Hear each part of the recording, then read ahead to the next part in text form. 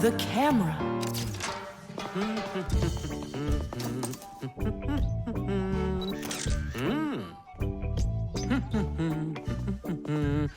Stop right there and let me see how pretty you look today. Well, just don't tell that to the elevator. Bye-bye. Check it out, Nolik. Class, huh? You're not gonna get in trouble for doing that? No. My dad gave me permission to take a few pictures with this camera. No, I mean the picture. You're sure that your mom and dad will like that you took it without asking for permission? But look, what a good picture. You know what, Tom Thomas? You're like a regular paparazzi or something. Paparazzi? They're the ones that take one photo and get millions, aren't they? You're right. And don't care about anyone except their photo paparazzis. Did you ever wonder how a photo camera works? Let's say you want to take a picture of nature. The light that's outside goes into the camera's lens. That's the glass eye on the front of the camera. The lens takes the light from the scene outside the camera and turns it into a tiny picture that's inside the camera. Then the picture is recorded onto a special electronic sensor called a matrix that's sensitive to light. Click, and there's your photo.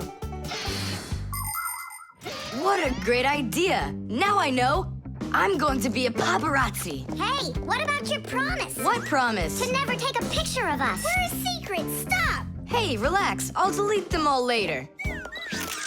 Tom Thomas, stop this right now. I won't until I get a photo of you. Nolik, let's run. You can't run from me.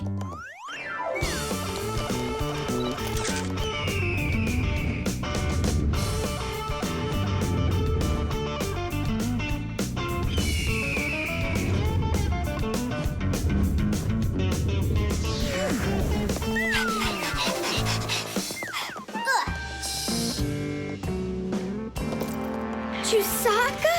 Aha! I've gotcha! The story of the century. The monster and its prey.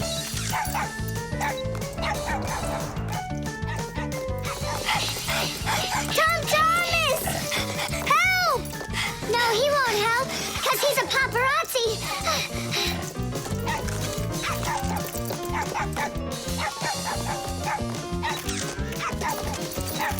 Yes! I got it! That's my best photo yet! What's all this noise about? Awesome shot! The first cameras were invented almost 200 years ago, but they worked very slowly. If you wanted to have your portrait taken, you'd have to sit still for a whole hour. After film was invented, cameras got much faster, and it became possible to take about 10 pictures a minute. On a piece of film, everything appears to be backwards. Black parts of the picture are white, and the white is black. It doesn't look normal until the picture is transferred from the film to a piece of photographic paper. Now people shoot pictures with digital cameras that work without any film at all. You can look at what you shot instantly on a screen to see if you like it. And if you don't like it, you can try shooting another one. And today, you don't even need a separate camera to take pictures. Almost every mobile phone has one.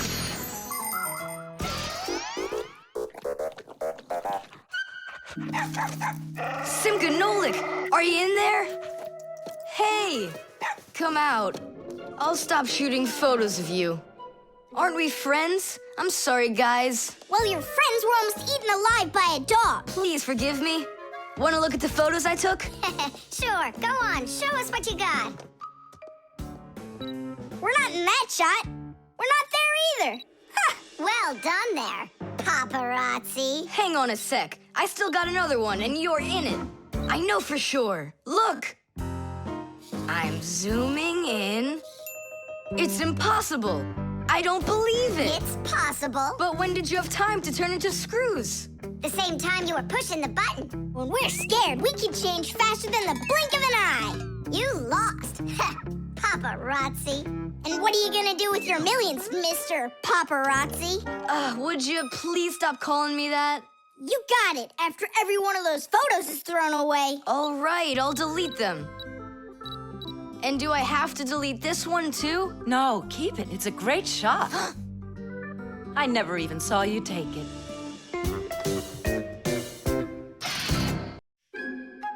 The oven.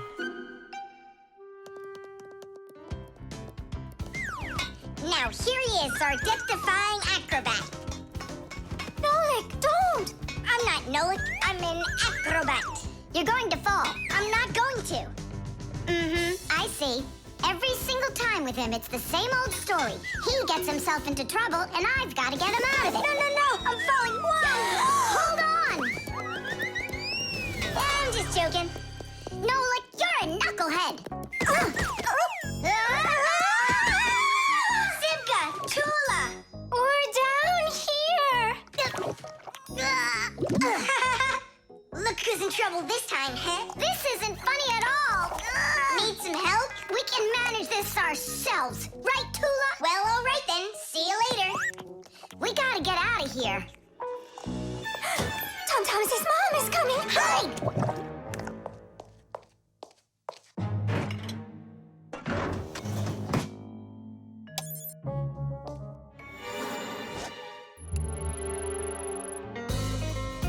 Hi, Tom Thomas.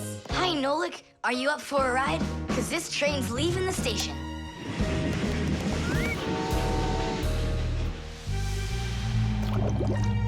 Nice place. It's the oven. It's beautiful in here and not hot at all. Splendid. It isn't hot right now because it only started warming up.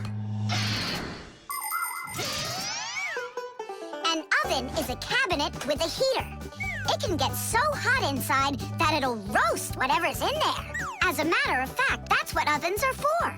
People roast meat inside of them and bake things too. Some ovens burn gas for heat and others use electricity. They have special electric coils that get red hot and heat everything that's inside the oven. So be careful around ovens. A hot oven can burn you very badly.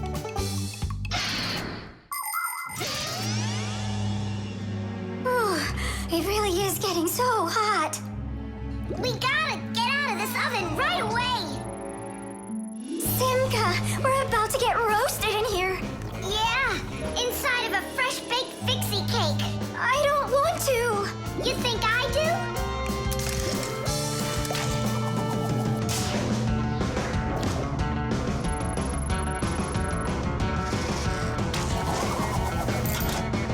Here, grab on tight.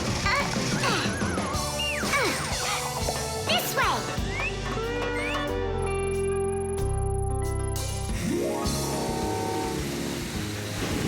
Be careful, you'll fall off. You're just like Simka. She told me the same thing, and then she was the one who fell. Right into the batter. Together with Tula. What? They both fell in the dough? Oh, yeah. And they're probably still stuck in there, too. Tom Thomas, the cake's fresh out of the oven. Do you want to try some? Where could they be, huh? I don't know. Maybe they're inside the cake. They could have turned into screws. We gotta find them. Hey, what are you doing?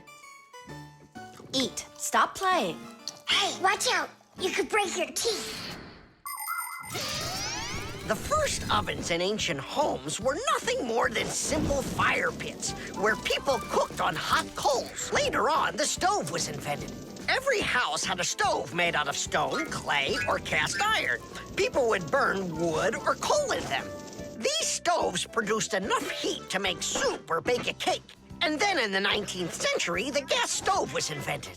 Gas stoves are much more practical than wood-burning stoves. 1 second and the gas is burning. A few more minutes and the water's boiling. They're very convenient, but they can also be dangerous because if the pipes aren't in good condition, there can be an explosion.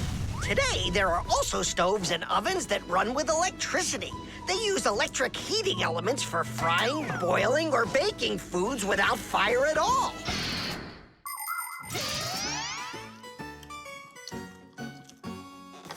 Tom Thomas, I think you'll explode. But it's so incredibly good. I just can't stop eating it. Keep chewing, Tom Thomas. That's as much as I can chew. Hey, guys up to? Up to? We're trying to save you. You're not in the cake? Then how come I was eating all of this? I hate cake. Maybe it's because that's what good friends do. Yeah, he's a good friend who's got a really good appetite. The gramophone. And that's a photograph of my mom when she was little. She sure looked happy, didn't she? Because parents were all happy when they were children. But then they grow up and start getting all gloomy and as boring as can be. Oh, what's this, do you know? A song about a screw? It's total nonsense. Nonsense. It's about a screw, which means it's practically about Fixies. Why don't we listen to it and find out? If it's good, we can all dance together. How do you listen to this thing? Like this? Why don't we try to use the player? We won't fit in there. Look, right here it says gramophone record. See? So we need to find a gramophone player. Find what? Let's go to Grandpa's. Grandpa's, we found a song about a screw we want to hear. We're looking for a player for a gramophone record. Ah, I understand. What you need is a gramophone. A gramophone is an old appliance that was made for playing back sound that was recorded onto records. If you want to turn on a gramophone, you need to turn the handle to wind up its spring. The spring makes the record spin. Then, a needle is placed on top of the record, and as it moves through the groove on the record, it shakes a little, which makes a diaphragm, a sort of mini drum skin, start to vibrate. The big horn of the gramophone then makes the sound louder, and we hear a voice or music. The most amazing thing is that a gramophone doesn't have an electric motor or any electronics. That's right. You don't need electricity for a gramophone to play back the sound that's recorded on a record. That's because a gramophone is an entirely mechanical wonder. If you want to know, there is a gramophone in the office of Tom Thomas's dad. It's on the desk. Great, let's go. Thanks would be nice.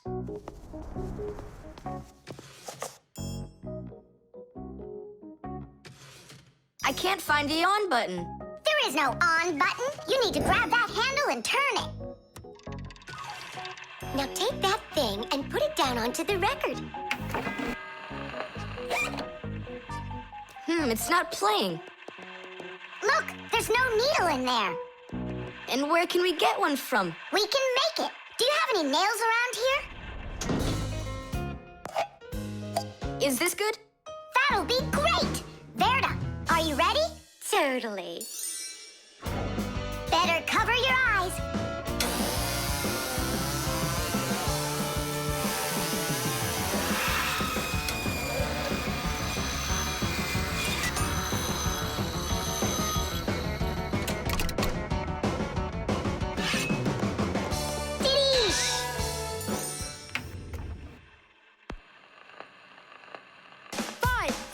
It's working, listen. A little screw went for a run, and now without this little part, everything just falls apart. If you think a screw is nothing, take it out, but just beware. Everything will break without 'em, with no little screws in there.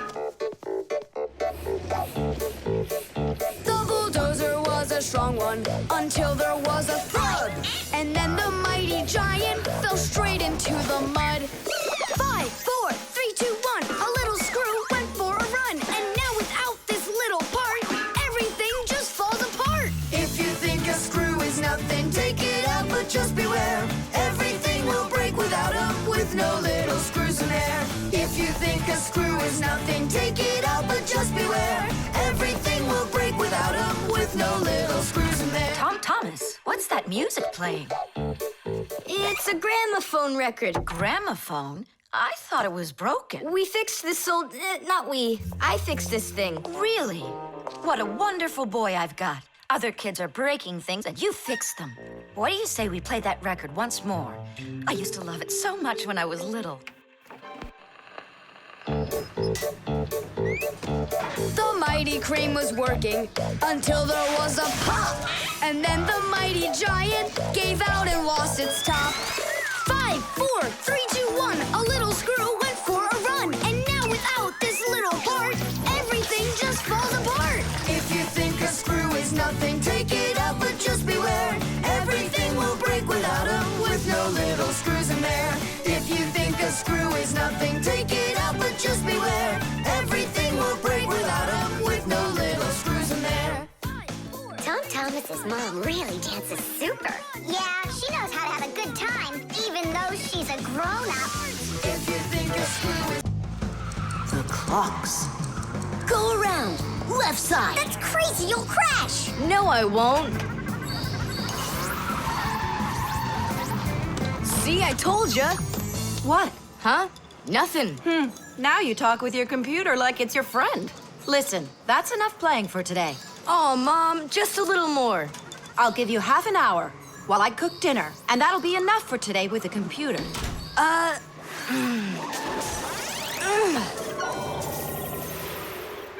This stinks. I'll never get through all of these levels in half an hour. No way. Hey, but what if we could stretch out the half hour? How? We could take the hands on the clock and move them back a little. Mom will catch us. Fine, then let's slow down the speed of the clocks. Yeah, But how? You gotta know things like that.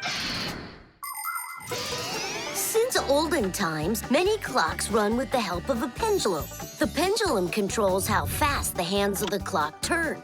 If you make it longer, the pendulum will start to swing slower, and the clock's hands will slow down. If you make the pendulum shorter, the clock will tick faster. Most clocks that are made today don't use pendulums. They run with the help of springs or with an electronic chip instead. But even so, there are ways to change the speed of these clocks, too.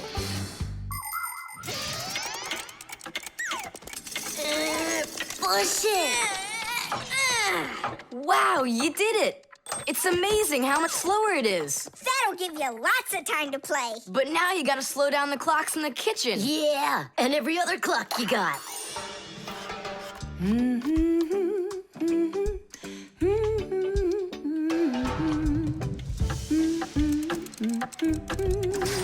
I just have to turn this to make the pendulum longer.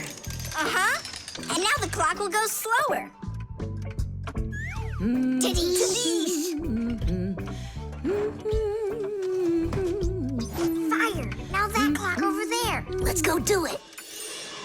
That's it! We slowed down every clock, and your mom didn't see a thing. That's great. Yeah. Wow, Tom Thomas, you're cool!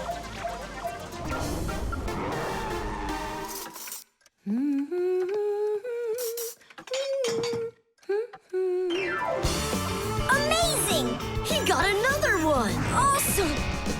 You're unbelievable. Way to go. Huh.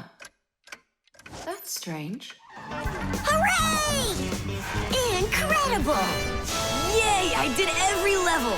Oh, thanks. You're both just... The time masters of the universe. Yeah, but I'm getting really hungry, and Mom hasn't called me for dinner. Because a half hour hasn't passed on the clock. Hey, do you smell that? Something is burning. What happened? A fire? I don't get it. I was just waiting for 30 minutes like I always do, but everything burned this time. Maybe the clock stopped? No, take a look. They're working. Oh, I'll make you some oatmeal. Oatmeal for dinner? Mom, I need to, I'll be right back. You see what you've done? Time Masters of the Universe? You gotta go speed those clocks back up. Okay. We'll speed them up. They'll be caught up in no time. Humans have come up with lots of different ways to measure time. For example, if you stand a stick in the ground, you can measure the time of day by watching where its shadow falls. That's a very simple clock called a sundial. Another simple and ancient clock is a water clock. It keeps track of time by measuring how much water has poured out of it. And if the clock uses sand instead of water, it's called an hourglass. But humans weren't able to accurately keep track of the time until they invented mechanical clocks. They come in all sorts of sizes, from grandfather clocks to watches worn around the wrist. Today, we also have easy-to-read and accurate electronic watches and clocks. But the most accurate clock of them all is the atomic clock. It tells the entire world the exact time.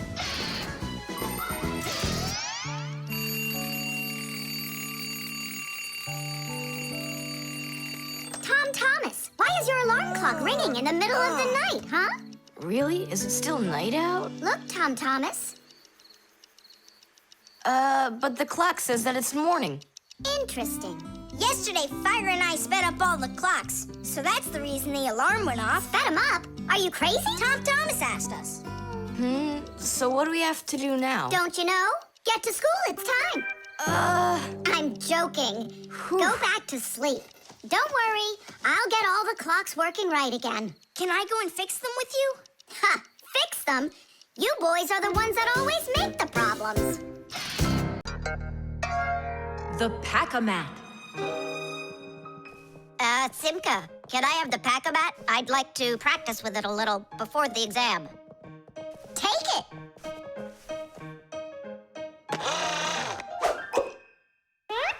You're really good with that thing. Good. I couldn't be any worse with it. I wanted a vacuum cleaner. Actually, you were pretty close there. You did manage to get the hose at least. This is not at all funny. In order to get a tool out of a Pac-Man, a Fixie must not only press the button on his chest, but he must also clearly picture exactly the tool he needs. By the time they are adults, this is easy for Fixies to do. But while they're children, they must study hard to master this important skill. As Fixies learn about new tools, they take exams to prove they know how they work. And if they pass an exam, the new tool is added to their Pack-A-Mats. And there's no end to what you can find inside. Screwdrivers, hammers, ladders, vacuums, and even soldering irons. But many of the tools that Fixies use look quite different from the ones that humans have. And the reason for this is very simple. It's because Fixies have to fix appliances that are much bigger than they are. I just wish I knew which tool was gonna be on that exam. I got it! You just stay right here. Grandpoos! What? On the exam, which tool are you gonna ask about? It's a secret. It's too bad. But I'm sure you can keep a secret, right? Of course. Then I'll tell you. Today's exam is on pliers, you see? You won't tell anyone, will you? Not a chance. I'll never pass it. You will. He's gonna ask about pliers. Huh? How could you know that? It's a secret. Okay, Digit. See if you can get the pliers out of there. A pair of pliers is a great tool indeed. To grab and turn things, it's the tool that you need. Just be careful how you use them, or your fingers you could bruise them. Pliers are a great tool indeed. Just be careful how you use them, or your fingers you could bruise them. Pliers are a great tool indeed. Good going. You got it. Thanks a lot, Nolik. It's not really me you should be thanking. Grandpoos, thanks a lot. For what? The secret What secret? about the pliers. Oh, that! You know, I picked a new topic. I decided that a hammer will be the tool. A hammer? Only it's a secret. I remember. The topic got changed. It's a hammer. You sure about that? Totally. All right, I'll try to do it. A hammer is a great tool indeed. To pound in nails, it is the tool that you need. Just be careful how you use it, or your finger you could bruise it. A hammer is a great tool indeed. Super. I'm sure you're gonna pass. That's only if he asks me about a hammer. I'll be right back. Grandpoos, it's a hammer for sure? Nah. A hammer would be way too easy for those kids. So now it is a drill. A drill? But only... It's a secret! Now I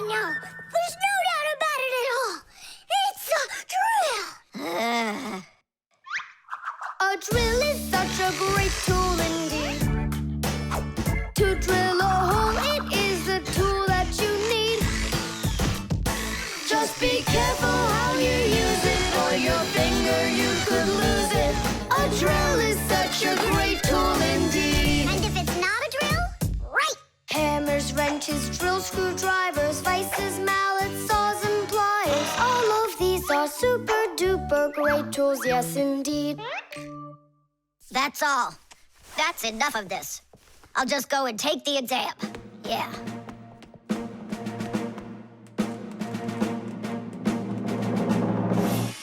Digit, come on in. Professor, well, what do you want to ask me on today's exam? Nothing, you already passed. What? You mean you're not going to ask me anything at all? No need. You're excellent at getting tools out of a pack-a-mat. But how could you know that? That's a secret. And we Fixies sure know how to keep secrets. The antenna. Wow, is this cool or what? Ah, hello there, little Fixies. Did you come to see what I'm working on? Professor, you genius. Tell us what you're planning on doing with this huge thing. Well, I hope to use this fantastic device to make contact with aliens. Since ancient times, people have wondered, is there life on other planets? What might aliens from outer space look like? And what kind of spaceships do they travel in? There are some people who say that they've seen alien spaceships and that they look like flying saucers. There are even some people who say they've actually made contact with aliens. But personally, I'm sure it's just their fantasy. And science hasn't been able to prove any of these stories either. The one story that makes me laugh harder than all of the rest comes from a guy who claims that he saw aliens with his own eyes. Can you believe it? He said that there was a group of tiny aliens that looked like humans with glowing hair. It seems to me that this guy just happened to spot a few Fixies who weren't able to hide from him in time.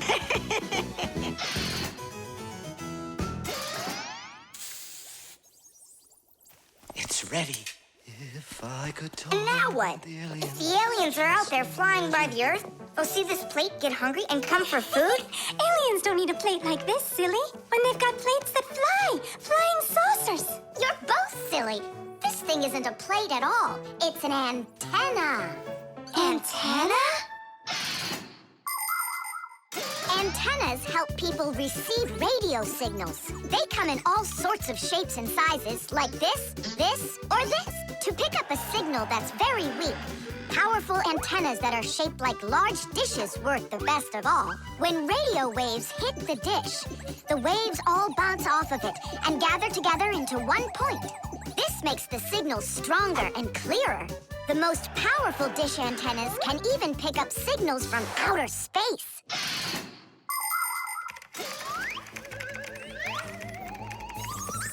Nolik, stop! You'll burn yourself. Don't treat me like a baby boy, okay? Huh, interesting. I wonder what's inside of there, do you know? Why don't we go and take a look? I was only trying to help him out. No need, Nolik. The soldering iron is way too hot, and I'm practically all done here. Ta-ta. Then let's start looking for those aliens in outer space. Just 1 second, Nolik. There. Uh-oh. And now,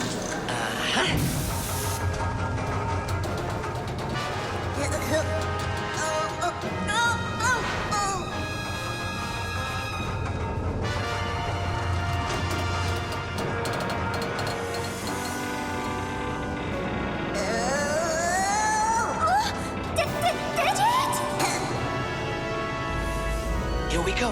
Nolik, Simka, let's see if we can pick up signals from outer space.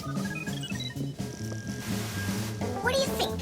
Is it night right now, where the aliens live? What if they're sleeping? Quit bothering the professor with your nonsense. Let us out right now. Can't you hear us? Please let us out! I'm afraid there's no way they can hear us from this far away. I can't hear any signals. It just sounds like static. Be patient, you guys, and keep listening. Digit, we all know how clever you are. Can't you think of a way out of here? I think I got it, Tula. You stay there. Yeah. I'll use a special code I know to send a signal that we're in trouble. Wait a second. Do you hear that? Could it be a signal from the alien? Hooray! This is sensational. It means that somewhere in the cosmos are intelligent forms of life. 3 dots, 3 dashes, 3 dots. Ooh, it's Morse code. It's a signal for help that they're sending. You don't think the aliens are in trouble, do you? Yeah, I think so. And who do you think they learned Morse code from out there? Yeah, that's strange. There are hardly any Fixies that know that code. Digit does. Ah, and where is he, you know? And where's Tula? Well, I think I know exactly with which aliens we made contact. I think I know it too, Professor. Lower the antenna.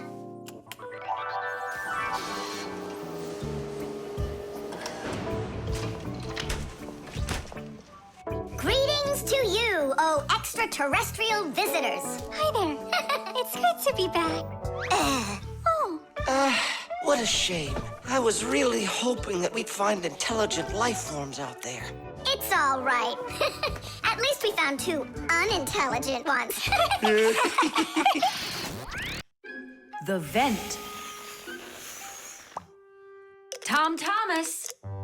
Tom Thomas. Okay.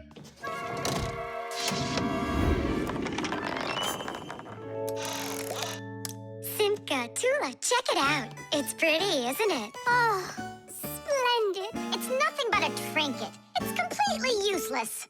Useless? Look how well it matches my hair clip. Useful things are the kinds of things you truly need. For instance, like this rope ladder I've got. It's splendid. And where do you plan on climbing with this thing? Now, this mirror here is both useful and pretty. Oh, how splendid. Tula, you say everything is splendid. Well, here's something super splendid that I bet you don't have. Oh, what is it? It's a mechanical super claw.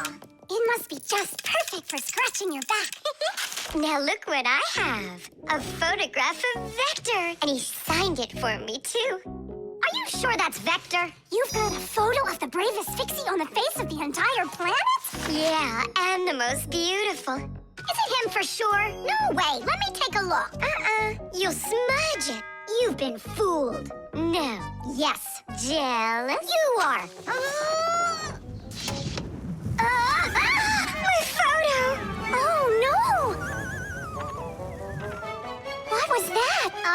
A draft. This is completely your fault. It's not my fault. It's your fault for bragging so much. Please, girls, stop fighting. Let's go find it.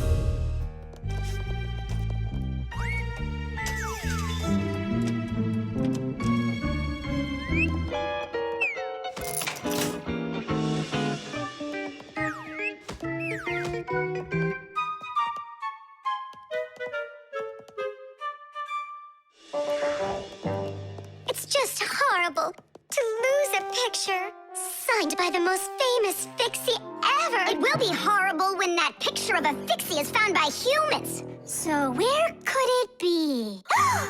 I know how we can find it. Exactly. We'll blow a bubble and watch which way it goes as it floats away. We'll follow it and find your picture. Do you know why you can blow bubbles out of soapy water? At the surface of any liquid, there's an invisible film that is very thin but very strong. If you want to see it for yourself, fill up a glass with water all the way to the very top. Now you need to take a coin and carefully drop it into the water sideways. Then drop in another coin, and another, and another. You'll see that the water doesn't pour out, but rises up and forms a hump. That's because the water at the top sticks together. Why? Because of a force called surface tension. Thanks to surface tension, water can form drops. It also helps us blow soap bubbles, because when we add soap into the water, the film gets even stronger, but still not strong enough to stop the bubbles from bursting. Okay, it's ready. Now we need to blow. Do it together. And... I don't think this way's gonna work.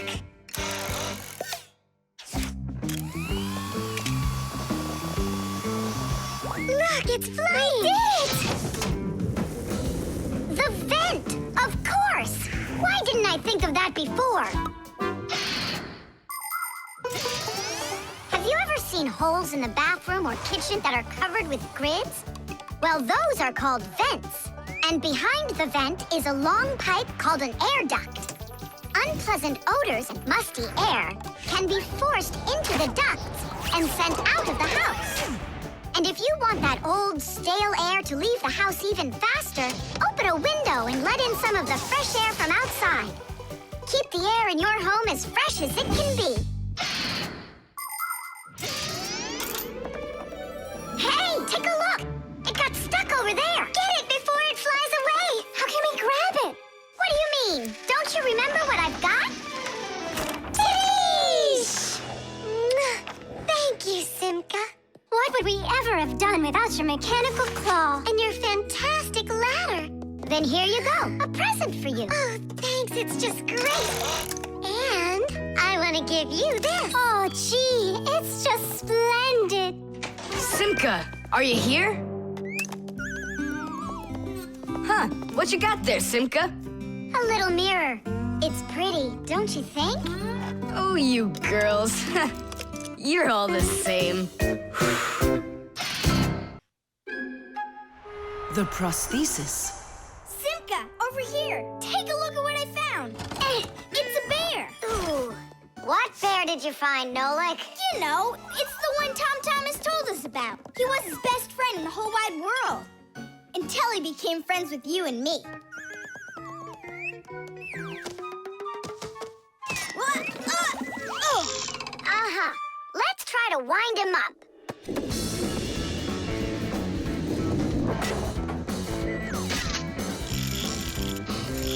Come on, come on, come on. There you go. Now walk, Teddy. Go on, Teddy. Yeah. Oh no. Poor little teddy bear. They ripped his leg and didn't care. We didn't rip his leg. It was already broken.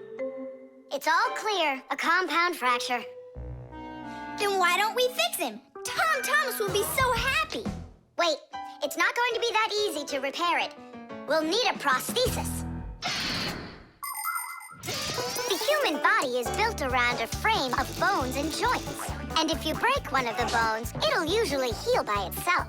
The broken bone will grow back together, and you'll be back to normal. But sometimes bones or joints can break so badly that it's impossible for them to heal. When this happens, they have to be replaced with an artificial part called a prosthesis.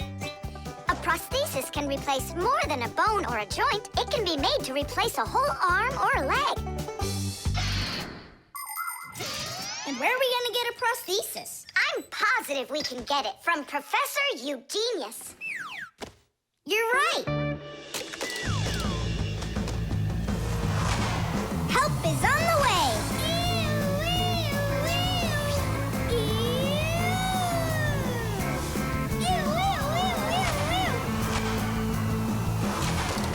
Hello, Professor Eugenius.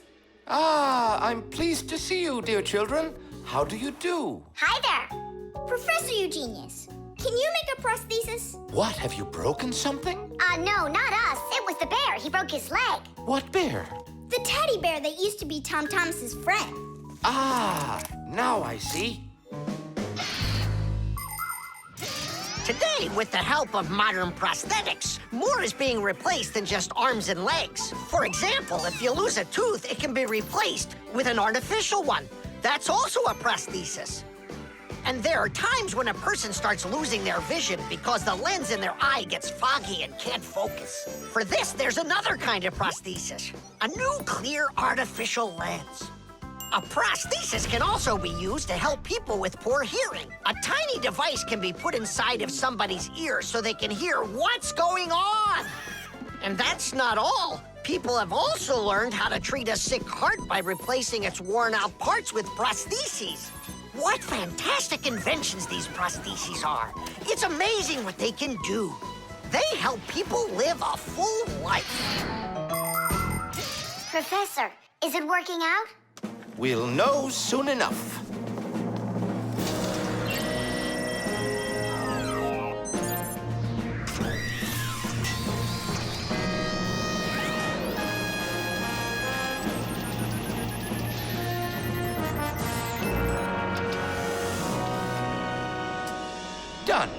Here you go. Thanks so much for your help, Professor Eugenius. Not at all. Take care, kids. In gadgets and devices, our work will never end. Appliances are fickle, they need a loyal friend. At morning, noon, and midnight of every single day. When there is an emergency, you know we're on our way. 1, 2, 3. Inside we'll be all day and night. We fix things right. Well, now this old friend of Tom Thomas's will be just like new, Nolik. Simka, if Tom Thomas makes friends with the bear, then what? Will he stop being friends with us? Hi, everybody. Hi there. Oh, my teddy bear. You found him for me. And you fixed him. Ah, thanks a lot.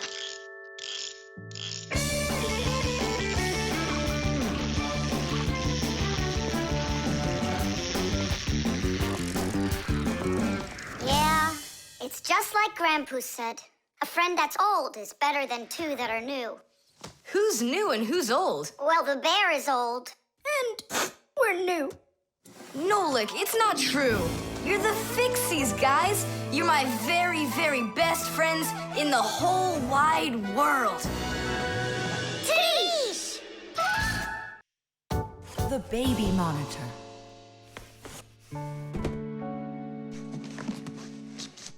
Oh, it's my old baby monitor.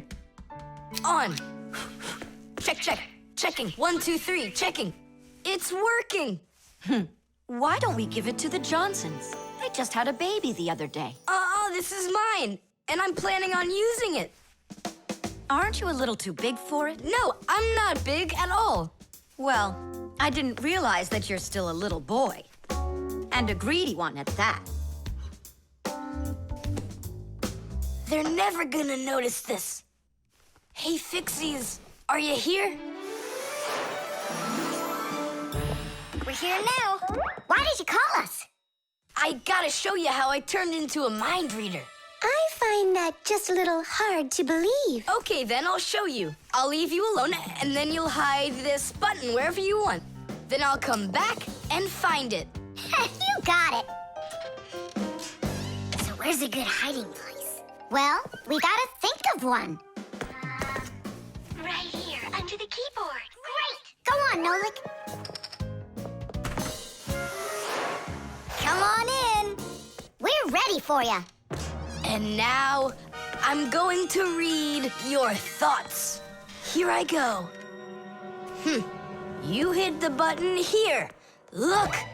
Ta-da! He really does read minds. Oh, that was a lucky guess. Bet you can't do it again. Well, I bet you I can. We're gonna have to be sneakier. Verda, she's the most beautiful girl in our class. She knows it, too, and doesn't hesitate to use it. She can even be a bit sneaky, like when she needs help with her homework. Then Digit suddenly becomes her best friend. But if she doesn't want to carry her pack-a-mat, she'll say, "Fire, please help me. You're just such a strong Fixie."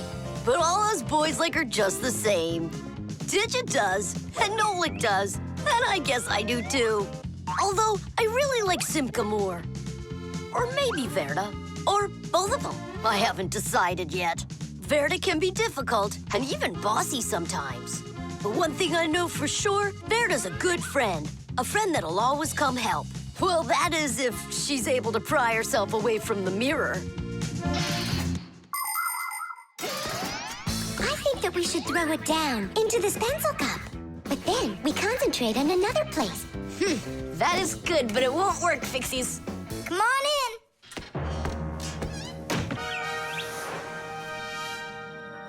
Uh-huh.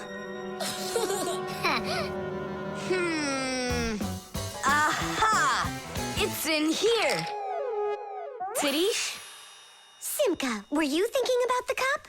No, I swear. And my mind was blank. Then who did, huh? Uh-huh. Tom Thomas, what do you say we go again? As many times as you want. I know how he's been doing all of this. It's a baby monitor. That's how we can hear what we're saying. I don't get it. A baby monitor helps parents watch over their babies. The system has 2 units that look like wireless telephones. The parents keep one of the units by their side and put the other one in the room where the baby is sleeping. If the baby suddenly wakes up and starts crying, the unit in the baby's room will pick up the sound and send it by radio waves to the parents' unit.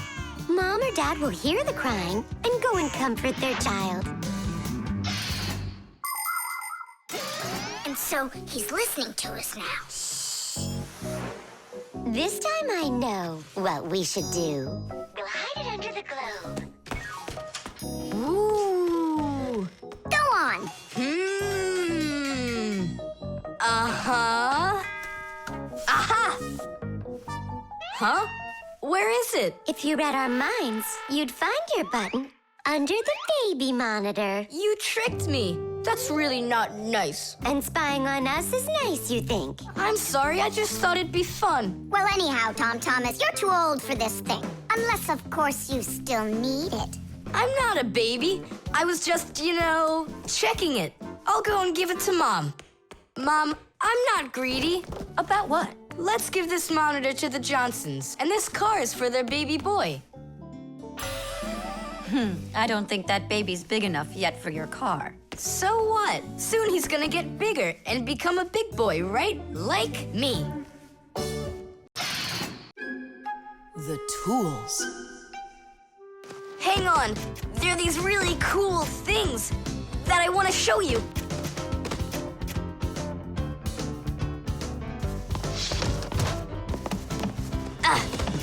Whoa! Whoa, look how many things you got all at once. Your dad's gonna be so angry when he sees what you did with all of his tools. I'm gonna put them all right back where they were. And where were they? Open the box and you'll see. It's neat. There's a special place in there for each one of the tools. Try hammering in a nail or drilling a hole with your bare hands. Uh-huh, there's no way. But with the help of the proper tools, it's a piece of cake. But of course, that's only if you know how to use them. Tools need proper care. If the head of a hammer is loose or a drill is dull, then you shouldn't work with them. It's dangerous. And when you're done working, put the tools back in their places, or you'll be tearing your house apart trying to find them the next time you need them. Huh.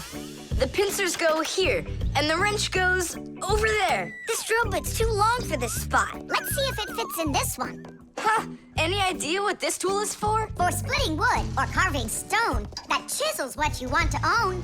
Wow, Simka, you're a real poet. Now try to answer this little poem. When you have a thing to measure, this round tool is quite a treasure. This tool, right? I know what it's called. It's a measuring tape. Let me measure you, Nolik. Wow, you've grown. You've almost reached 1 centimeter. Class! I also have a rhyming riddle for you. What bangs a nail into the wall to make sure pictures never fall? A hammer! I was first, and the hammer goes right here. And now I have one for you to guess. If you need to screw in screws, here's the tool that you should use. A screwdriver! I was first, again. You got it right. All right, Tom Thomas, we better hurry. We still have a lot of tools here to get sorted out. Humans, just like Fixies, use hundreds of different tools to do their work. Picking the right one depends on the task at hand. For instance, if you need to hammer in a nail, use a hammer. But you don't use a hammer for a screw. For that, there's a special tool called a screwdriver. A wrench is the tool for tightening nuts and bolts. A vise is used to hold a part in place, and a drill to drill a hole. If you need to cut a piece of wood, you should choose a saw. You could use a handsaw, for example, or a hacksaw. Different kinds of pliers can be used for snipping, gripping, or bending. If you need to smooth something down, you use a file. If you learn how to work with tools properly, you can build just about anything. Looks like we did it, just in time. Oh, and how about this? Do you know what kind of tool that is? I don't know. There's no place for it in here. Just throw it out. Come on. And what if my parents use it? Looks like we did something wrong here. My dad came home. Tom Thomas! I'm in here. Hi there. Reading. Way to go, son. Huh? Oh! I don't get it. Where is it? What? I put a piece of metal under the table leg so it wouldn't shake, but it disappeared. So that's where the tool's place is. Did you take it? What? I didn't. It must be somewhere under the table. And you look under the sofa. All right.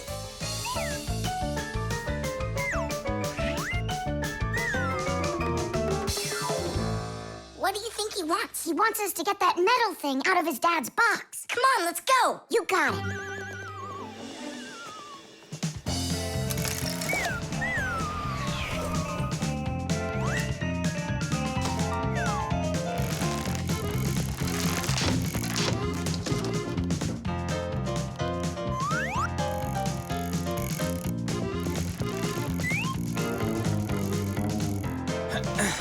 Any luck? Uh-uh. Me neither.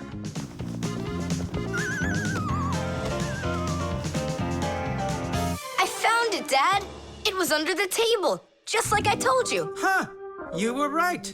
It's strange. How could I have missed it? Maybe you're just, tired from working too much. Maybe. Tadish. What? It's a new word, Tadish. Tadish. I do like the sound of it. The crowbar. Everything's fine here, too. I wish something would break for a change. It's already been a week and nothing's broken in here. Stop worrying. Everything breaks at some point. Well, nothing seems to ever break inside of this house. That's because we take such good care of it. No, Marcia, it's boring with no real work to do. We should move somewhere else. When Fixies graduate from school, they must choose the place where they want to work. Some will work at factories, and some on ships, and some in theaters, and some in hospitals, too. Fixies are needed everywhere. Now, Fixie families with children like to choose places that are a bit quieter. Usually, they'll settle inside of people's houses. It's not too noisy there, like in a factory, but there's still plenty of work to do. They need to check on appliances like computers, vacuum cleaners, telephones, irons, and washing machines. And Fixies always try their best. They just love being busy with work. And so if there's nothing broken in the house, Fixie families will move to a new place where there's much more work to be done. Nolik, did you hear that? I don't want to move anywhere. But think about the kids, dear. They've got their school and friends here. Do you like this friend of theirs? A human kid playing with Fixie kids. You know as well as I that it's just not right. All right, then. If nothing's broken down before the end of the day, that's all. We gotta move. Oh, no, I can't. Tom Thomas comes home the day after tomorrow, and we'd be gone by then. Pull yourself together. And I won't see him anymore at all? Nolik, I have an idea. What idea? If something happens to break down before the end of the day, then we're not moving. But what if nothing breaks? Calm down. We're gonna make sure of it. Simka, you're a genius. But how can we make sure of it? We're going to use a crowbar. A crowbar is powerful and simple. It's nothing more than a heavy metal bar with either sharp or flat ends. It can be very helpful for breaking through concrete or ice. It can also be used as a lever to root out a tree stump or move a boulder. If one end of the bar has a claw cut into it, then it's good for pulling out nails. Yes, sometimes the simplest tools are the most powerful ones.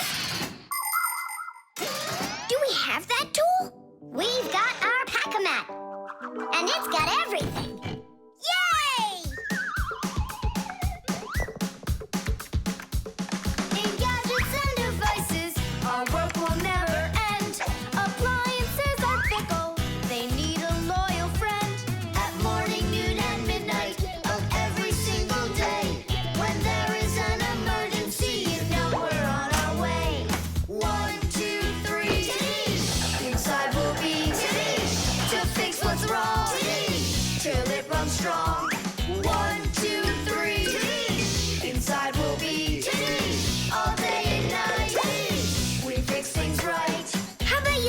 try.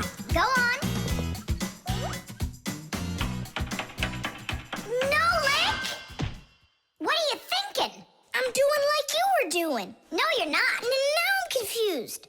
First off, whatever you break's gotta look like it broke all by itself. Oh, I gotcha. And second, you gotta break it in some way that can be fixed later. Did someone say something needs fixing? Or am I hearing things? Papas, we just found out that the television's broken down. Are you sure? Yeah, and one of the keys on the keyboard is stuck. For real? For real, and the clock's not running either. Oh ho! Marcia, our life is getting back on the right track. Should we fix them? Yeah, what else? We are the Fixies. We live to keep on working, and work for us is fun. So we'll just keep on working, 'cause our work's never done. And deep inside of gadgets, if you look when it's dark, you might just see us race around like multicolored sparks. 1, 2, 3, Taddish! Inside we'll be Taddish! To fix what's wrong, Taddish! Till it runs strong. 1, 2, 3, Taddish! Inside we'll be Taddish! All day and night, Taddish! We fix things right. Taddish! Oh, that was a lot to do. You'd almost think that somebody broke it on purpose. Well, we didn't do it. It broke by itself. Yeah, this apartment still needs a lot of work. We shouldn't move anywhere. I like it here. So do I. It's the best. See, we don't need to go anywhere. The motion sensor. This part has to be replaced with one that's new. I've got an idea. How about we run to the warehouse and get it? 'Cause you don't have time to go there. And that way you can keep on working. All right, then. Only remember the code for the part. A8375. I'll remember it for sure.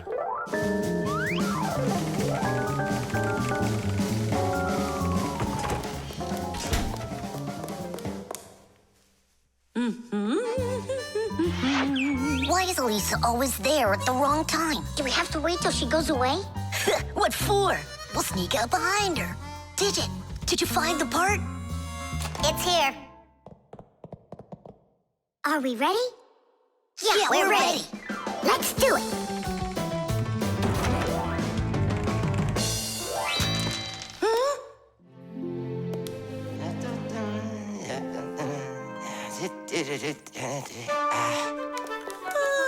Professor Eugenius, you're in here. Do you know why this door just opened? And closed by itself? Of course I know, Elisa. It's because I converted it into an automatic one. You see, I installed a motion sensor above it. A motion sensor is like an electronic eye that watches everything that moves in front of it. Did you ever wonder how doors open by themselves at places like stores or at the airport? They open with the help of motion sensors. If the sensor sees that someone walks up to the door, it sends a signal to the door's electric motor. The electric motor opens the door and then automatically closes it after the person walks through it.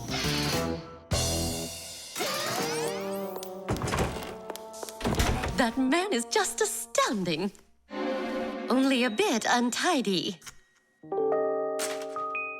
The door is automatic now? Then why didn't it open for us on the way here? 'Cause we're too little for that motion sensor. But the part's bigger than we are. Big enough for the sensor to see it. Then how do we get in there? We can fool that thing if we stay close by the wall. Now let's keep this as close to the wall as we can.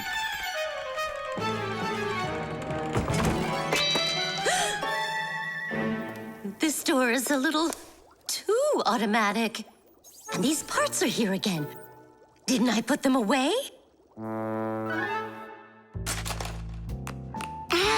The sensor still noticed us. Here's what we gotta do. Let's break it. Why do we gotta break it? All we have to do is deactivate the unit. Sensors are used to help people in all sorts of different situations.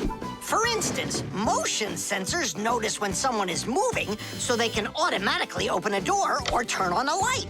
Some automobiles are equipped with rain sensors. If it starts raining or snowing, the sensor automatically turns on the car's windshield wipers. There are also sensors that react to how much light there is. In the evening, when it gets dark, light sensors can be used to turn on street lamps. And in the morning, when it gets light again, the sensor switches them off. A smoke detector can sense when there's smoke inside. The sensor can be used to turn on a fire alarm or even an automatic fire extinguishing system.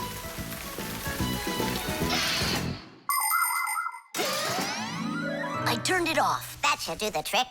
Great job. Let's go. Titties!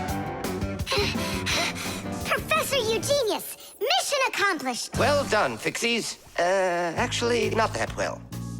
This part here is A7583. Uh-huh. And I asked for A8375. Digit, didn't you say you knew the code number? I did know it, but somehow forgot it. Digit, I can't believe that you forgot it. All right, we'll just have to go out one more time. Thanks, but no thanks. I'll get it this time. I forgot to warn the professor that we've turned off the sensor. And I'm afraid he's expecting that the door will automatically open up. Professor! Stop!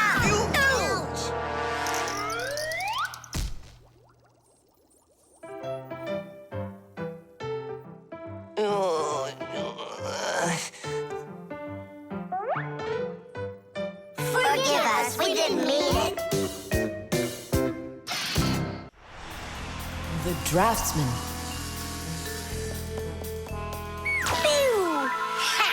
Huh? What? Hi there, Tom Thomas. What are you drawing?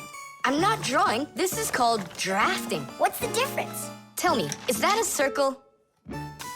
Sure is. And that? It's a circle, too. Only it's a rounder one. Of course. That's because I drafted it with a compass. And now I've got a real target. So now I'll load my dart gun. Whoa! Why'd you shoot that thing at me? It was the gun. I didn't even pull the trigger. What? Did it break? Let's open it up and see. There! This little part broke.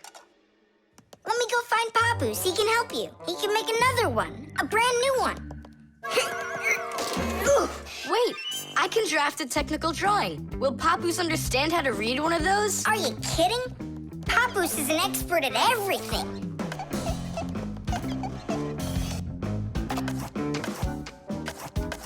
Done!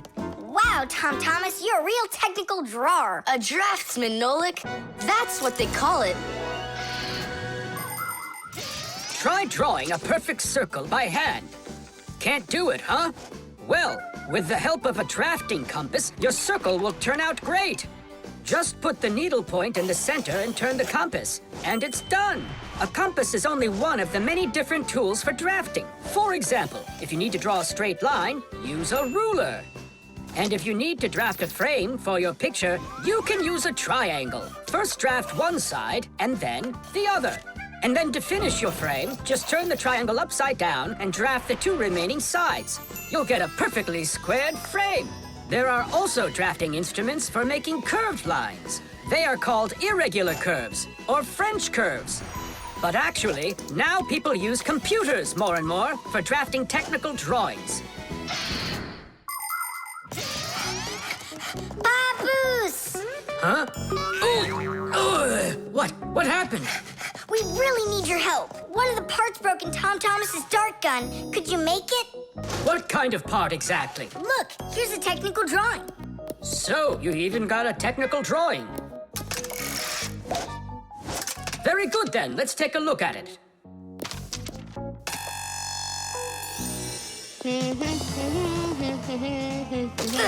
Here you go. Super! Let's see. It's not gonna work. You see, it sticks out here on the side. I need to draft another technical drawing. Papoose! Nolik, you scared me again. Forgive me. But the part has to stick out over on this side. And you're sure that's all? That's all, for real. Tom Thomas, it's done. Listen, while you were gone, I realized that the part needs to have a hole right here.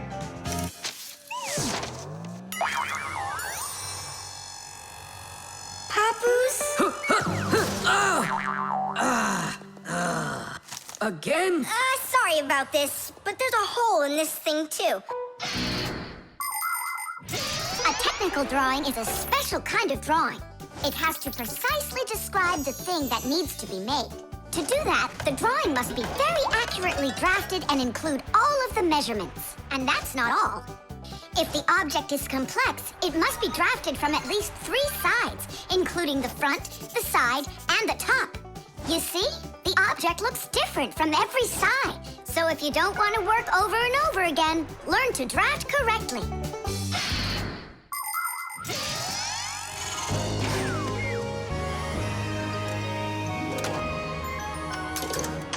Kaboom. It works.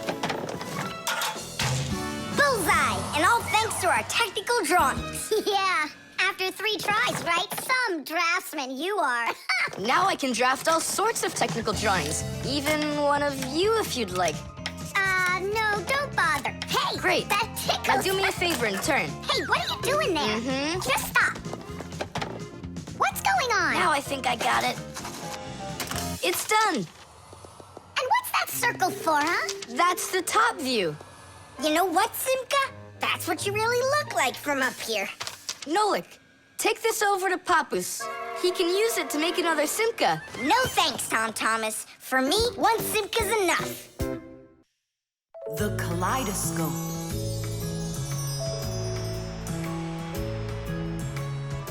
Tom Thomas, when are you gonna give me a peek at your new ball? I just can't wait. I told you, you can see it as soon as I hang it up. You're not peeking, are you? No, I'm not. Oh! So can I look at it now? Sure, take a look. Which one? This one. You broke it. It's okay. Don't be sad.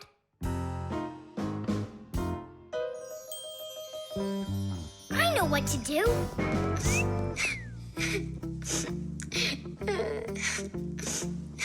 Tom Thomas, look inside the kaleidoscope. What for? I looked already. Come on, there's something in there I'm sure you've never seen. Whoa. Cool, isn't it? What is it? It's my own invention, a pirate kaleidoscope. Glass, right? Uh-huh. It's great. I really like it. Tom Thomas, hi there. I heard that you got a pretty ball to hang on the tree. Shh. Can I see it? It's right there. Where? There. No! Oh, that's just terrible. Why'd you do that, Simka? Come on now, I just cheered him up. How? Tell me. With the kaleidoscope, remember what Grandpa's taught us? Do you know what makes a kaleidoscope have such beautiful patterns? It's because pieces of multicolored glass are tumbling around in there. And it's also because it has mirrors inside. Usually there are 3 of them, and they are arranged facing each other. That way, each piece of glass makes many, many reflections that create the kaleidoscope's beautiful symmetrical patterns. By the way, you can put just about anything you want inside a kaleidoscope, and each different thing makes its own special pattern. Yes, there are all kinds of kaleidoscopes. Some with buttons inside, some with flowers, and even some that are filled with insects. Once, a very rich man had a kaleidoscope made with precious stones inside. Yeah, it probably wouldn't have been nearly as beautiful if he had just filled it up with money. Tom Thomas, look inside the kaleidoscope. I already saw it. It's pirates. Nah, it's not about pirates. We changed it. Go on, look and see. Wow. You like it? A lot. Hey, what did you put in there? A few pieces of the ball that you smashed. It's even better for Christmas, isn't it? Mm-hmm. That didn't work at all. Merry Christmas! We came to take a look at that splendid new Christmas... Oh, what's wrong? Ugh, don't even ask us that. I've got it!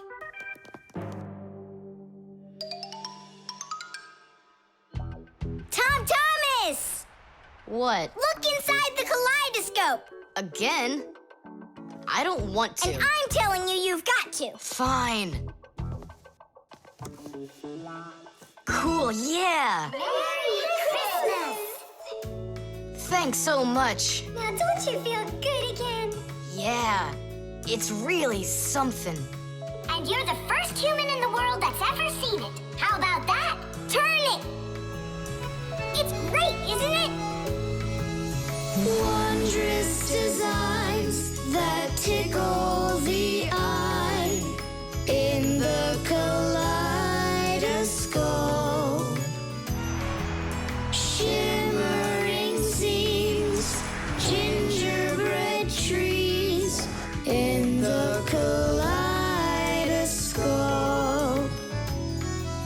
Magical flowers just blooming with light, petals that glisten and gleam. Kaleidoscope, kaleidoscope, a crack to the world of dreams. Kaleidoscope, kaleidoscope, a crack to the world of dreams.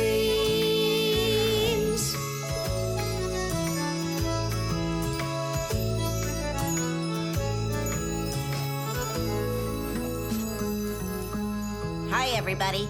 Tom Thomas, I came to look for myself at that beautiful Christmas... It's okay. What's more important? Having such awesome friends? Or some ball hanging from a tree? The video call.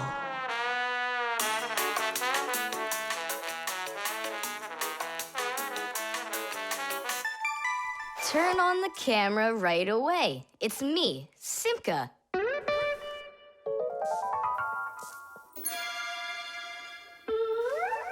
Just as I expected. Nolik, why aren't you in school? School? It started? No, but you'll be late if you don't hurry. I'm on my way. Simka, is that really your Fixie school?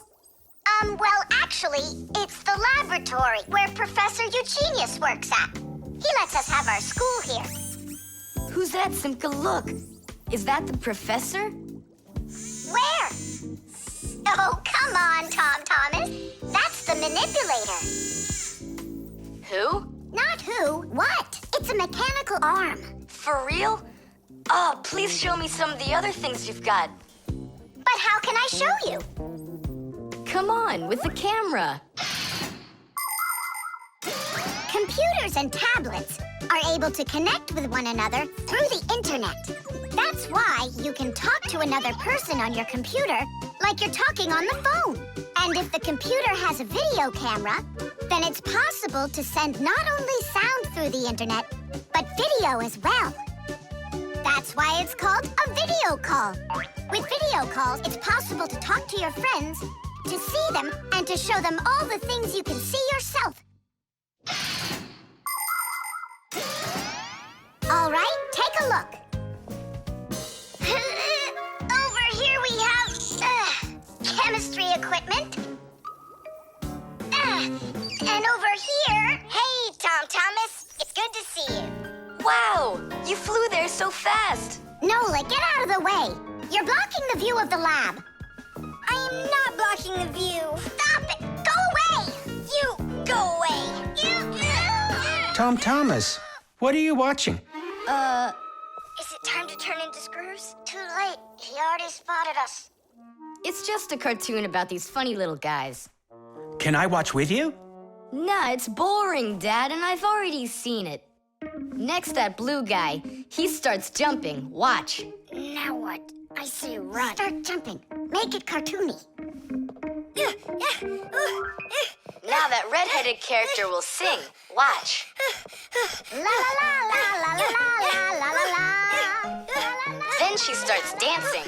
La la la la la la la la la. These guys really are funny. And here are the super fast moves.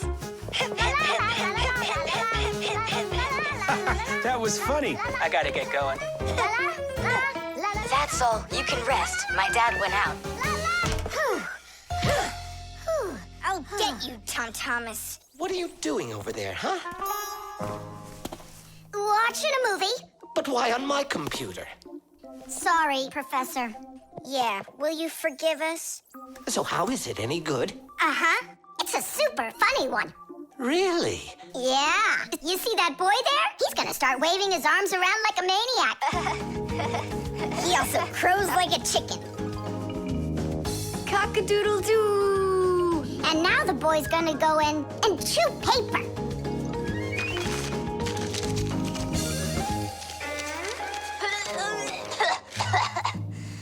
I can't do this all at once. A movie. That's what we're watching here, right?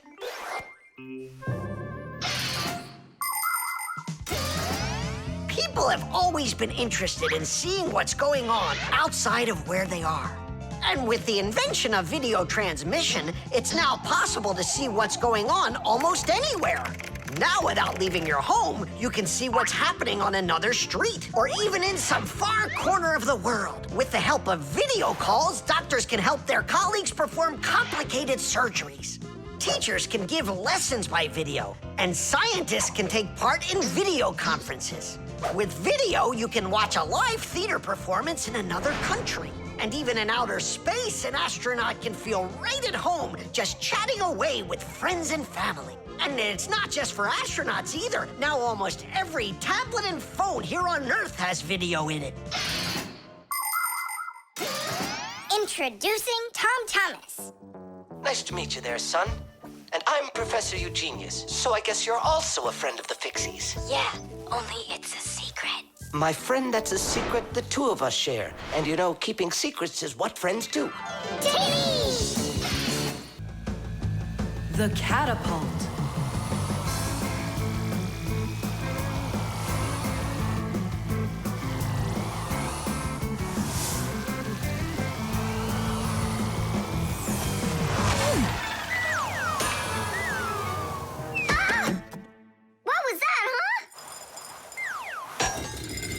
Strange. Tom Thomas isn't here.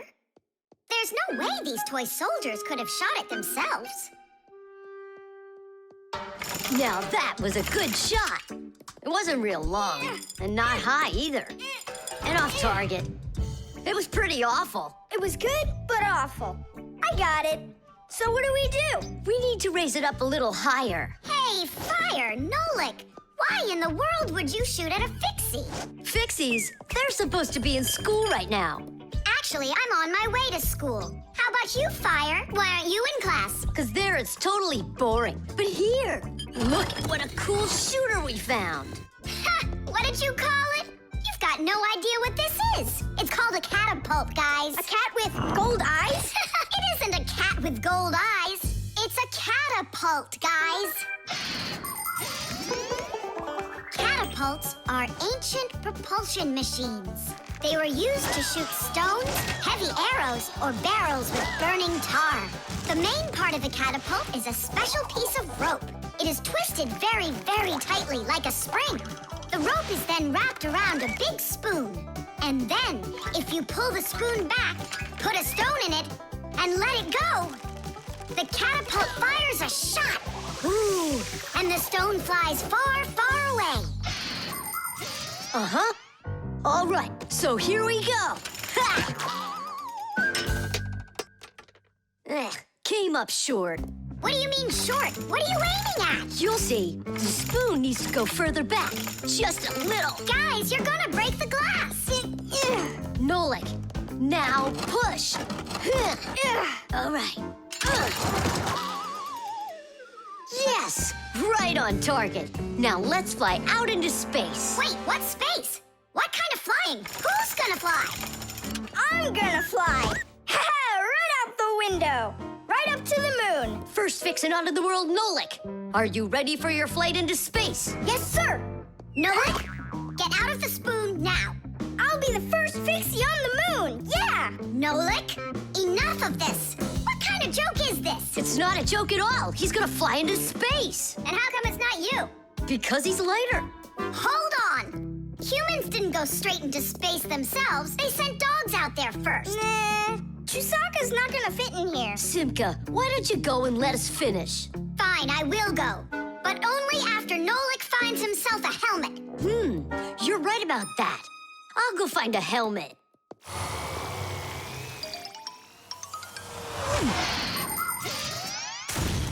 The catapult was invented in ancient times, but people still use them today. Only now, instead of launching stones, catapults are used to launch jet airplanes. You see, the runway on an aircraft carrier is quite short, so catapults are used to help the planes move fast enough to take off. Catapults can also be used to save the life of a pilot. When an airplane has an accident, a catapult activates in the cabin. The pilot is shot into the sky and comes back to the ground with a parachute.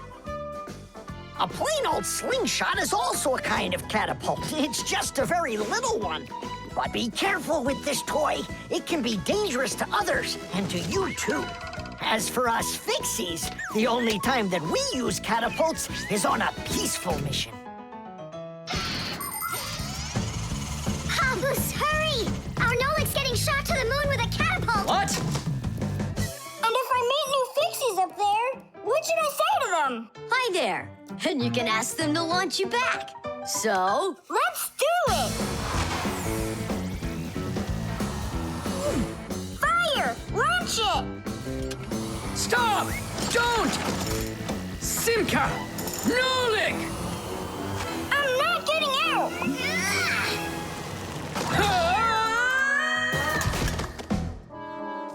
Whew! We're alive. Hooray! He flew all the way. Who flew away? To the moon? Nope, just a bit short. It's not our fault. You're just heavier than Nolik, and that's why you came up short. Papoose, maybe we can try one more time. What? Ugh.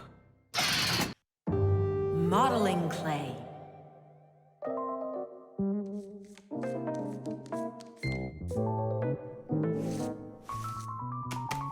All done. Simka, take a look. I've got my own pack-a-mat. Now look at that, a pack-a-mat made out of modeling clay. But this one's my own, and it looks just like a real one. Okay, you're right, it really does, Nolik. Simka! Nolik, what's up? Hi there, Fire. Want to play some tag with me? I really wish I could play tag, but unlike you, I've got tons of work. Yeah, like what? Well, a bathroom hook fell down. Tom Thomas broke the lamp on his desk. The aquarium has a tube that's leaking. So go and play. I have to get a pack-a-mat. Oh. I wish I could play tag. Hold on. Nolik, you've got a pack-a-mat. Uh-huh. Although I gotta say, it looks a little strange. That's because it's... Let's fix everything before Simka. With your pack-a-mat and my Fixie board. This'll be great.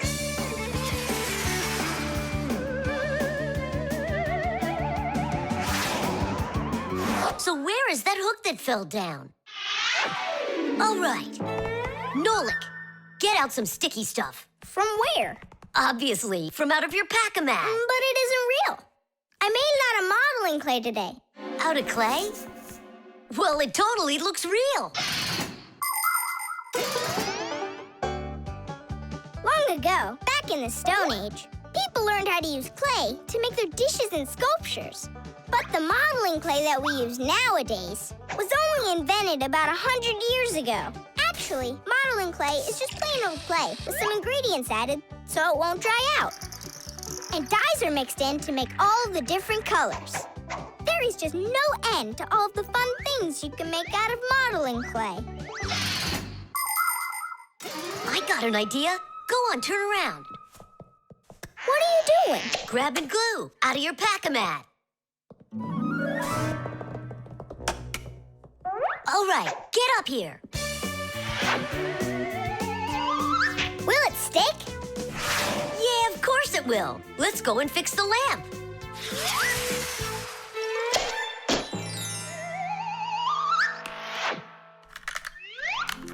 We can't fix this without a real pack-a-mat. Yours will work just fine.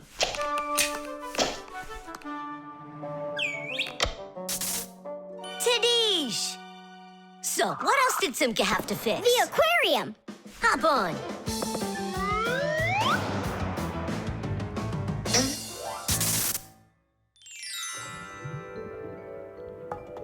Well, where's that leaky tube? Here, it's leaking at the joint. Yeah, this tube is gonna need a lot of modeling clay. Give me the rest of your pack-a-mat. Sure. And here's a souvenir.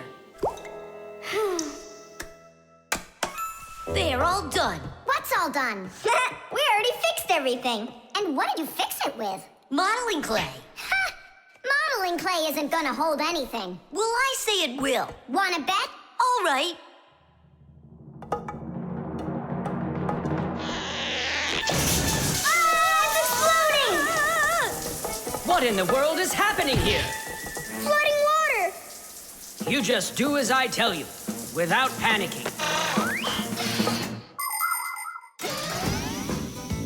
Did you know it's possible to make modeling clay in your own home? Just write down this recipe. You'll need a cup of flour, a half a cup of salt, and a half a cup of water. Now, mix the salt with the flour and add the water little by little. Mix it together really well. What are you saying? That it looks just like dough? Well, that's exactly what it is. It's just not for eating. It's way too salty. But you certainly can sculpt things out of it. If you want your modeling clay to be colorful, you can add food coloring or watercolors to it. That's it. Your modeling clay is ready to be sculpted. When you're finished, don't forget to let your figures dry in the sun. That way they'll get nice and hard and last you a very long time.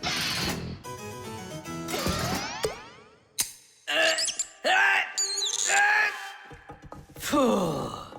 We almost didn't make it. And did you fix the lamp with that modeling clay? Uh-huh. And the hook, too. That was not a good idea. But it was really quick. Hey, that's true. That's why I want to give a medal to you. You're heroes. For real? Of course you are. And here it is, your medal. But it's made out of modeling clay. Your reward fits your heroic deed. The suction cup.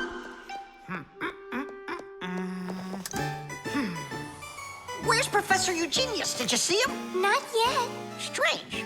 He told me he'd be here today to conduct some tests. Rampus, right here under the glass. There's a note. Dear friends. That means the note's for us.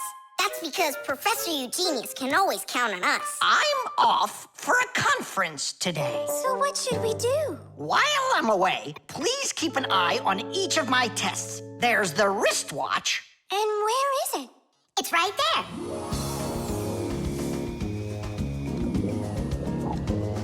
Look! How come the watch is in the water? So the fish can know what time it is? Nolik, don't be silly. This is the test he made for the watch. You see? It says water resistant right there on the back. That means that water shouldn't get inside of it. I see. So the professor needs to check if it will work underwater. Understand? Yep, I got it. The watch is working. So now, the doorbell test. We'll go look. It's over there.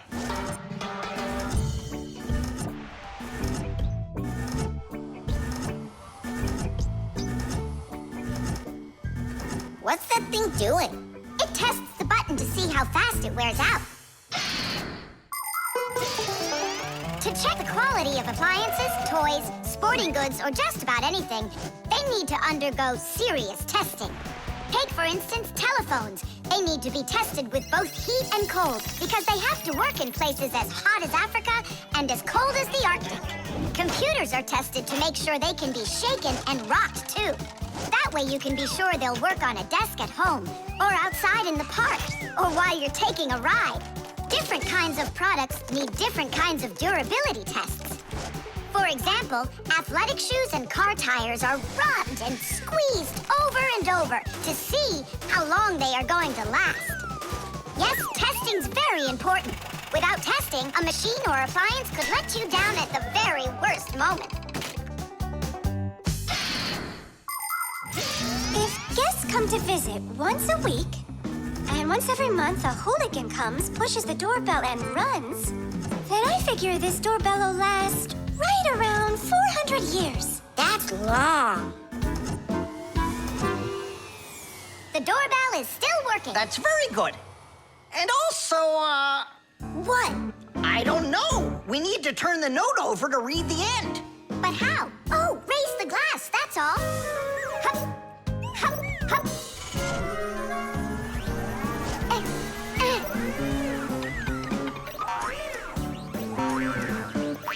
I can't get a hold of it.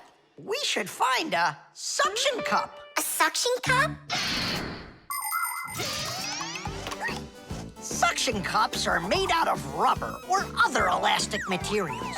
When a suction cup is pressed against a smooth surface, the air inside is squeezed out.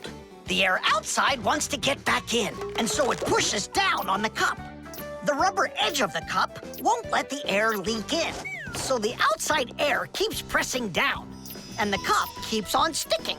And that's how a suction cup sticks to a surface by using the power of air. Wait a minute. I know where there's a really big suction cup that we could use.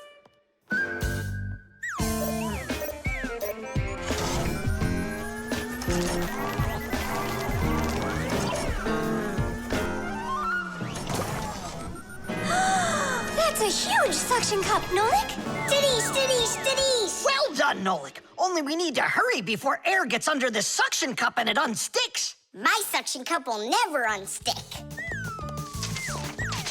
Well, let's see what it says here. Simka, you'd better hurry. And make sure nothing gets broken here in the laboratory while I'm away. Huh, and what could get broken around here? Ah, the glass, look out!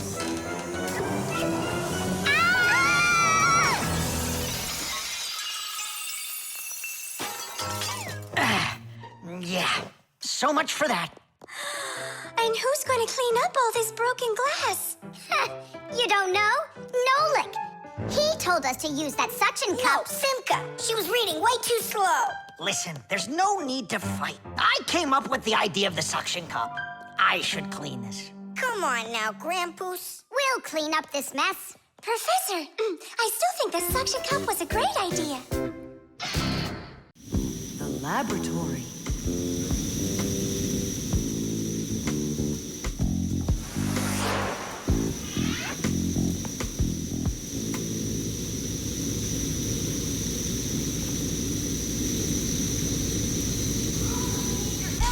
You've got to get to the school right away. What did he say? That we've got to get to the school. How come?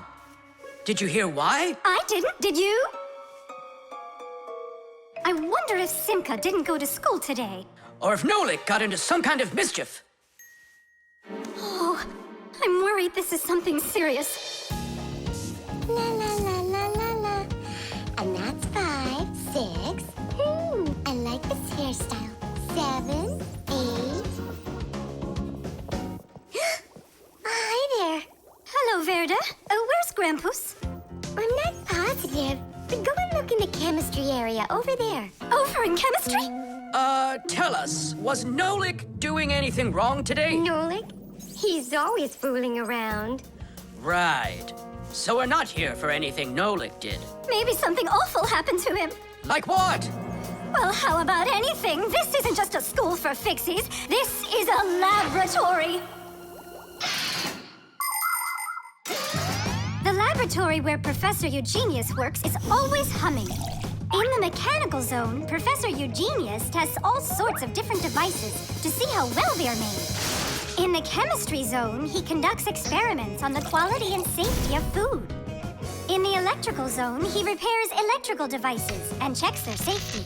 Unfortunately, the professor can be absent-minded, and that can cause things in his laboratory to bubble, spark, or even explode.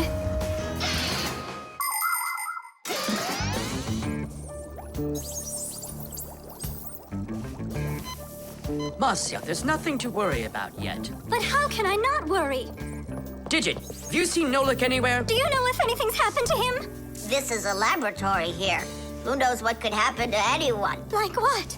What are you saying? Like that. I told you, things happen here. And where? Let's go, quickly! Marcia, no need to panic. Tuna, it's so good you're here. We really need your help. What is going on? There! Grampus! What? Where? In the mechanical zone, there! And Simka and Nolik? There! They're all there! Oh, my children! Don't lose your head. Oh! Oh! Marcia is my wife, and the mother of our children, Simka and Nolik. Marcia is a real beauty, a kind and gentle soul, and a wonderful homemaker. She is also a very responsible and extremely skilled fixie. She is our family's expert in kitchen appliances and gadgets. Marcia works from morning till night, fixing and cleaning anything that is in need of her expert care, because she just loves when everything is clean and tidy. But most important for Marcia are her children. She takes loving care of Simka and Nolik and tries to protect them from harm. Marcia worries about them so much that sometimes her imagination gets carried away with what might have happened to them. Although our little Nolik can get himself into situations that even Marcia could never have dreamed of.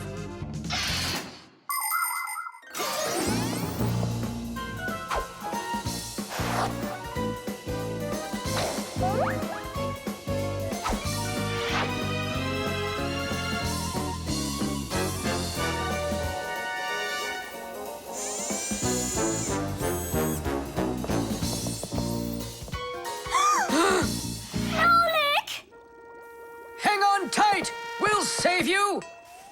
Hey! You're alive! What's going on? I don't need to be saved from anything. So it's Simka we need to save, not you? I don't need saving either. I'm fine. And what are you so worried about? Everyone's alive. Then why did you make us come here? I need you to help with a little accident we had. Nolik, was this your fault? Oh, no, it's not Nolik's fault. Quite the opposite. He was trying to help me fix it. Papoose, we need you to help us with one of the pieces that we couldn't get back in place. This one?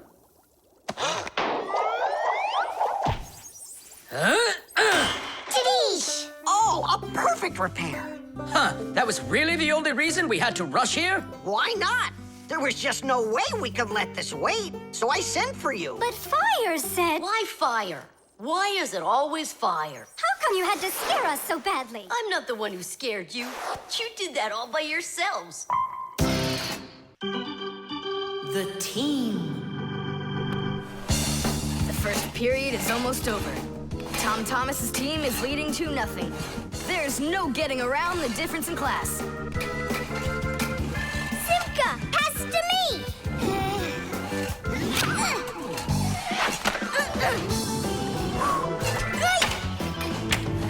Simka, over here!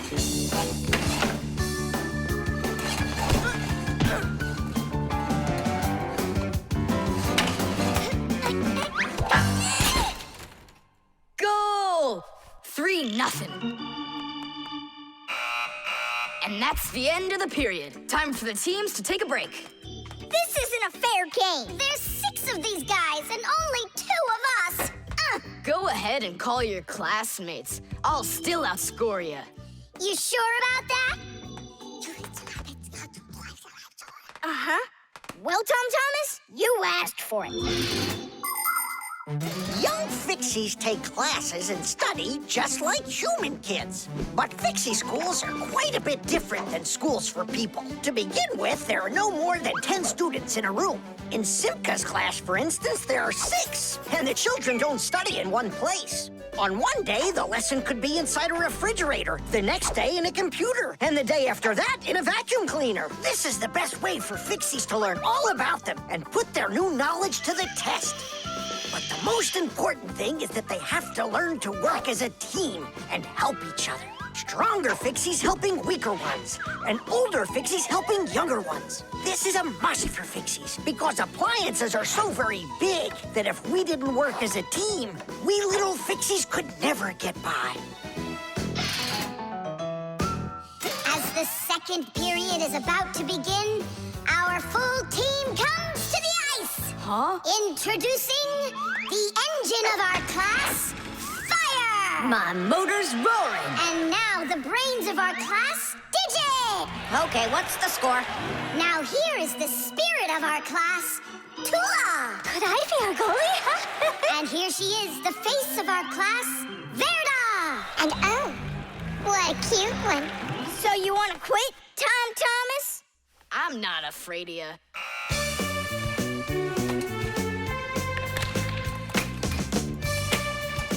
Nolik, pass! Shoot! I'm calculating the angle to use. Whoa! Oops! Pass it quick! Quit sleeping! If you're gonna scream at me, I'm not going to play at all. Wow, that's some team you got there.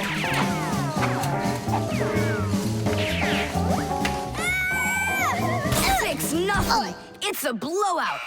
Now the intermission before the final period. We're missing something here. I can tell you what. You mean confidence? Calculations? Elegance? I know speed. What's missing here's teamwork. Simka, you're right. It's one for all and all for one. Then here's what we're gonna do. We got it!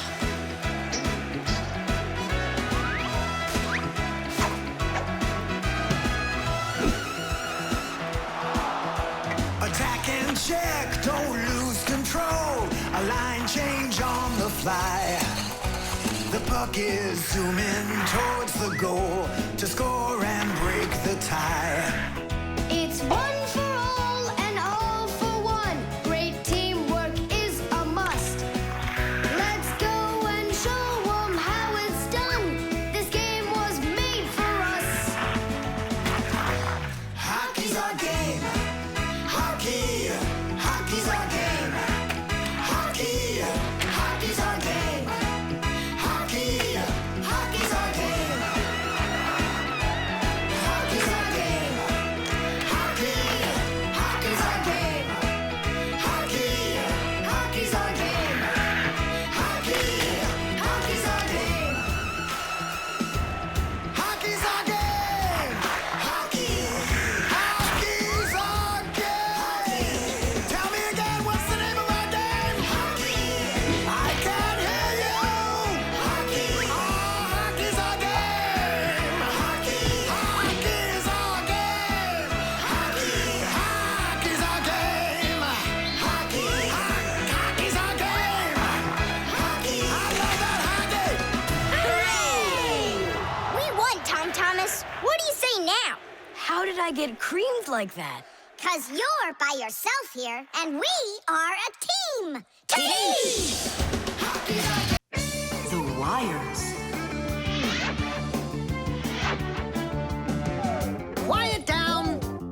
Get ready for your lesson. Be quiet. Quiet down, please. Oh, it's so hot here. In today's class, we'll learn about... Whoa! What was that, huh? It must have been an earthquake. Yeah, it was an earthquake. Hooray! Sorry there, Professor. Ooh, I have to find an outlet so I can plug in this fan. Ooh, it feels terribly hot. It sure does. Well, keep looking. You'll find one. Now then, where was I?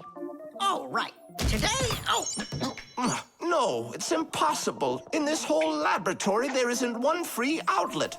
Look at this. Just pull out one of these wires and then you'll have a free outlet. I can't. I fear I could pull out a plug for something important. Volt himself would get all tangled up in these wires. Whew. Don't worry about it, Professor Eugenius. We'll find a free outlet for you. that's right, my colleague. A cup of tea will do you good, so just go relax. Thank you, my colleague. And as always, I'm eternally grateful. Fixies have opened schools for their children in all sorts of different places, like factories, stores, and warehouses. Anywhere where there's lots of machines and appliances and places to hide from humans. And this is where we hold our school, right here inside the laboratory of Professor Eugenius. It's a fantastic place for me to hold class. Every day, new devices, materials, toys, and even food are brought here for examination. And there are lots of scientific devices and tools to study here as well. But most importantly, we never need to hide from the head of the laboratory. Because my colleague, Professor Eugenius, is someone I'm proud to call a friend. He loves Fixies, helps us anytime we need, and will never let our secret out. What should we do first? We have to start out with pulling apart these wires. That'll take a second. Over here! No, here. Nolik, come help. Let's do this. Come on, come on, come on, come on, come on. Just one more time. Stop it! I can't get out! Loosen the wires! We need to pull out this one! Stop this nonsense, will ya?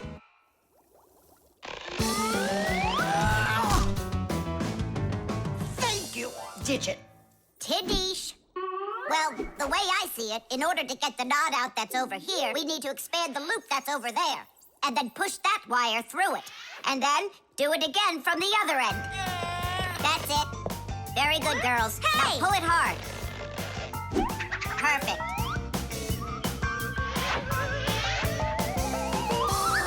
Hey, check it out. This green wire up here isn't plugged into anything. Then no one's using it. So that means we should go and pull it out from the outlet. Got it.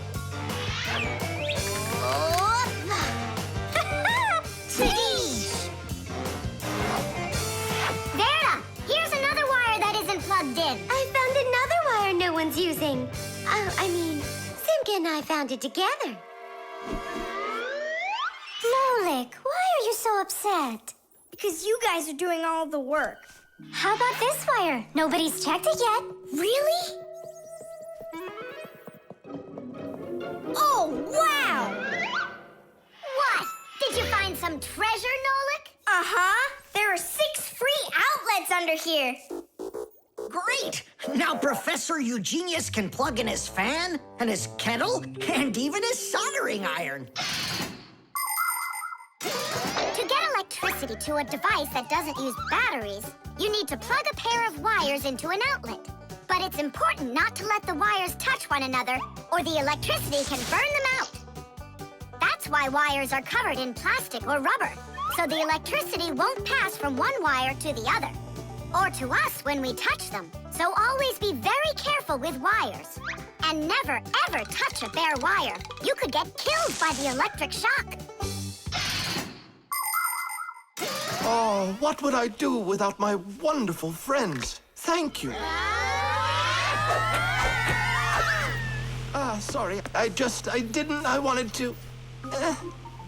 I should go. Go ahead. That's a great idea. And we'll start our class. What were we talking about? All about wires. Well, it looks like our class is over. Time to go play. The globe. Ready? Set? Go!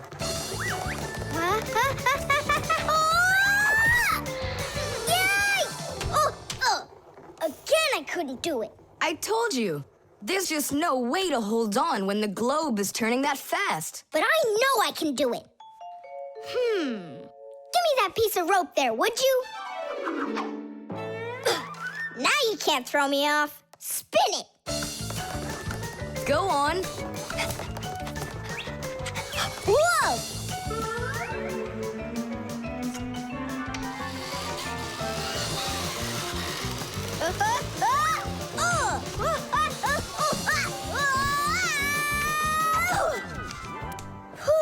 What you doing? Trying to learn a bit about the Earth's gravity? That's a globe, not the Earth. Well, a globe's a model of the Earth, isn't it? Hey, come on, Simka. The globe looks like a ball, but the Earth is flat. We walk on it. The Earth also looks like a ball. It's just a very, very big one. It's not true. If the Earth is really round like you say, then it would throw people right off of it, like the globe does to me. No, it's just that the Earth pulls everyone towards it. Are you sure? The planet that we live on, the Earth, is a huge sphere. The Earth revolves around the sun, and the moon revolves around the Earth. Do you know why they don't fly away from each other? It's because of a force called gravity that pulls all objects towards each other. The heavier the object, the stronger its pull. That's why people, rocks, air, and water get pulled towards the Earth instead of floating up into space. Thanks to gravity, we are able to walk on the Earth. Then why doesn't the globe pull on me like the Earth does? Because this globe is very light. Compared to the Earth, this globe is like millions of billions of times lighter. Compared to the Earth, we're specks of dust. He's right. Look, a speck of dust. It sticks to the globe like we stick to the Earth. Oh, come on. It's just because no one's turning it. But the Earth's spinning and we stick to it. What? I just don't believe you. There's just no way the Earth is spinning. You've really got no idea how the days all turn into the nights, do you? Do too. It's because the sun goes up and then sets.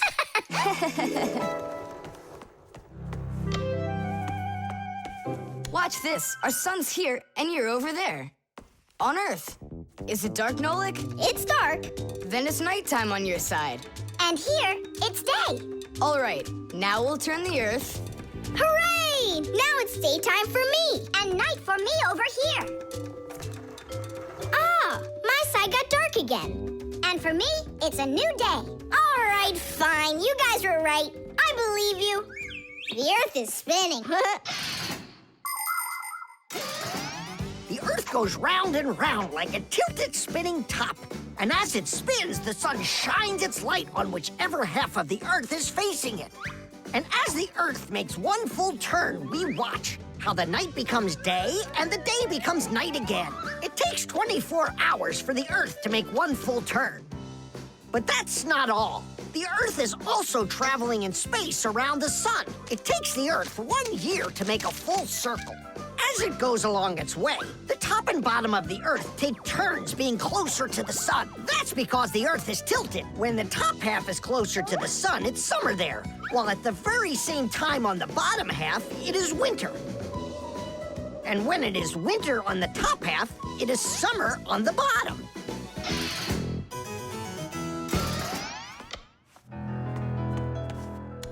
Nolik, where are you? I'm not sure. Somewhere in Kazakhstan. The force of gravity is super strong around here. So go on, spin it. You're gonna fall off, Nolik. Don't worry, just do it. Go ahead and tilt it if you feel like it. Told ya! Ha! And you were sure I was gonna fall off this globe. That's strange. Nolik, come on over here. What for? You'll see in a second. I don't want to. You really don't want or you can't. Tom Thomas, take a look. I get it. He stuck himself to the globe, didn't he? Yeah, with the chewing gum. Isn't it time to go? Uh-huh. And me! What about me? Hey! Ah! You gotta help me! Don't leave me! Should we help him?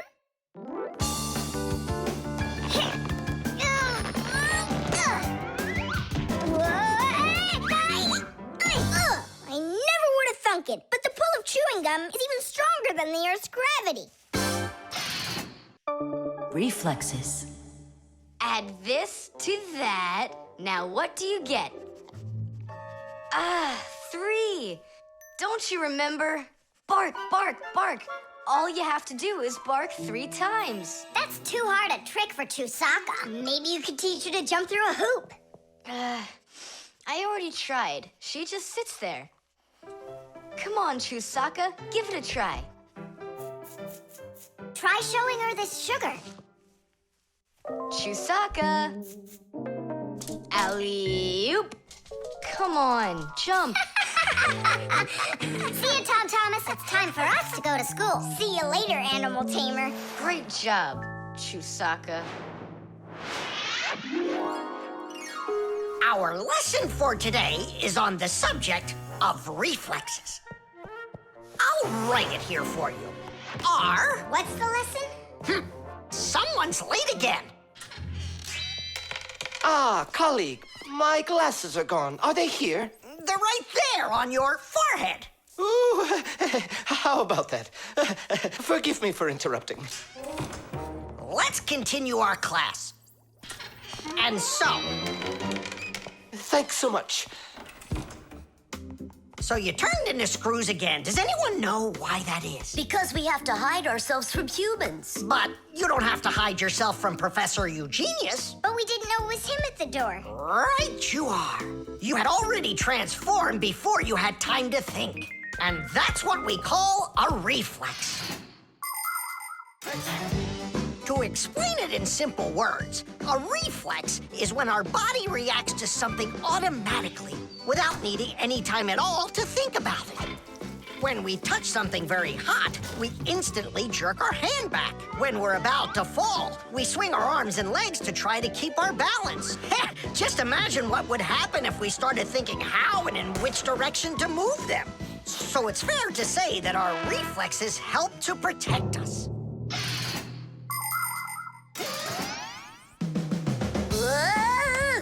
No kidding. They protect us. Ugh, my nose itches. Achoo. Excuse me, I didn't mean it. Professor, sneeze. Is that also a reflex? It most certainly is one. Fire didn't want to, but then his nose tickled and achoo. Bless you, too. Thank you. And, do dogs also have, reflexes? Of course dogs have reflexes. All animals do. Yeah. It's something all good animal trainers know. They use the animals' reflexes to teach them tricks.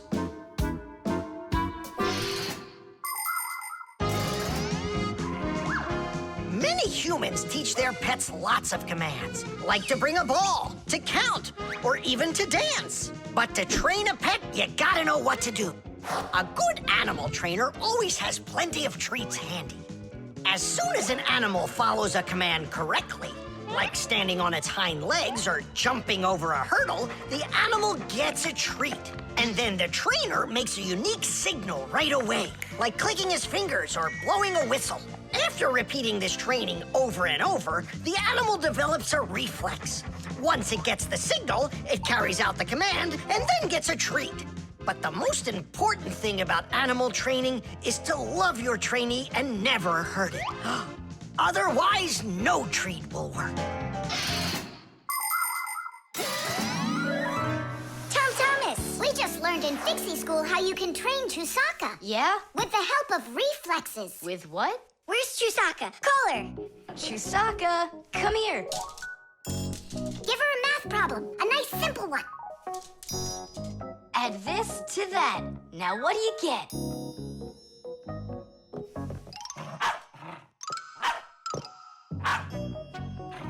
It's a miracle! 3! You got it! No, it's not a miracle. Science is what it is. You know how Chusaka barks whenever she sees a Fixie around. That's what we call a reflex, you know. I understand. And do you know how I can teach her jumping? Well, we didn't figure that out yet. Wait a sec, I know how. Chasing Fixies. Isn't that one of Chusaka's reflexes? Probably, That's although... great, so let's go and train the dog. Nothing's ever too much for a good friend. Chusaka.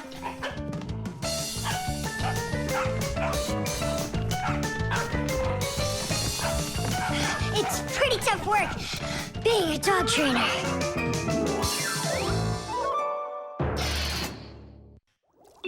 The Manipulator.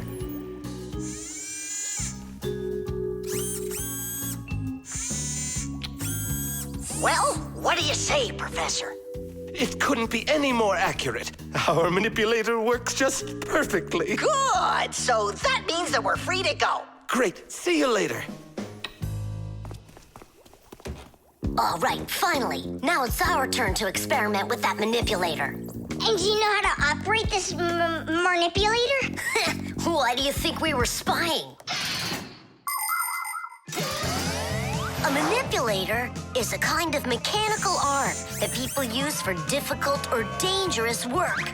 To control a manipulator, humans use a remote control or a joystick. The operator gives the command, and the mechanical arm grabs and moves the load. Some robotic manipulators don't even need to be steered by an operator. They're controlled by computers and can work without people being there at all, even on the moon.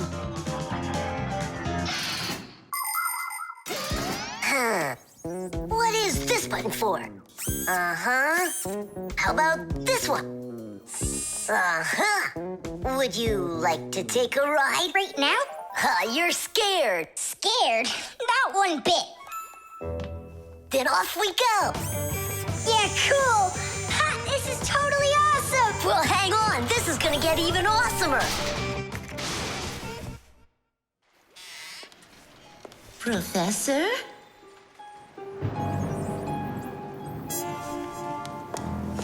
Strange. What made this ladder just fall over?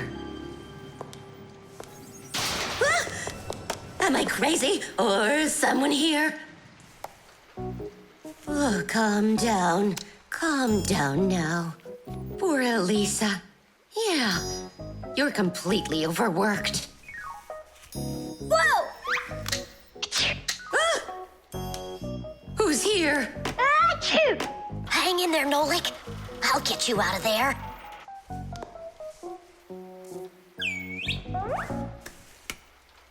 My compact's gone. Oh dear, what's going on? Ah! Stop this nonsense right now, or I'll call the police on you. I don't believe in ghosts. I don't believe in ghosts. I don't believe in... Ah! Where are you pulling me? I'm going to faint. I'm warning you. That's all. Goodbye. Ah.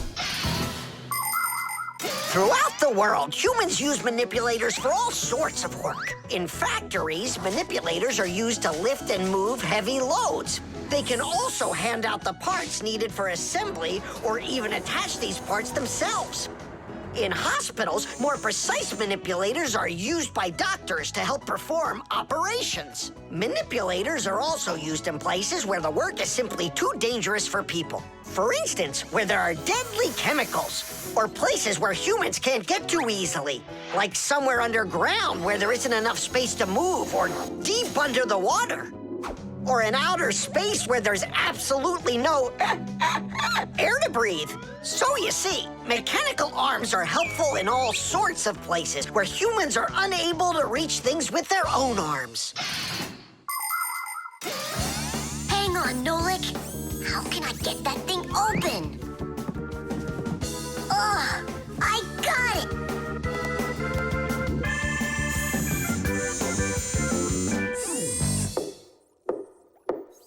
Yes? Who's there? Ah! What's going on? Achoo! Nolik? What are you doing in there? Achoo! We just took a little test flight. Is this yours?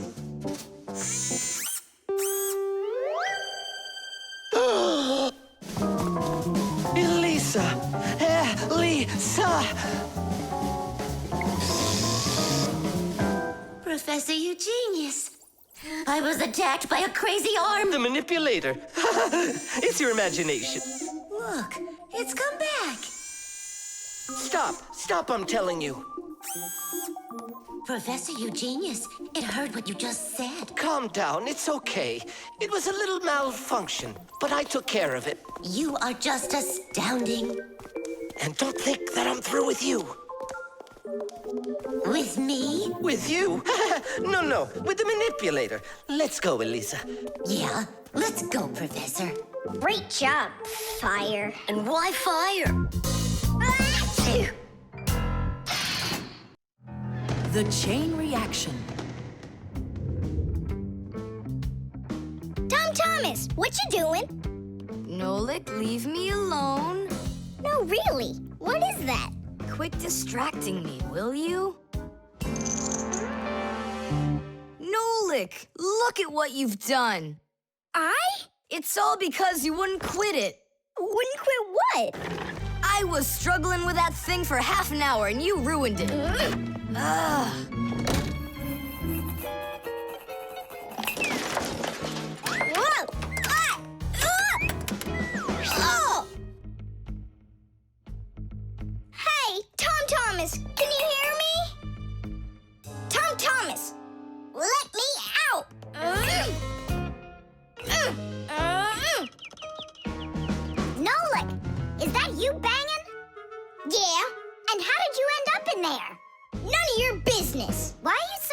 to me. 'Cause I feel like it.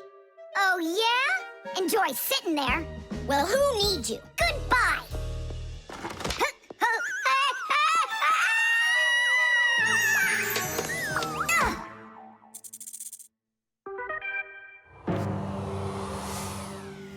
Oh, Simka, what happened to you? Did you bang yourself? And so what? Does it hurt? Leave me alone, Tula. You always have to be fussing over everybody. Come on, why are you so angry, huh? Nolik was rude to me. That means you have to be rude to me? Forgive me, Tula. And where's Nolik right now? There. Let's go see him. Nolik, it's Tula. Are you all right? I'm fine. Why were you so rude with your sister? 'Cause Tom Thomas was rude with me. I get it. It's a chain reaction. A what? Setting a log on fire isn't easy. But it's easy to light a match, use the match to light kindling, the kindling to light a twig, and the twig to light the log. Have you ever seen a fire grow? It's an example of a typical chain reaction. So be extra careful with fire, because just one match or little piece of smoldering coal can lead to a huge disaster. Yes, they can make a whole forest burst into flame and burn down to the ground. And all because of a simple chain reaction. I don't get you. What chain reaction? What do you mean, Nolik? Tom Thomas was rude to you, then you were rude to Simka, then Simka was rude with me. So there it is, a chain reaction. Yeah, and the rudeness was like a little spark. It just spread and spread and spread like a forest fire. Will you forgive me, Simka? Yeah, all right. I've got an idea. Why don't we try starting our very own chain reaction the other way around? What do you mean? Well, instead of spreading angry and rude feelings, we could spread happiness. But how? It's simple. All we need to do is smile and say nice things to each other. What a great idea! We could work together and fix Tom Thomas's mood. And I know how. Come help me pick up this domino, will you? Everything in the whole universe is made up of atoms. Particles so extremely small that you can't even see them through a microscope.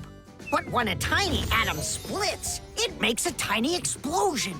And that explosion can start another explosion, and another explosion, and another. And now you've got a chain reaction. And that's how a lot of tiny explosions work together to make the gigantic explosion of an atomic bomb, the deadliest weapon known to man. But atomic energy can also be used for peaceful purposes. For example, nuclear power plants use this energy to produce electricity and hot water. And nuclear-powered icebreakers can break through the thick Arctic ice so ships can sail on their way.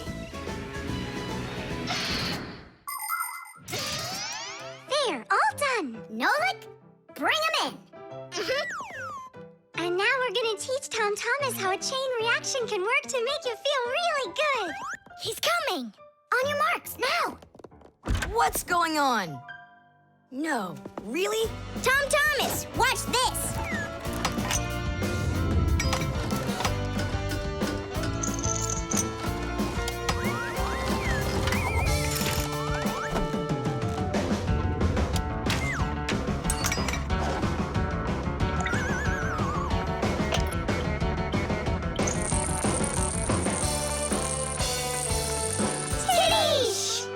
That was so totally awesome! I can't believe what I saw. How did you do that? It was just a chain reaction. What? A chain reaction. The Fire Extinguisher. So, who can tell me, in the home, what is the greatest danger of them all? Chuzaka. Well, dogs are dangerous for us, but what is very scary for us and for humans? Fire! Huh? Where? I was just answering what you asked us. Although your joke was awful, Fire, your answer was actually correct. Nothing can be worse than getting caught inside a house on fire. Don't know much about chemistry, but I can handle circuitry. That's an interesting idea. I have to try it out. And that's why every Pac-A-Mat has a fire extinguisher inside of it. And how do you turn them on? Well, I'll show you. At the end of the lesson. Nolik, listen, yell fire. How come? I just want to find out how the professor turns on a fire extinguisher. Forget it, Fire. I won't do it for you. Fire! Huh? You again? I was joking. It's a stupid kind of joke, and I want you to leave right now. Actually, I should call your parents to discuss this terrible behavior. Fire is no joke at all. Remember, never fool with fire. Of course, you should never play with matches or with lighters. Everybody knows that. But those aren't the only things that can cause a fire inside of a house. So can a stove or a fireplace. And don't forget electrical appliances, like electric burners, space heaters, and irons. If you act carelessly around any of these appliances, they can cause a fire. And we should never forget to take extra special care with sparklers, candles, and fireworks. Sparks can jump off of them and set fire to highly flammable things like paper, wood, or cloth. So, what do you do if a fire suddenly breaks out? That's right. You call the fire department by dialing the number for all emergencies, 911.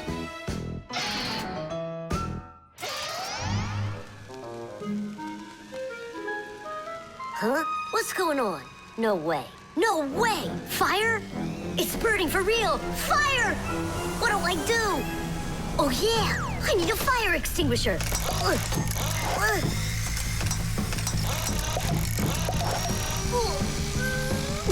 Where are you?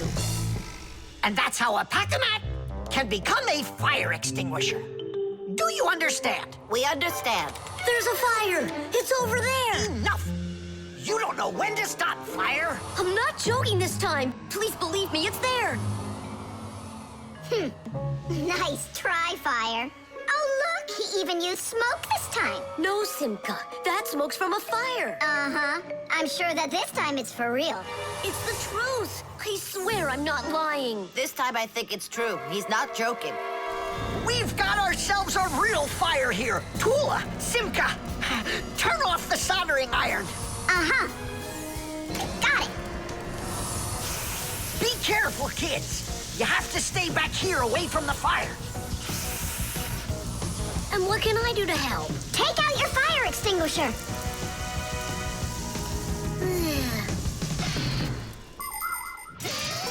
Long ago, people used to put out fires with just water or sand. Today, people also use fire extinguishers. Fire extinguishers are cylinders with hoses. They're usually painted red, so they're easy to see. The cylinder is filled up with a special powder, or foam. If someone needs to put out a fire, they point the hose at the fire, pull out the safety pin, and squeeze the handle. The foam or powder shoots out of the extinguisher and puts out the fire.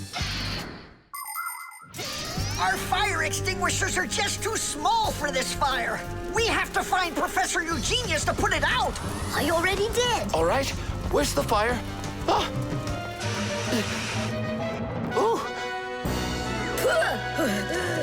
Hooray! We put out the fire! You Fixies are just the greatest. Thank you, you saved the whole laboratory. Not at all, colleague. If not for you Fixies, I can't even fathom how this could have ended. And what I'm wondering is how the fire got started at all. Fire? I had nothing to do with that. Yeah, sure. Then who was yelling, fire, fire? You know what? Maybe it was you that set the fire. Well, if that's what happened, don't even think about coming back to school without your parents. Colleague, wait. It's all my fault. I didn't turn off the soldering iron. Forgive me. Now we know whose parents the school should be calling. The dog. It's about me. Fixies? It's Chusaka. It sounds like she's angry with us. I wish I knew what that mad dog was thinking about. I'm thinking about you. You better hide or people will see you. I'm leaving. See you later. It's going to rain. Chusaka, I have no time to play right now. I'm not playing. His feet are gonna get soaked. Tom Thomas, I'm off. Don't be late. Chusaka, that's enough. No, I need to go to school. He's got his math class today and he's leaving his math book. I'm trying to serve like a good dog, but no one understands me. Dogs have been serving people since ancient times, along with cows, horses, chickens, and other domestic animals. But of all of these animals, the dog was the very first. In the beginning, domesticated dogs looked like wolves. Over time, they started changing and were developed into dogs of many different breeds, from big shepherds to tiny chihuahuas. So a dog is not only a human's best friend, but his very first friend as well. What is that smell?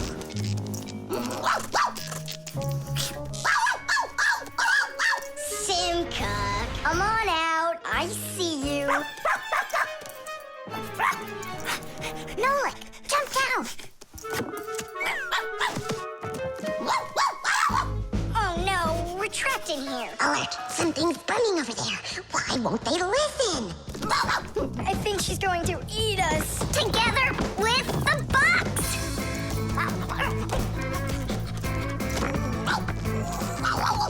We're done for. Oh. Come on, look. The outlet is sparking. Oh no, something must have broken in there. Are we going to fix it? Kids should never touch outlets, and you know it too. It's forbidden. Then how do we fix it? Go find Papoose, and I'll stay here and wait for you. But where's Papoose? I know where he is. I don't know what she's barking about, but I think Chusaka wants to help us.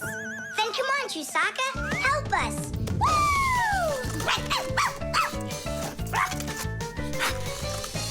He's in there. Papoose! Papoose! Nolik, is that you? There's an outlet sparking over there, and it smells like it's burning. Are you sure? Yeah, Chusaka found it. Really? Great job! There are many kinds of service dogs. Dogs that help people by carrying out a wide variety of different jobs, like protecting a house or a flock of sheep if the dogs are shepherds. Some working dogs help guards protect their borders, while others work for the police. There are sled dogs that transport people and loads in the north, where there's only snow and no roads. Some service dogs help blind people by helping them get to the places they need to go. And there are dogs that save people trapped on mountains. And that's not all. Dogs went up into space before humans.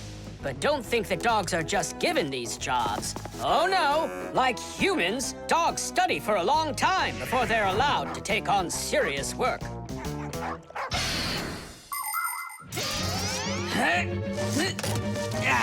That's all. There won't be a fire, not today. Hooray! Well done, Chusaka. You're a real service dog, no doubt about it. Yeah, I'm working. I'm a real service dog. Chusaka, go away. I've had enough of you already today. Don't say that, because this working dog just saved your house from burning down. What do you mean? She smelled smoke coming from the outlet. It could be that Chusaka means well and wants to do the right thing, but nobody understands her. That's a bit hard to believe. Then what's this book? Oh, my math book. That's where I left it. Remember how Chusaka wanted to make you take it to school this morning? You're right. Atta girl, Chusaka, well done. What a rain. My feet got wet to the bone. But this morning, Chusaka tried to get you to wear a different pair of shoes. That's something. I should listen more closely to this smart little dog of ours. Finally, they understand me. The elevator.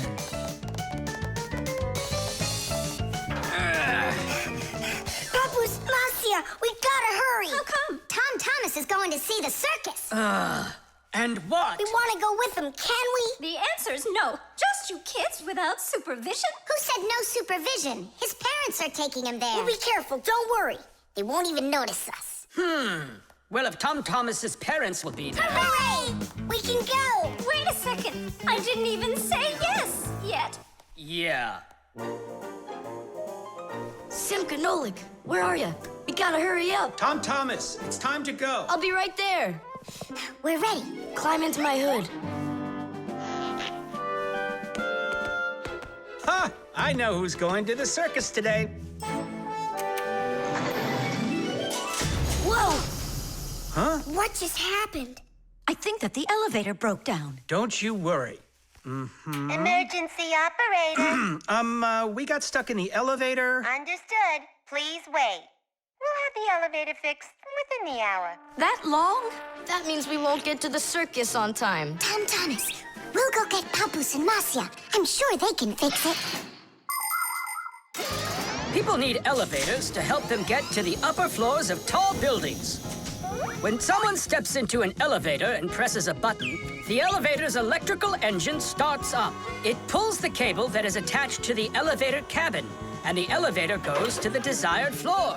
The cable hangs over a wheel, and it usually has a heavy counterbalancing weight attached to the other end of it. This counterweight balances the elevator and helps the electric motor do its job.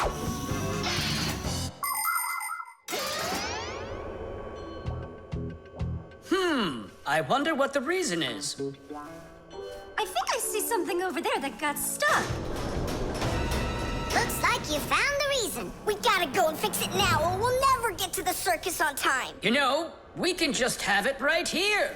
Ladies and gentlemen, presenting the Fixies Spectacular. And now your attention, please, on the high wire.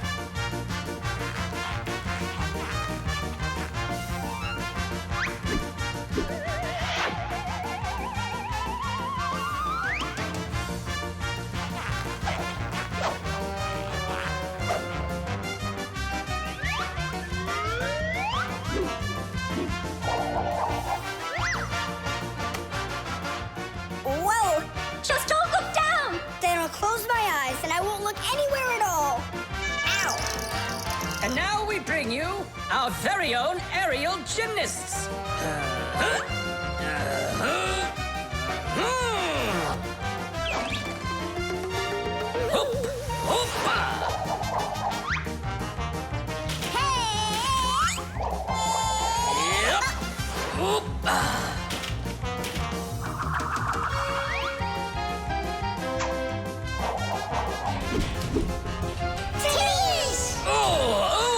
Tadish!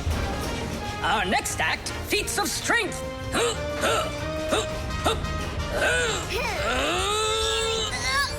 won't come out! I know how to fix it! With a death-defying circus act, point your eyes up! Marcia, where are you going? Up to the electric motor! Do you know the right way to behave yourself inside of an elevator? First of all, small children should never get into an elevator by themselves. They should only go in with their parents or other adults they know well.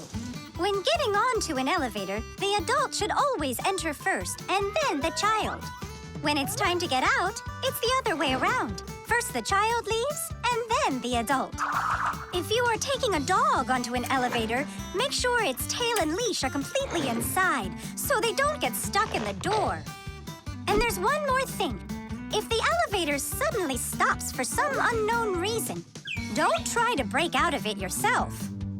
Press the button that calls the emergency operator and wait for help from the elevator repairmen. Or the Fixies. I reached the motor! Turn it on! Oh, they fixed it. That was quick. Now we'll make it on time. There was no need to worry. Stop! It's way too high. Tom Thomas went to the circus without us. There's no need to get that upset, Nolik. Our circus is as good as theirs. Right, Papoose? Of course it is. Thank you! Thank you, to who? What do you mean who? The elevator repairman. Knots.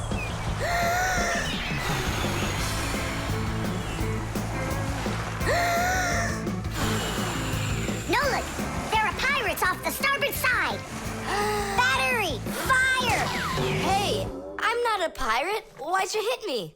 That's it. I'm tired of playing the wind. Where are my pirates? This looks great. Can I board your ship? And what are your skills? Tons, like protecting the ship and yelling hooray when we win. And how about good sea knots? Can you tie them? Ha! Of course I can tie them. Then tie up our treasure. And make sure it's good and tight. Pirates, prepare to attack! I got it. Whoa!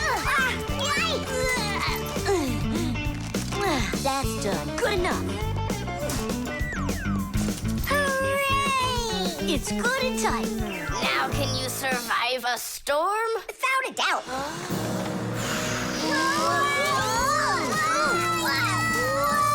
Our treasure! It's sunk into the sea. That was my mom's necklace we sunk. I'll pick it all up, don't worry. No, thank you. We'll manage ourselves. He calls himself a sailor. Go and learn to tie some knots. Try tying 2 ropes into a knot. You think it's easy? A badly tied knot will untie itself before you know it. Here's one way to tie it right. First, cross over the 2 ends like this. Now to finish the knot, you've got to cross them over again. But not this way. It's got to be in the opposite direction. When it's done, it looks like one loop inside another. This kind of knot is called a square knot. And it won't untie as long as you tie it right. And that's just one of the many kinds of knots a sailor has to learn.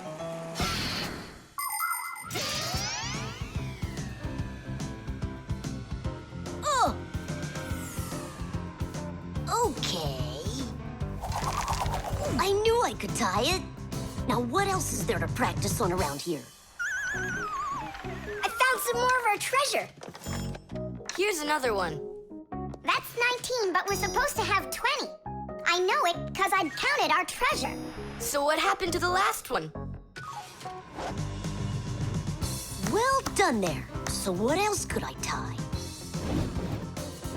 Perfect. I even remember what it looks like. It's a different color. It's a bright red one. Oh, Mom's gonna notice right away that the red one's gone. I gotta go find it. Yeah, I think it's on the floor. Who tied my laces together? I was just practicing, sorry. And what else did you tie up to practice your knots? Not sure you want to know. You're funny. Let's go untie them.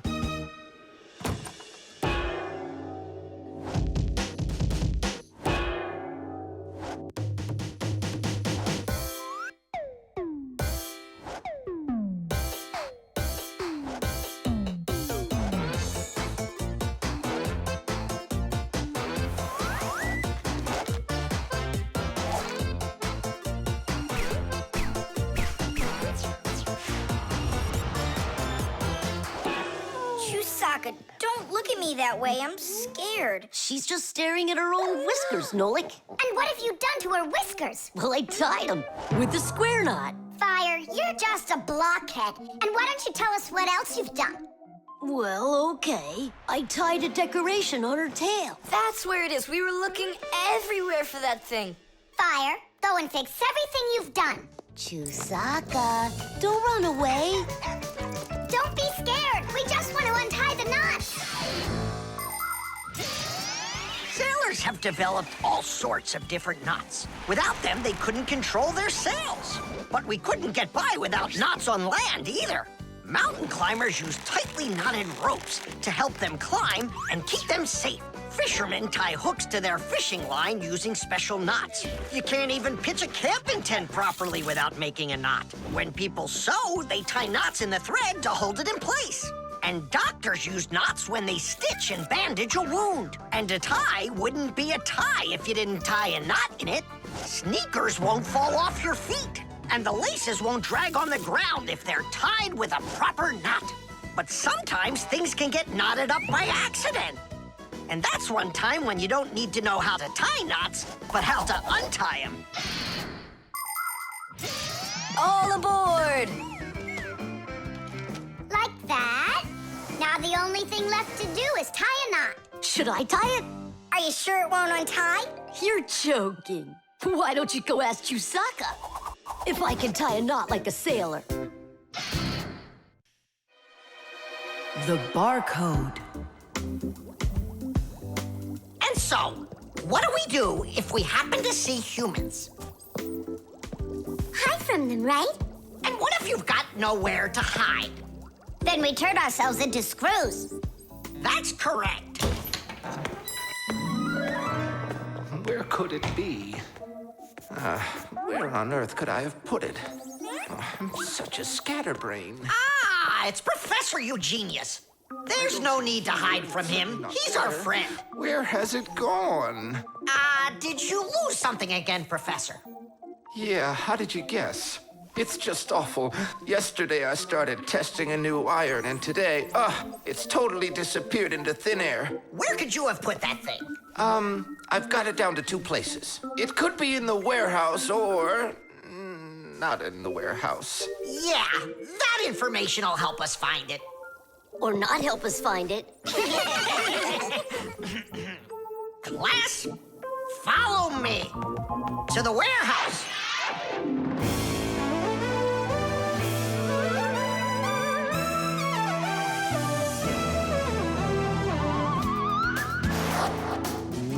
Wow, look at all these boxes.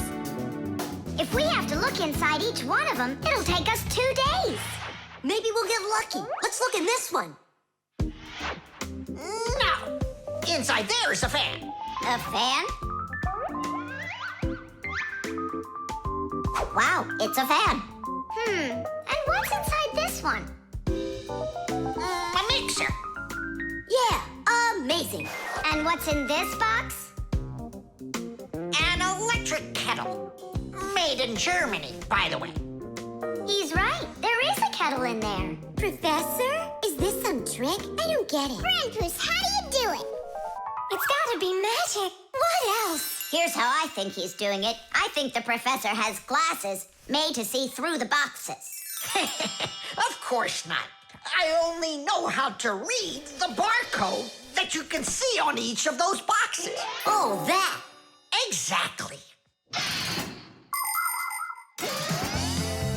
If you look at the printing on packages and boxes, you will often find a symbol with a lot of black lines and numbers. These symbols are called barcodes. Each barcode has all sorts of information. What the item is, what country it came from, and even in which factory it was made. With the help of a special reading device, a scanner, it's possible to read all the information the barcode holds. It really is an excellent system for stores to know what they've got. You don't even need a scanner to do it? I can figure out barcodes without one. I'll teach you if you want. Class. Let's see. We're looking for a box with an iron. There. Well, bring in the professor. Today, on almost everything that is sold, there is some kind of mark. For instance, this kind of mark is called a barcode. And this one, a QR code. These marks help us find out a lot of information. Suppose you walk by a building and see a QR code on it. Just point the camera on your mobile phone at it, and information about who built it and when it was built will appear on the screen. Isn't that great? It's a shame not every phone can do this yet. And that's not all. There are also marks that work without pictures. There are electronic chips that can hold information. These chips can be put inside of ID cards or travel passes, and all you need to do is press the card near a reader so it can check if you're allowed to go on through. You just made my day.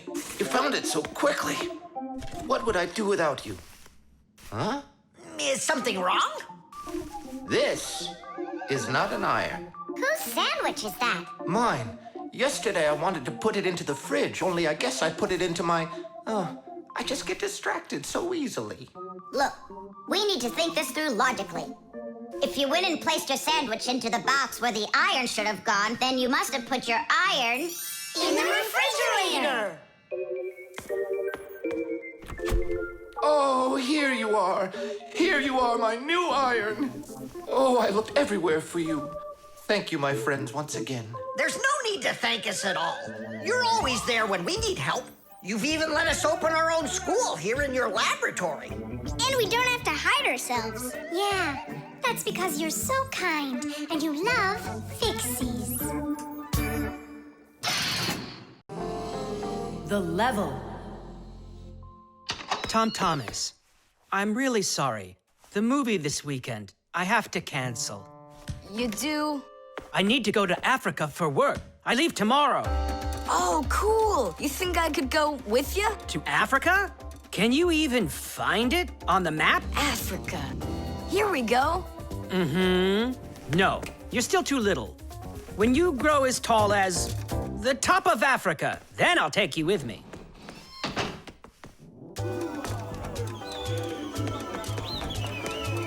Here, there.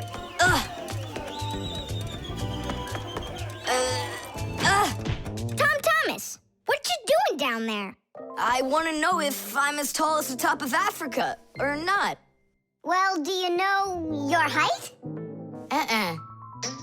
Okay, then let's measure you and mark how tall you are. You just need to hold the book, all right?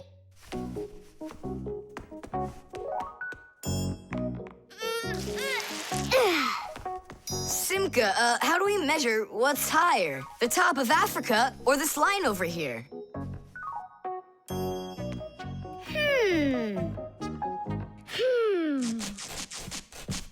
It's a tough one. We need a piece of flexible, clear tubing. Oh, I can get it for you. I know where it is. And we'll build a simple tool to find out the answer. It's called a water level. Let's do an experiment. First, we'll pour water into 2 bottles. A little bit more into one and a little less into the other. Now we'll connect them with a tube so that the water can flow between them. You see? The water flows and flows. And then it stops. It stops when there's the same amount of water inside of both bottles. And if we do this with a simple tube, it becomes a useful tool called a water level, in which the water on both sides is always the same height.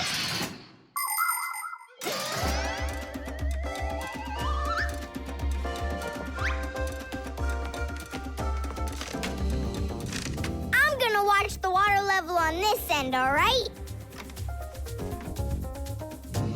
Be careful how you lift it, or the water can get out.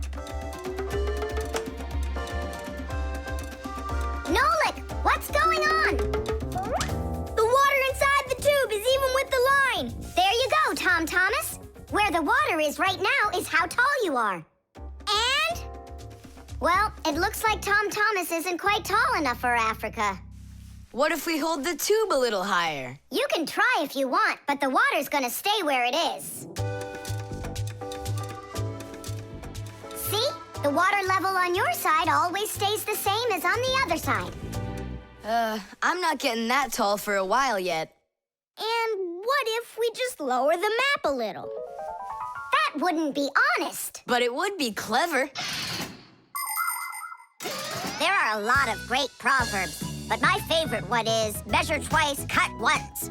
And to measure things right, you need measuring tools. The simplest one is a ruler.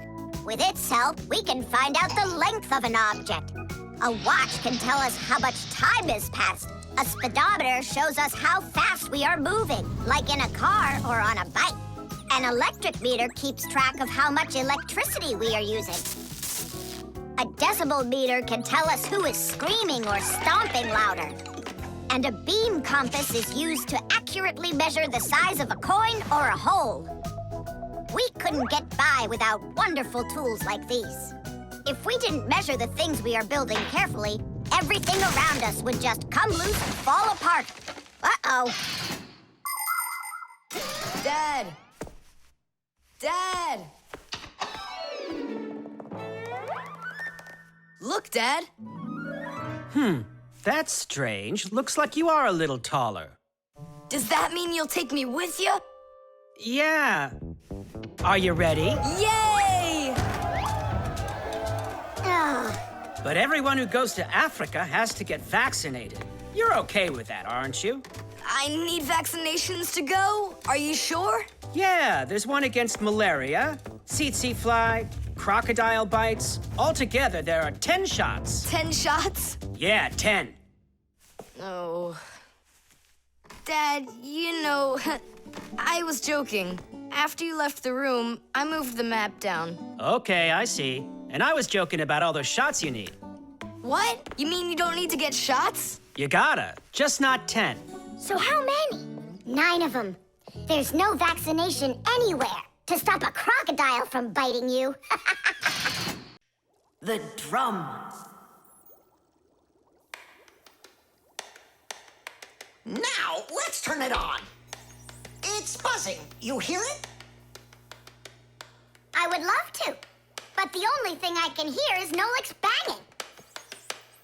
Nolik, what are you doing? I'm rehearsing my solo. Nolik's the drummer in our rock band. Didn't you know that? Why don't you go and rehearse somewhere else if you wouldn't mind? Yeah, all right.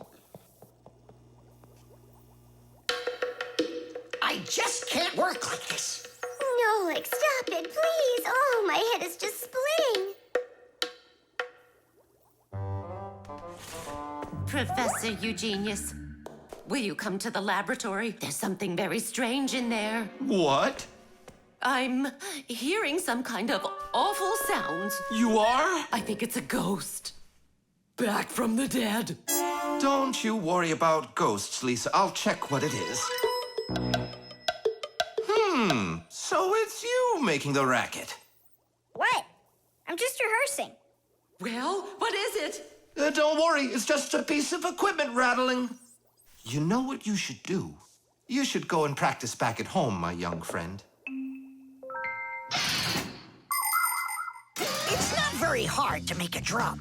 One way to make it is to take an empty barrel and replace its bottom with a skin made of leather or plastic.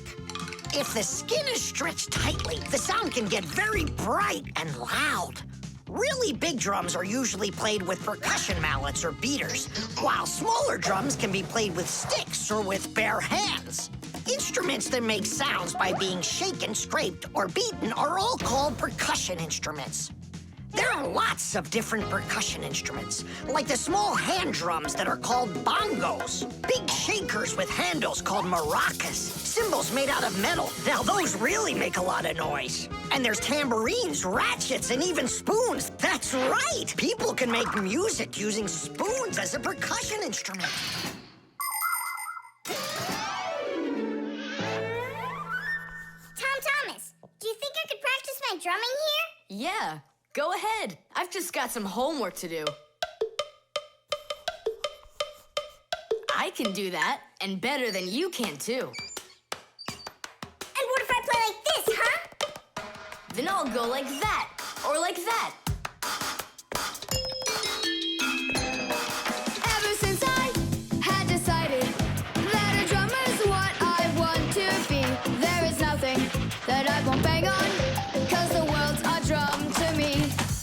So I bang on radiators with a spoon, the pot goes boom, bam, bum. Maybe someone will take pity and they'll buy me my own drum. Bang it, bang it, bang it, boom, bang it, boom, bang it, boom, bang it, bang it, bang it, bam, bang it, bam, bang it, bam, bang it, bang it, bang it, bum, bang it, bum, bang it, bum, bang it, bum, bum.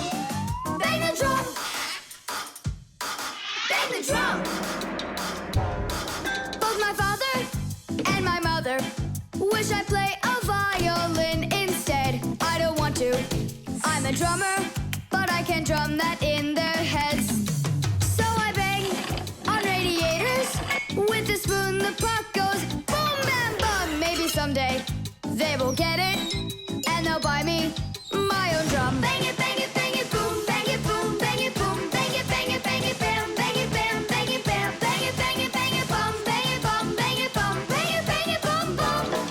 Bang the drum, bang it, bang it, bang it, boom, bang it, boom, bang it, boom, bang it, bang it, bang it, bam, bang it, bam, bang it, bam, bang it, bang it, bang it, bum, bang it, bum, bang it, bum, bang it, bang it, bum, bum.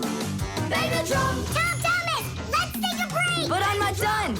Keep going, Nolik. This is fun. Maybe it's fun for you. Bang the drum. Stop, that's enough. Bang the drum. And now, let's turn it off. Can you hear that?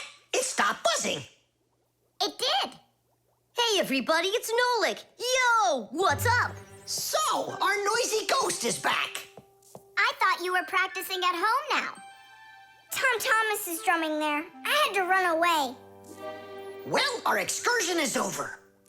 And now I would just be so happy to listen to your rock group. Hooray! Bang the drum!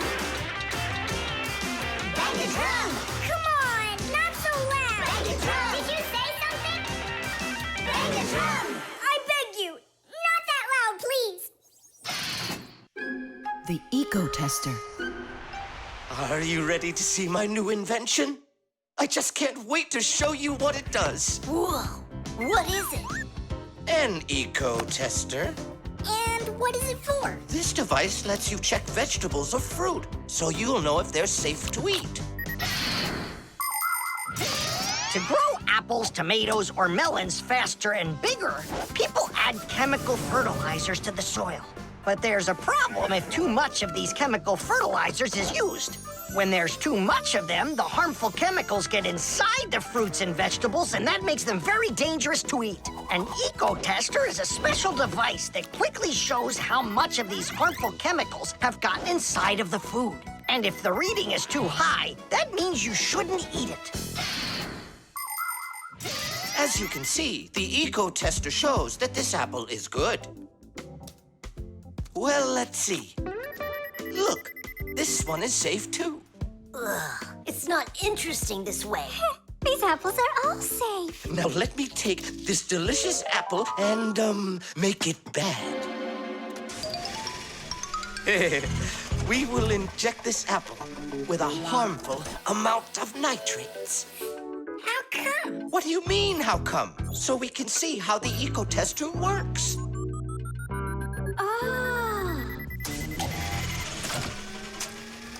Whoa! Aha! So you see, the Ecotester clearly shows this apple is poisonous and can't be eaten. Is it only for apples or for any kind of fruit? Any fruit or vegetable. I can get a watermelon to show you. Could it really be true that watermelons can have nitrates too? Of course they can have nitrates. Humans often act without any concern for nature. The waste from factories, airplanes, cars, and cities causes tremendous damage to nature. Species of plants and animals disappear. Air, water, and soil become polluted. And many other kinds of ecological problems appear. And humans shouldn't think that ecological problems are just nature's problems. Because when humans harm nature, they are also harming themselves. People breathe in the dirty air, drink polluted water, and eat food grown in soil contaminated with chemicals. If humans don't want to drink milk filled with poisons, and they want to eat ecologically clean fruits and veggies, then they must learn to treat nature as their friend. Hey, why don't we test these apples ourselves? Nolik, help me out.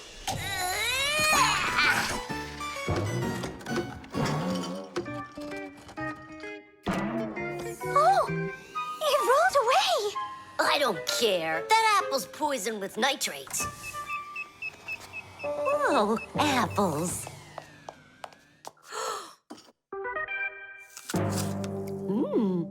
Elisa, don't eat that! Lisa, stop! Please sit down. What? You bit into it? Yes, and what? Oh no, it's poisoned! What? Do you have trouble talking? Oh, yeah. You feel faint? Oh, I'm fainting. Elisa, hang in there. What? There's no poison in that apple she ate. Oh, my assistant. Oh no, I've poisoned her. Oh, Lisa, please. There was no poison in that apple. Oh, no, he didn't hear us. What should I do? I know how to make him hear. Hello? It's an emergency. It's a case of poisoning. Not me. I poisoned someone. Yes, with an apple. Poison. Oh. Professor, this apple has no poison in it. The bad one rolled away onto the floor. Did it really? This is just fantastic news. Can you see me, Elisa? I can't see anything. How's that? I see you. I can see you. I can see again! I have great news. There's no poison at all in this apple. Are you sure? It's perfectly fine. Here, take a look. The Ecotester shows that there are no harmful chemicals inside. It's wonderful news. This is one excellent apple. And nutritious. This appliance of yours is simply wonderful. Now she'll say he's a genius. Professor, you are a genius. Thank you for saving my life. Oh, it was nothing. Actually, it was Nolik. He saved her life. I did? Dropping the watermelon was your idea, wasn't it? Ah, you're right. I saved her life. The chick. Professor Eugenius is making breakfast. Only the eggs will never get cooked at this temperature. What are you doing? You can't heat up these eggs to temperatures that are this hot. Why can't you? The chicks, you'll kill them. What chicks? Where? This appliance, do you even know what it is? I thought it was an egg cooker. You thought it was an egg cooker? Listen up. I do not want to see you around this thing. Not anywhere close. Got it? I won't get close to it. But Grampus, we don't even know what this is for. It's called an incubator. To help her chicks hatch, a mother hen sits on her eggs for a long time, keeping them warm with the heat of her body. An incubator is a device for hatching chicks that is used in place of the mother hen. It's always nice and warm inside, just like under a chicken's wing, but not too hot. An incubator can even turn the eggs so they get just the right amount of heat all over. Chicks that are hatched in an incubator are no different from the chicks that are hatched without them. Fire! What? This thunderstorm is really scary. Let's be scared together. I'm not scared at all. Me neither, I was joking. Just joking with you. What do you think? Are the chicks scared in there? Holy moly! Wow, that was a big one. Even the electricity got turned off. The incubator turned off too. And the temperature is dropping. And for little chicks, is that bad? I'm sure it is. It's cold in here. These chicks need help, and Grampus isn't around. Then we're gonna have to save these chicks without him. Nolik, get the door open. Help me. I can't. Grampus said I can't get near the incubator, so try opening it yourself. Can't do it. And I can't help you. But the chicks are going to die of cold. Let's just do it. But don't you go and tattle to Grampus. I promise. Hooray! It's a bit early for hooray.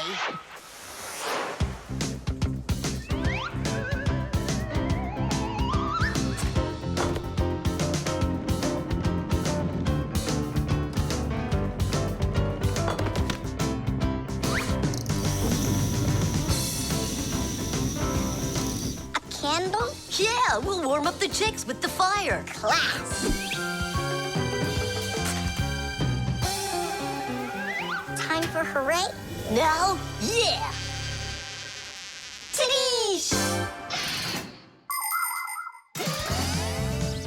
Like sparrows, ducks, storks, and ostriches, all birds lay eggs and sit on them to help them hatch. And it's not only birds. Other animals like snakes, crocodiles, and even turtles have babies that they hatch from eggs. To protect their children, they try to hide their eggs, like deep in the bushes, in the cracks of rocks, or in the sand. By the way, roe is also little eggs, just without the shells. From this fish roe, little hatchlings are born that will grow into big fish. And from tiny frog roe, tadpoles hatch that will then develop into full-grown adult frogs. And you've heard of dinosaurs, right? Well, those giant reptiles that lived millions of years ago, they also hatched out of eggs.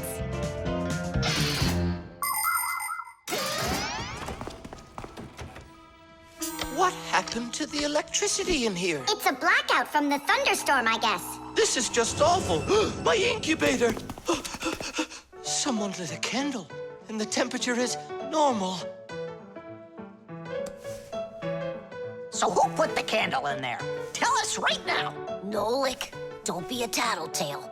It was me. By yourself. By myself? Of course yourself. I wasn't allowed near it. Well, yeah, he wasn't allowed near it. All by yourself. Then well done. You saved the chicks. Our hero. So, Fire, follow his example. And you, Nolik, accept our heartfelt thanks. Look inside. They're starting to hatch. All right, Fire. Come take a look. Now I'm allowing you.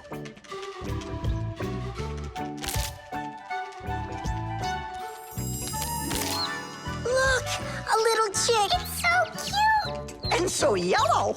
Look at him. What a little sweetie. Fire. What? Well, I really know who saved him. Tish! The instructions.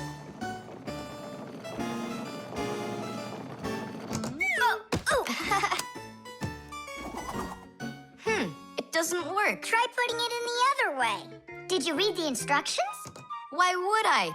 Instructions are for dummies. Yeah, instructions are for dummies. All right. Oh, what's going on? Whoa! My battery!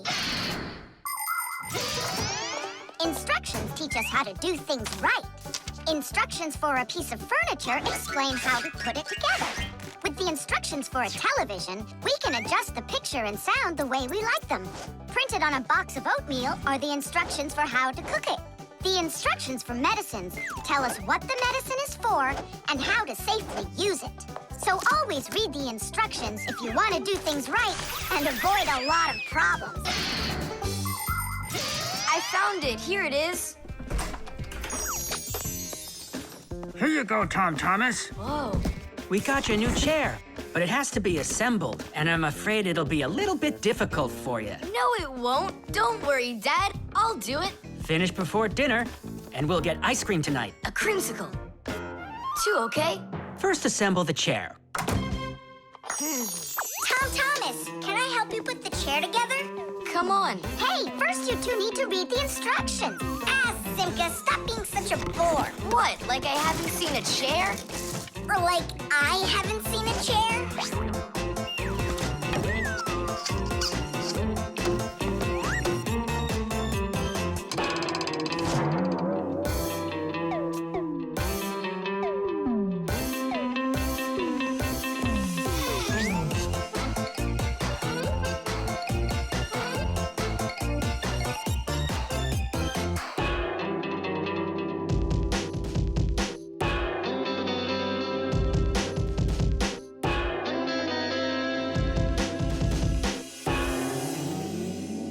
Well, Tom Thomas, you done?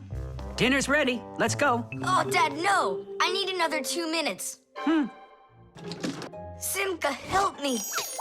How? What does it say I have to do in the instructions? Ah, I thought you could do it without him.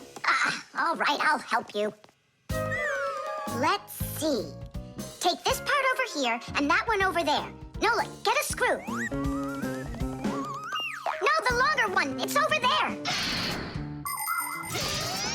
The very first stools and benches appear as far back as ancient Egypt. The pharaoh's stool was special because it had a back. It is thought that the pharaoh's stool was actually the first chair. For a long time, a chair was considered a luxury. Rich noblemen would bring their own chairs to parties. And the more important the man, the higher the back of his chair. It wasn't until the 19th century that chairs became part of every house. Today, there are just so many different kinds of chairs. There are wooden chairs, plastic chairs, metal chairs, chairs with legs, chairs with wheels, folding chairs, baby chairs, just all sorts of chairs. Well, how could people sit down at the table with no chairs? Ooh, I think we'll make it. Screw it in, quickly. Nolik, we need one more screw. But there aren't any. There is, you gotta find it. I already looked everywhere. Tom Thomas, time's up. Nolik, you have to help. How? Just for a minute, that's all. Turn into a screw. If it's only a minute, I'll do it for you.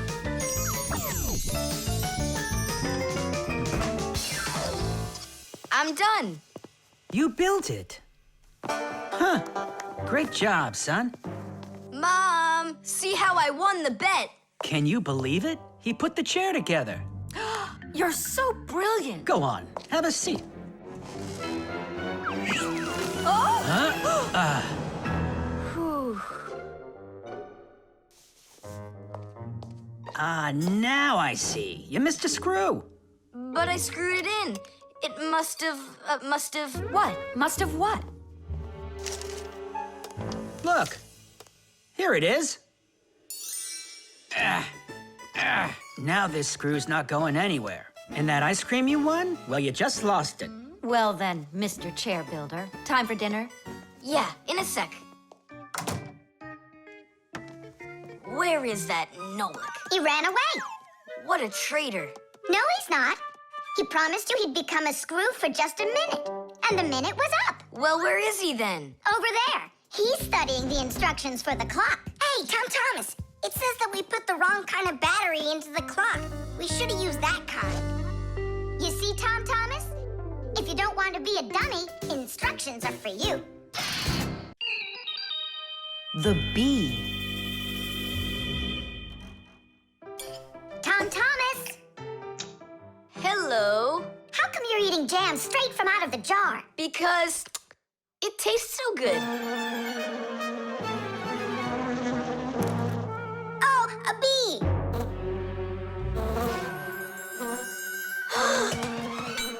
Shoo, get out of here. Leave it alone. It's just a plain old bee. Well, I was bitten by one of those plain old bees once. Tom Thomas, don't do it! Go away, you pest! Flies are pests. Bees are very helpful and useful. How can a bee ever help us out?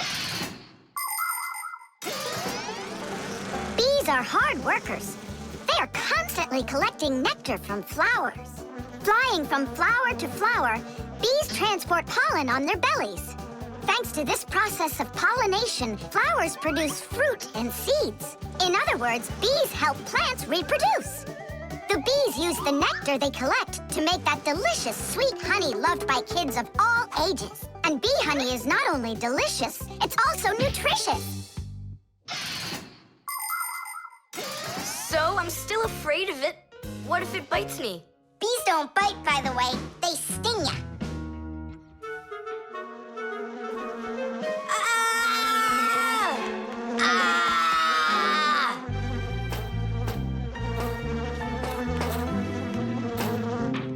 Well, now I'm gonna show ya. Don't! The bee's the one who should be afraid. You tyrant. Yeah, you let it go, tyrant. Why are you calling me names? Who's stopping her? She can fly away if she wants. We need to show her the way out. Well, how?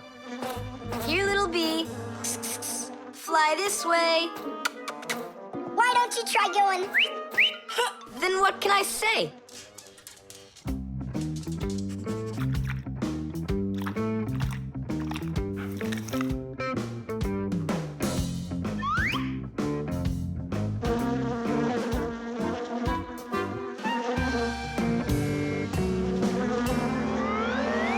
Chusaka, don't move. It'll sting you. It doesn't want to sting. Both of you like to eat sweets. You like eating jam, and so does the bee. Why don't you carry Chusaka to the window? Go on, fly. No, that's not gonna work. You need to go and get more jam. Here, little bee. Yum, yum. Go on and fly. You're free. Let her eat first. Don't be greedy. I'm not being greedy.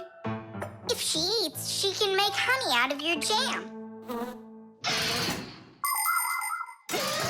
Long ago, people could only collect honey by destroying the nests of wild bees. And that went on until someone came up with the idea of taming those insects. They started by leaving enough honey for the bees to survive through the winter.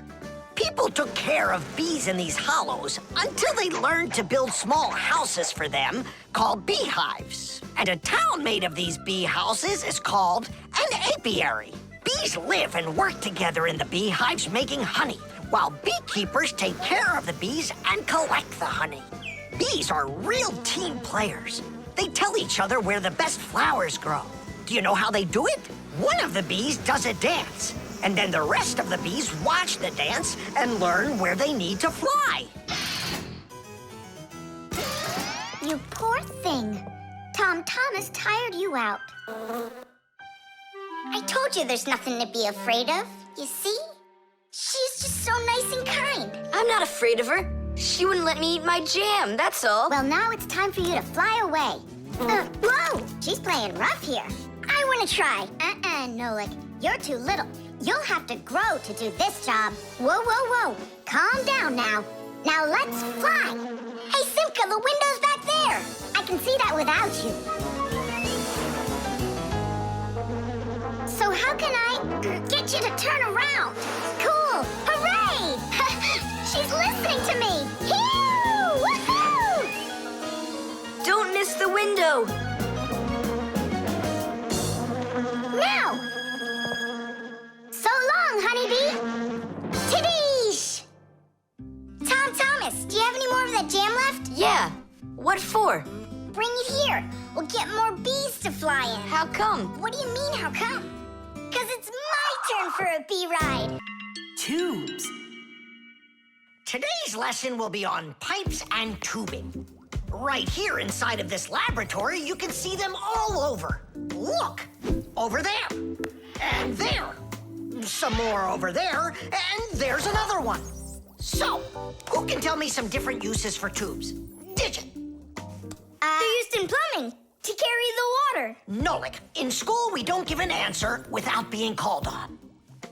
Digit. You can. And for carrying waste. I am talking to Digit now. Gas goes through pipes too. Stop interrupting us. And don't forget about smoke in a smokestack. Nolik, that's just rude behavior. Out right now.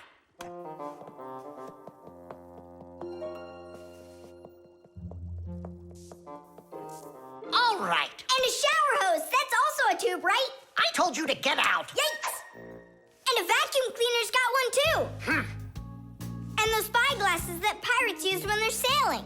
Hey, what do you say we all go and sneak out of here? Great idea. Let him call out to himself. Shh. And a trumpet's a tube that you blow through.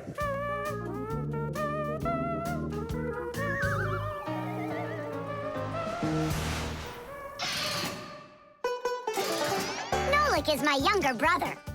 There's a lot he still doesn't know, but that doesn't stop him from getting involved in things he probably shouldn't. Unfortunately, that can get him into trouble. So, every once in a while, me or my parents have to rescue him. No, I wouldn't call Nolik a pest. He's just a bit curious. That's why he broke the #1 Fixie rule, hide from humans. Nolik's the one who first became friends with Tom Thomas. Well, I was there too, but Nolik started it. Actually, first it was Grampus. Many years ago, he befriended Professor Eugenius. And after that, the professor let us have our school in his laboratory. So it turns out that Nolik is just like his grandfather.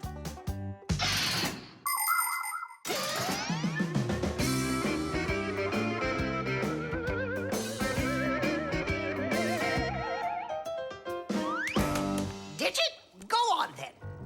Tubes are, Wow! Just look at all the tubes in here.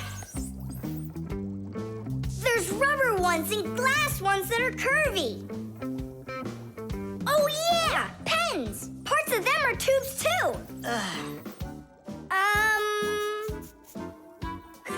He stopped talking. He ran out of ideas. And those tube slides at the water park. The barrel of a rifle and the shell of a bullet. Those are tubes. Oh, there's a tube with a serious crack. And it's also dripping and hissing. It's dripping? Where? How can I show you when you kicked me out of class?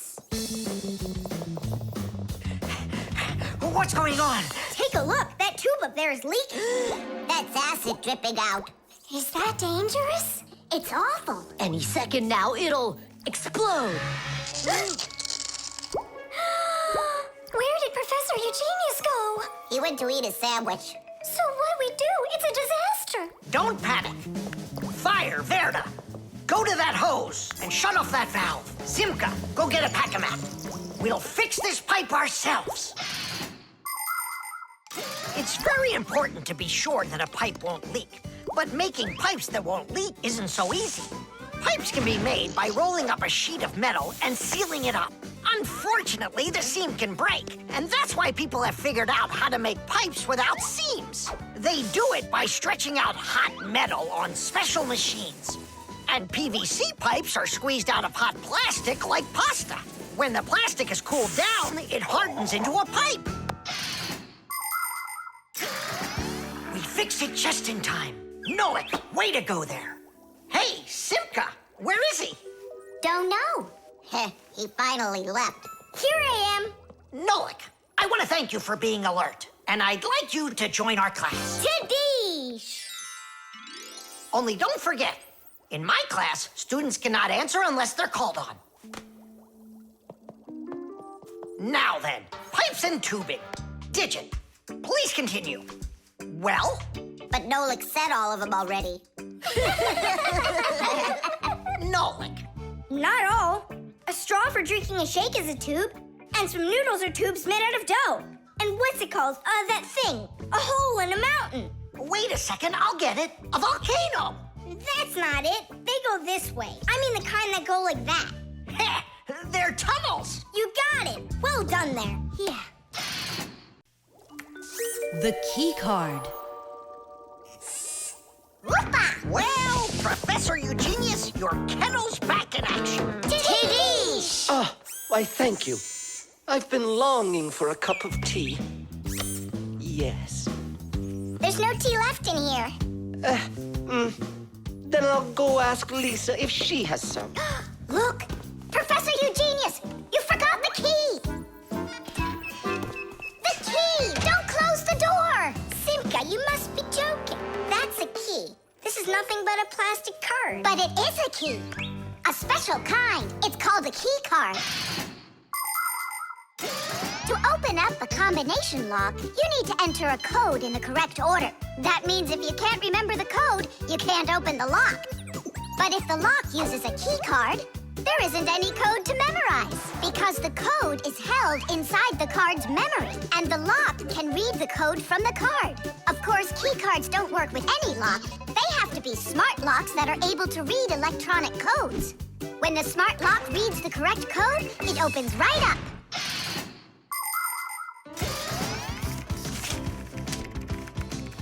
Lisa, do we have any tea here? Of course, Professor Eugenius. Wonderful. I'll take one bag then. Oh, I left my key inside the lab. Can I borrow yours? Just don't forget to give it back. Of course I'll give it back. Come on, Elisa. I got myself a tea bag. Professor Eugenius, the water's boiling. Fantastic. Ta-ra-ta-ta-ta-ta-ta. Ch-ch-chai. Wait a second. Oh no. I was supposed to give something back to Elisa. Why don't you go and ask her? Right. I'll be right back. Professor Eugenius! That's card number 2 now. Elisa, I promised you something, didn't I? Yes, the key. You said you'd return it. Yeah, sure. Let me get it. Just a sec. Oh, I locked it in the lab. It's terrible. How will you ever get back into the laboratory now? You see, there is one way, but it's a secret. Would you mind leaving for a couple of minutes? Colleague, Professor, can you do me a little favor? The key. I think I left it on the table. Yeah, right. It's true. So how do we solve this? I need to think about it. What's there to think about? We just have to go and push it under the door. You think you can do it? Yeah! It's time to get to work. Hey, what's going on? Oh, were you just calling for me? Yeah, no, Lisa, not for you. It's so heavy. Do you know where Digit ran off to? Ow! Digit's off somewhere thinking. He's always doing that when it's time to work. Hard to port. Hard to starboard. Way to go, Nolik. Then who were you talking to? Actually. Oh, what's that? Where? What? What was that? Come on, let's try again. Look, do you see that? It's telekinesis. It's the power to transport things with your mind. You are just astounding. Was that done with your mind, too? The door? Yeah, sure. You are a genius. Professor Eugenius is a very talented scientist and a dear old friend of the Fixies. He always helps the Fixies, and the Fixies are happy to help him too.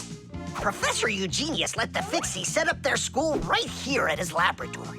It's hard to imagine a better place for a Fixie school. People from all over the city bring all sorts of things to the laboratory to be tested, from computers, phones, and furniture to food and toys. Professor Eugenius uses his expertise to check the quality of all these different things.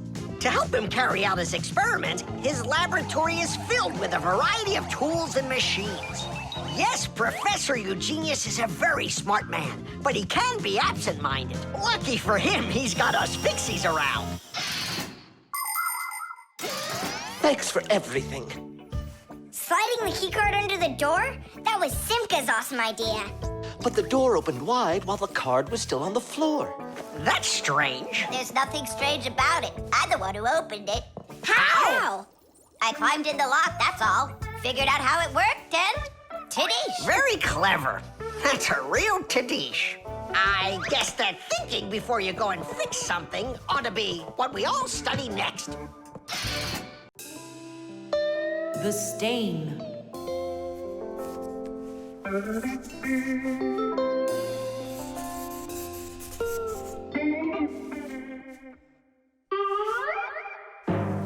Tom Thomas, what's going on? If you really want to watch TV, then you gotta turn it on first. I'm not watching it, I'm looking at my reflection. I'm working on a self-portrait. And which shelf will you be painting in your shelf portrait? It's not a shelf portrait, it's called a self-portrait. It's when an artist draws or paints a picture of himself. Of himself? Ha! You think you've got muscles like this superhero I see here on this paper? How can I see exactly what my muscles look like? And anyway, let the artist do his work. Tom Thomas, your shirt! There's a spot! Oh no! Wipe it off, quickly! It's even worse, so now what? What we really need is Masya. Ordinary dirt can be cleaned off with a brush or washed off with water. But there are stains that are not that easy to get rid of. Stains from fruit need to be soaked in hot water first. Blood stains, on the other hand, should never be washed in hot water. You can clean stains from paint or rust as well. Only for those, you'll need to use a special stain remover. But stain removers should only be used with the help of a parent or other adult that knows how to use them safely. Hey, I know a great way to do it. What do you use to get rid of pencil marks? An eraser. Only this shirt isn't paper. And so what? Let's try it. What's the harm? Now I've got 3 colors to get off. New idea. We should paint over it with this correction pen. With whiteout? Yeah! That was a bad idea. Now I got it. You have to use some water.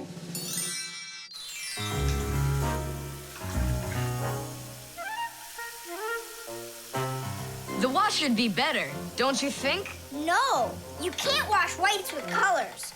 And you've got a white shirt with colors all over it. Then how about if we try some more water?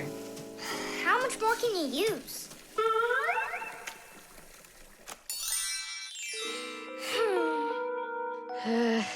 Any more ideas? You know what? It's possible we did something wrong. Everything you did was wrong. You should have used a spot remover to clean off that stain. A spot remover? No way! Oh, take a look at it, Simka. I think it's marvelous. They painted that white shirt so nicely. Tula is Simka's best friend. She's very tall, almost as tall as Papoose. Yeah, she's the tallest one in her class. And she's strong, too. Tula loves to laugh, and she does it louder than everybody. That's just the way she is. Cheerful and kind. Ready to help anyone who needs it, and making sure her friends are getting along. Of course, I don't like that she treats me like a baby, especially since she's the one that's a scaredy cat. She can even get scared of a cute little spider. And she believes in all sorts of silly superstitions and horoscopes. Tula will believe anything you tell her, which is really great because it makes it so easy to play tricks on her. But she takes it all in good fun. That's because she's Tula. It was on purpose, wasn't it? Well, yeah. Tom Thomas, no! Your mom will punish you for just one of them, and now you're gonna make more stains? Don't worry, Nolik. I forgot that this is an old shirt, and I'm allowed to get it all dirty if I want. And I tried so hard to clean it. Put another spot there. And over here. One in the middle. And a line over there. Splendid. That looks great. And how about down there? Wow, it's like fireworks. Splendid. There's a name for this style of painting, and properly speaking, it's an abstract painting. They have lots of lines and spots, and everyone sees whatever they want in them. Yeah, look! A golden ball by the river! And there's Tom Thomas with an F on his report card. Tom Thomas, what did you do to your room? And your shirt? You know what they call it? It's, abstract art. There's something good in it. I like it. Abstract art. Isn't it great? Ah, my little artist. The armor. 23, 24, 25. Ready or not, here we come. I heard him. He ran into the hallway. You check the kitchen, Nolik, and I'll check the living room.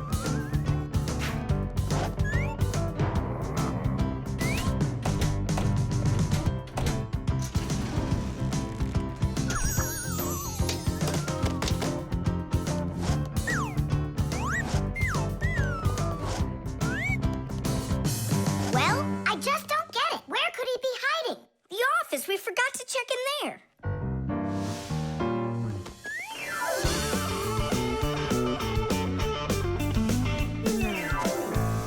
There's nowhere in here for him to hide. Inside the shark.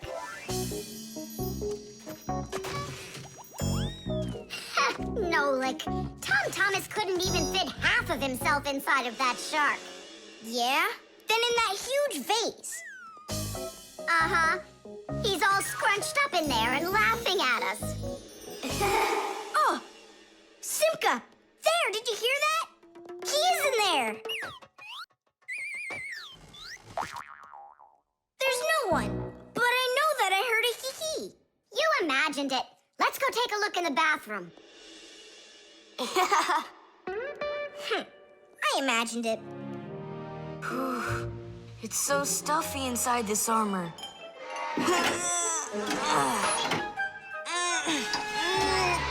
The arms got stuck.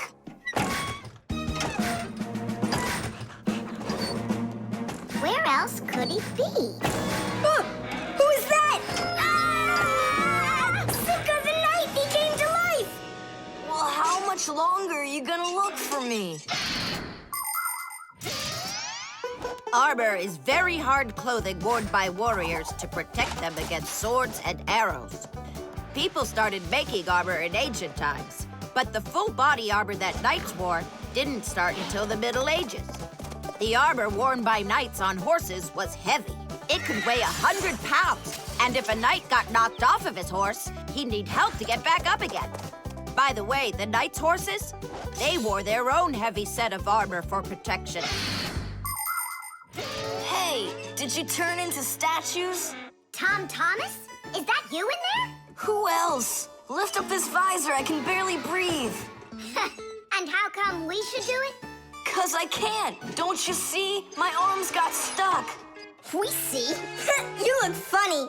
Funny to you, but now I'm stuck and I can't get out of here. Come on, help me out, please. Great! Chusaka's just what we need right now. Chusaka, what's wrong with you? It's me. Hey, stop it.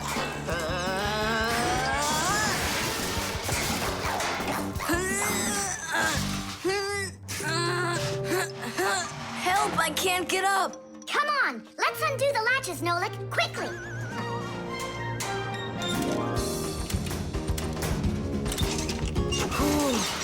Thanks for helping me. It was nothing. I couldn't have done it without you. Let's put the night back together. Uh-huh. Before Dad gets back. Protective clothing isn't just for people who are fighting in battles. Travelers put on special nets to protect themselves against mosquitoes and gnats. And beekeepers wear protective clothes too. If they had nothing to protect them from bee stings, their job would be quite painful. Without their protective clothing, it would be impossible for firefighters to go into burning buildings and save people. And how could astronauts go into outer space without special clothing? It's freezing up there and there's no air to breathe at all. And that's why they wear a special costume called a spacesuit when they travel. The spacesuit not only protects astronauts from the cold, but supplies them with air so they can breathe. By the way, the Fixies also wear protective clothing so they can stay safe while they work. Well, there. Did we get it right? It looks like we got it right. Only, where's the helmet? Nolik went to get it. Tom Thomas! Helmet delivery! Thanks there, Chusaka. Whoa there, Warhorse. Calm yourself down. There we go. It's all back in place again. Too bad that your knight looks like a ballerina twirling around. You see, his arm. I can't move it. It's stuck. Here's what we'll do. Give him something to hold.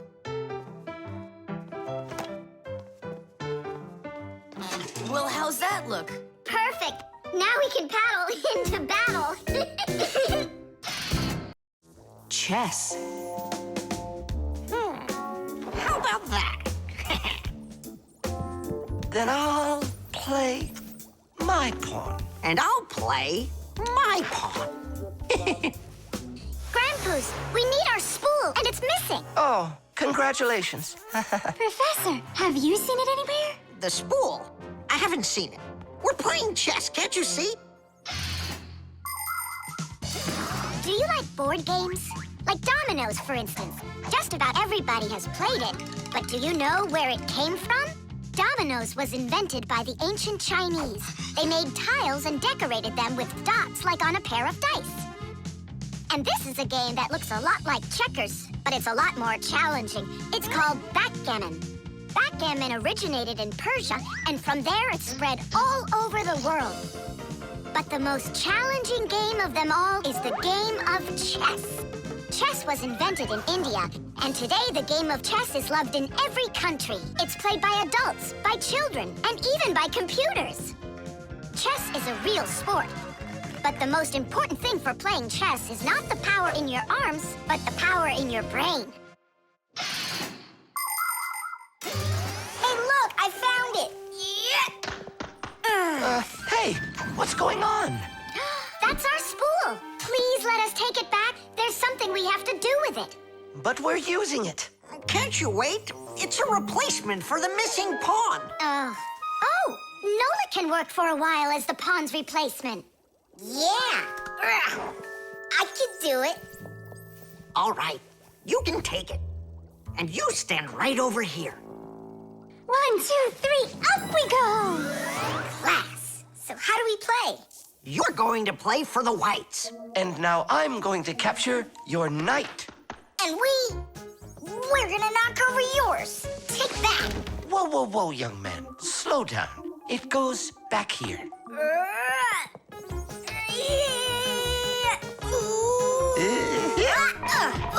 Nolik, get back to your square. What for? Pawns don't move like that. Then how do they move?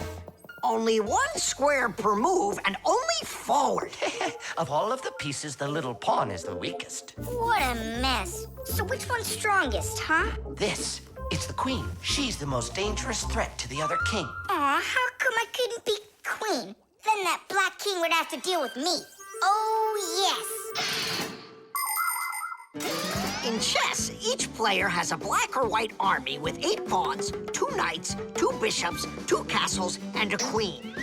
All of them work together for their king, trying to protect him while attacking the enemy's king. If the king finds himself in a position where he can be captured, the attacking player says check. And if the king finds himself with nowhere to run from the attack, it's called checkmate. Whoever checkmates the other player's king first is the winner. I'll move my queen. Yeah. And me, my queen. Then I'll just capture your queen. Aha! Really? Then I'll just capture yours. Grandpoos, should I go now? Not yet. So, do you feel like surrendering? Ha! You're kidding. Do you? Nolik, forward. Hooray! We'll step aside. Forward. Aha! Next I'll go and capture the knight. He got away. All right, Pawn, and once more, go forward. Grandpoos, where do I go now? Don't you see the edge? Don't go anywhere. Now you're the queen. What? The rules of chess say that if a pawn makes it all the way to the other side, he can become anything that was captured earlier. Hooray! Then I'll be the queen, and I'll be the strongest piece in the whole game. Hey, queen, get back here. In case you don't know, this isn't over yet. We capture the pawn with the queen. Queen, this is your new place. Check. Check. Huh, yeah? Now come to here.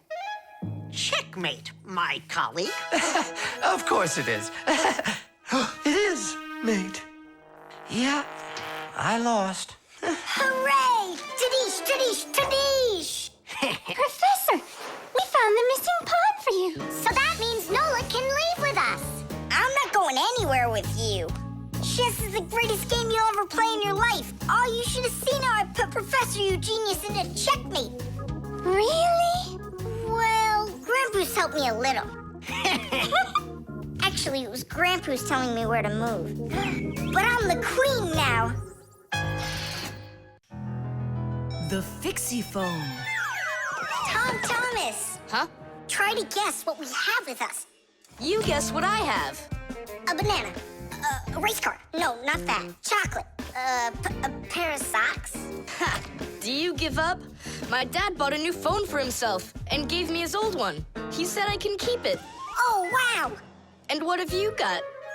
Look! Ah, you got a telephone too. It's better than that. This is a Fixiephone. Papu's got himself a new Fixiephone, and he gave this old one to Simka. And can you make calls on it? Take a guess. Come on, let me show him.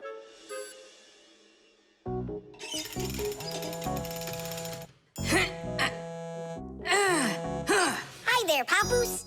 Hi, Nolik. Why are you calling? Just to say hi. Nolik, don't just call me if you know I'm working. All right. See that? So what? I can make calls on my phone. Calls to humans, that is. But to Fixies, you can't. A Fixiephone is a smartphone made just for Fixies.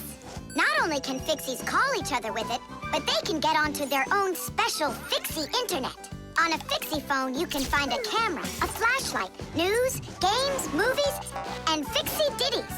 Those are the Fixies' favorite songs.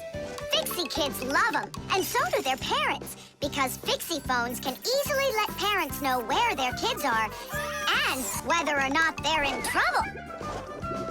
Over the years, humans have learned how to turn telephones into mobile phones and mobile phones into smartphones. They use them to call each other and to go onto their internet. A smartphone is almost as powerful as a computer, but they still have a long way to go to be as good as Fixiephones. Yeah, that's really cool, guys. Only this phone does the same. But can your phone do this? Take a look over here. You mean here? It's just a mouse. And now, look here. Whoa! But he's not on there. But look, he's here. And that's not all. Watch. A mouse helps the user navigate around the computer. And when we move it... You get it? No one else can see the Fixie except for you. And he can help you. Super! Oh, it'd be great to have my own Fixiephone. What are you talking about? You're not a Fixie. What a shame. I'm off to school, guys. He gets so upset. He even forgot to take his phone. I have an idea.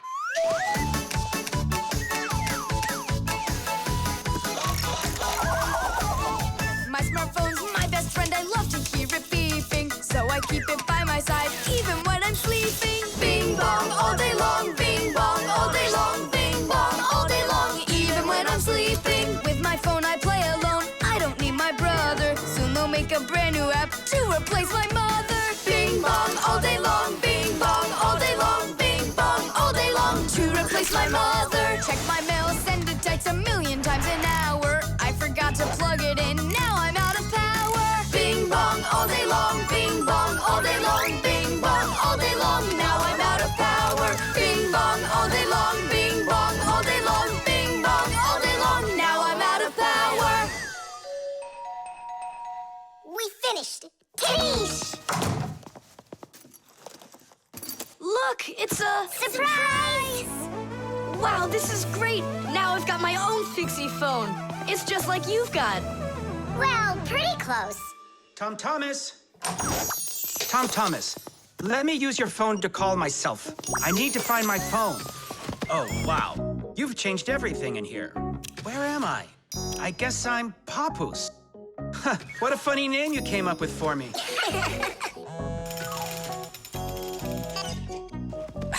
Nolik, just stop. I don't have time for your fooling around. What? Who is that? That's, not Nolik. Who is this? Do you know who I just called? Does anyone know who this phone belongs to out here? Oh, your mother found it. I'm coming. We'll fix those numbers later. Ugh, Papoose is gonna really give it to us. Give me your phone, Tom Thomas, and I'll delete all the Fixie's numbers from it. But how can I call you up then? Why would you have to call us? We're always close by. Friction.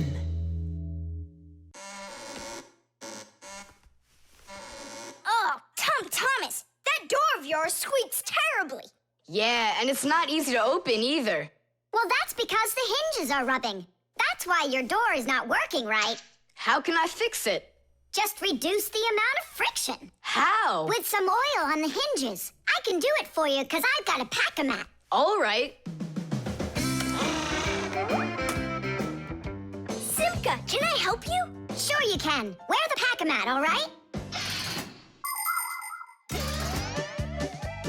Friction is the force that tries to stop something from sliding or rubbing smoothly against something else. Rubbing can make things wear out quickly if there's a lot of friction. If you want less friction, you need to put something on the parts that rub against each other, like oil. There are special kinds of grease used to keep clocks and wheels turning smoothly. And for skis, a special kind of wax can be used to make them go even faster. That's it. Now the top hinge. It's all done. Go ahead and check how it's working. It's not squeaking. I told ya. You guys are the best. I gotta go. Go where? I'm gonna go sledding. Maybe you'll take me with you? Sorry, Nolik. You don't have a sled to ride on. I'll see you later. Simka, should I grease the saucer? What for? It'll slide down the hill just the way it is. Ah, okay then. Wait here for me, Nolik. I'll be back real soon with a surprise for you. Yeah, oil slippery. I know what I'll do.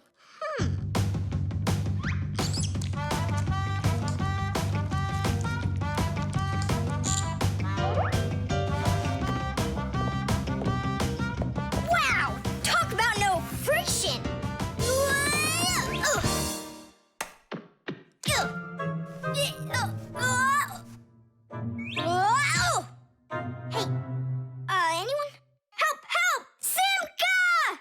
Nolik, are you all right? Just stay where you are. I'll be right there.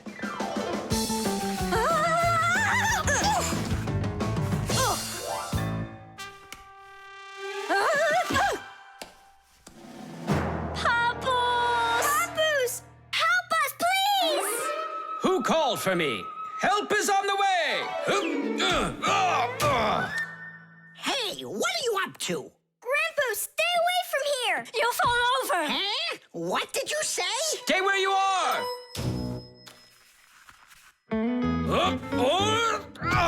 What happened here? I poured some oil on the table Why'd you do that? to reduce friction. That's brilliant. Nobody move. I know exactly what to do.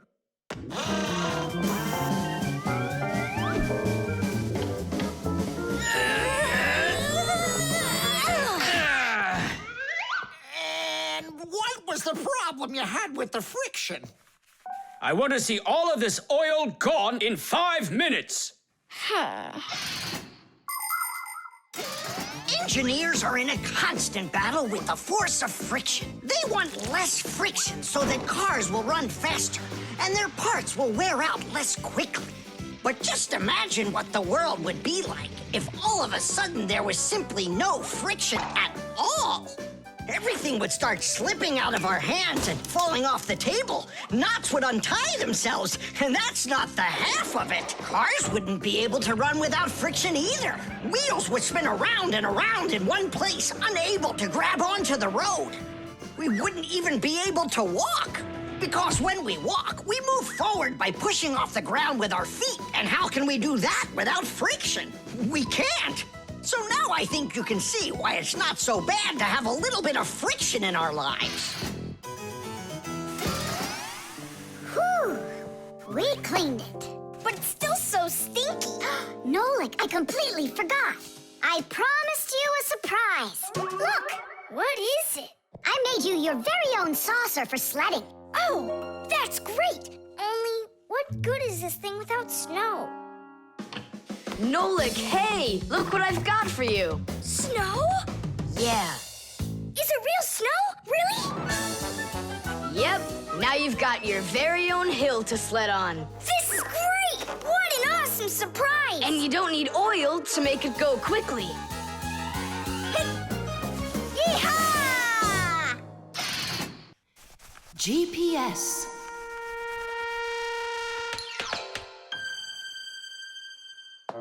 And 3, 4. Stop. Who goes next? I'm next. 5. 1, 2, 3. 3. And Wait, I gotta choose a route. Should I go here or there? choose already. Nolik, what are you doing over there? Nothing at all. Just waiting at my place. Good, and don't get off it. Well, Fire? What was that? The alarm on my Fixie tab. Oh, our lesson's about to start. Hurry! What about the game? Later!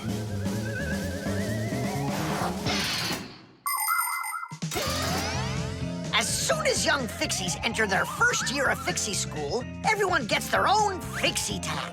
It's a little computer that can do anything at all. Well, almost anything at all. Studying with a Fixie tab is fantastic. You can read it just like a book and write in it just like writing in a notebook. You can use a Fixie tab to listen to music, watch movies, find your way around, and talk, text, and send letters to your friends. And if you want, you can use a Fixie tab to go on to the internet that humans use, or you can visit the secret Fixie internet, where you can find news about the world of the Fixies. And Fixie tabs have games on them, too. Of course, these games can be a lot of fun, but you shouldn't play games until your homework is all done. Faster, or we'll be late! I know a shortcut we can use. This way.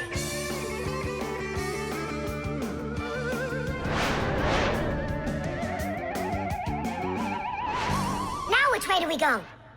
I need to remember the route. I think it's this way, or it could be that way. Well, which is it, this or that? I have no clue. Uh-huh. So what's our plan? We'll go back and start again. We flew in from there, right? No, I think it was there. That's not how we flew in. It was there. I think we're lost in here. Uh-oh. Nolik, stop the panicking. I only went uh-oh. I'm not panicking yet. It's your fault, Fire. I know a shortcut. Go this way. How are we gonna get out of here? How do I know? All I know is that we're late for our lesson. Thanks to someone. It wasn't on purpose, I swear. Now Grandpa's will punish us. What's going on? Well, I think I found a way to get out. Which way? Right here. I forgot that inside of my Fixie tab is a GPS navigator. Class. What's a navigator? A GPS navigator is an interactive electronic map that can help you find your way around. The navigator can figure out where you are by using signals that are sent to it from satellites. All you have to do is type the address of the place you want to go into it, and the GPS can figure out a route to get you there. And then it helps you as you go by telling you where and when you need to turn, so you can easily get to your destination. Let's see. Right now, we're here. And where do we need to go? You know where, to school. But where is that? Are you joking? In the laboratory of Professor Eugenius. Can you be quiet? Where do you want to go? The laboratory of Professor Eugenius. Please wait while I chart out the route. Ha! It did it! The navigator says to go there. Hey, what are you doing over there? Come on!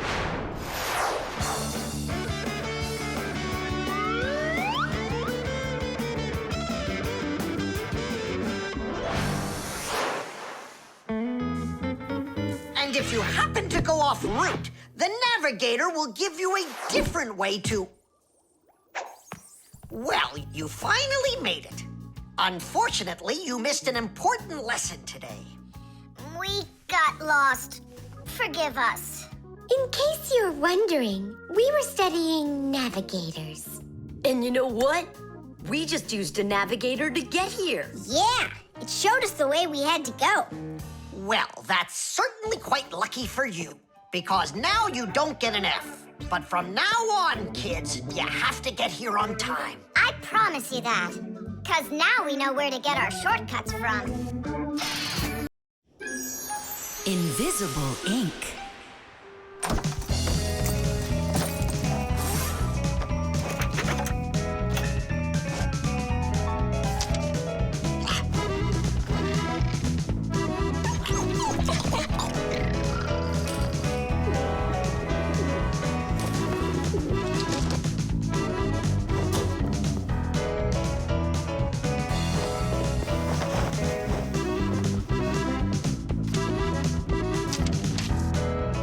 To Tom Thomas. What is it? A note? Who's it from? It's from no one. Ah, is this no one a girl? Hey, tell us, what did she write to you? I don't know. Well, then let's take a look at it. No way. It's a secret. Even from your friends? Mm-hmm. Come on, we're not just your friends. We're secret friends. And you won't tell anyone? Nobody. We promise. Are you gonna open that thing or not? Huh, there's nothing there. Is this a joke or something? Maybe she didn't feel like writing you anything. Then why would she put a note in there? Wait a second. And what if she wrote that letter with a special kind of invisible ink? Wow, I've never heard of it. If you want to keep what's written in a letter secret, you can write it with a special liquid called invisible ink or security ink. You can make invisible ink yourself by mixing lemon juice, milk, or baking soda with water. Then just dip a stick or a brush in it and write on a plain piece of paper, like this. You can't see anything, right? To make the invisible ink visible again, the paper needs to be warmed up with something like an iron. But that's a secret. Well, Simka, you might be right. Only what about the iron? I can't use it. But your mom can, and right now she's doing the ironing. Yeah? Well, that changes everything. Hold on! If that really is a secret letter, then no one should be allowed to see it. Even your mother. What can I do then? Ah, I know what.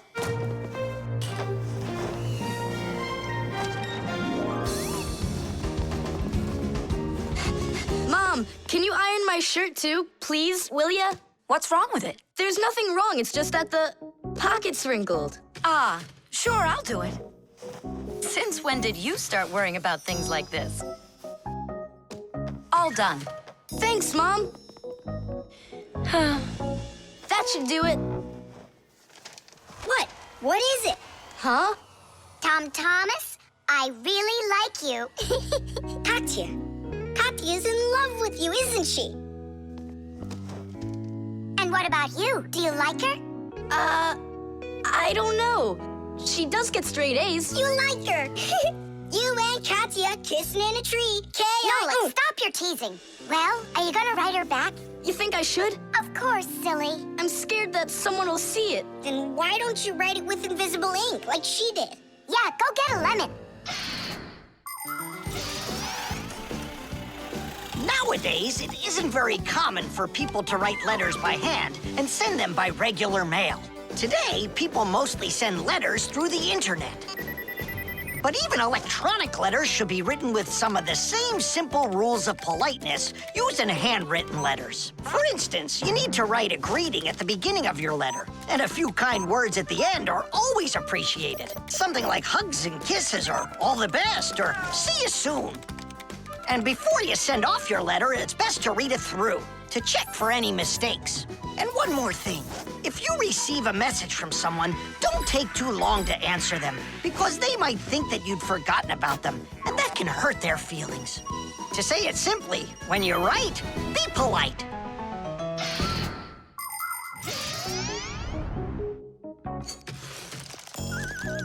Go on, write. And what should I write? Come on, tell the truth. Just write this. Forgive me, Katya. Only there's another girl I really like. My one and only Simka. Nolik! If you don't like it, then why don't you think it up? Tom Thomas, just go ahead and write how you feel deep down in your heart for Katya. Katya, I like you too. Like that? Is that all I have to write? Would that be okay? It's lovely. Kissi. Just zip it, will ya? Tom Thomas, is that everything? And did you make sure to check that you didn't make any mistakes? No, but I'll check right now. Huh, all the words disappeared. Well, if there's something wrong, only Katya will find it. Nolik's cube. Whoop. Tom Thomas, you'll be late for school if you don't stop. School? Don't you worry. What's he breaking this time? This time, nothing. He's solving a Rubik's Cube, Nolik. Whose cube is it? The Rubik's Cube is the most popular puzzle game in the whole world. It was invented by Professor Rubik from Hungary. A cube has 6 sides on it. And on a Rubik's Cube, each of these sides has 9 squares that are all the same color. You start by mixing up the colors. To solve a Rubik's Cube, you have to turn the pieces, and you keep turning and turning them until each side is one solid color again. For instance, red or yellow or light blue. That's nothing. Hey, Tom Thomas, how long have you been messing around with this cube already? It's been 3 whole days of turning. 3 whole days? We could solve that puzzle in 5 minutes, now couldn't we, Simka? Oh, really? Then go right ahead. I'm off to school. Well, you ready to show Tom Thomas who's boss? Just count me out. Hey, I thought you said Rubik's Cubes are easy to solve. I never said anything like that. This problem is all yours, Mr. Bragger. All right, I'll figure it out myself.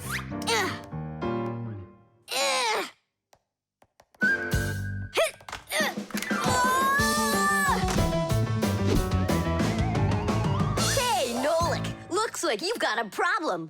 Oh, hi, Fire. Now I'm good. Just solving this Rubik's Cube. Yeah? Can I do it with you?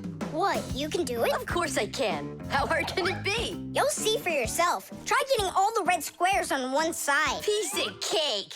Now hold it tight. Great, I'm with you. Ugh.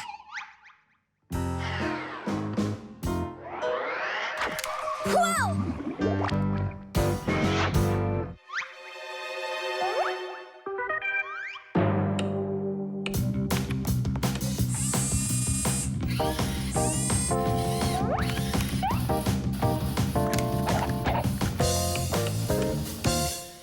You mean like that? Class. And what about this side?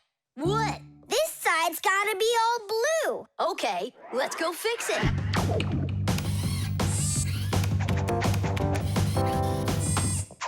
There, like you wanted. Now what happened to the red side? Huh? Simka was telling me that on each side there has to be one color. Oh, like Simka'd be able to do this? Simka can do it all. Well, if Simka can, then I can too.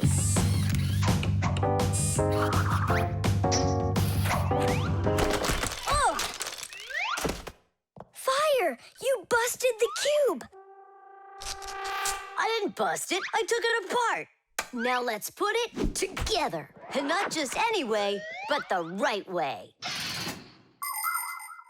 Puzzles are toys, games, or problems that force you to use your mind in a clever and creative way. Take a labyrinth, for example. In a labyrinth, the challenge is to find the one way to get through a series of tangled corridors. Another fun puzzle is a jigsaw puzzle. Here, you need to put together a picture out of many little pieces. For this, you need to not only pay attention, but be patient. And there are all sorts of puzzles for the computer. One popular computer puzzle is Tetris. In Tetris, different shapes fall down the screen, and you have to think quickly to get them to line up into rows. And solving puzzles isn't only a great activity for people, it's good for Fixies, too. That's right, puzzles are like exercises for our brain. There, all done. Nolik, you better hurry, because Tom Thomas is on his way home. Hi there, Simka. Just take a look at this. We did it. I can't believe it. How? Oh, it was a piece of cake. Simka, Nolik, I'm back. Well, I'm out of here. Ciao. Woohoo! Wow, you really solved it. It was Nolik. Nolik, you are cool. So how? You see, first you break it apart into all of the pieces, and then you put it all back together. No. That's cheating. You gotta turn the cube, not take it apart.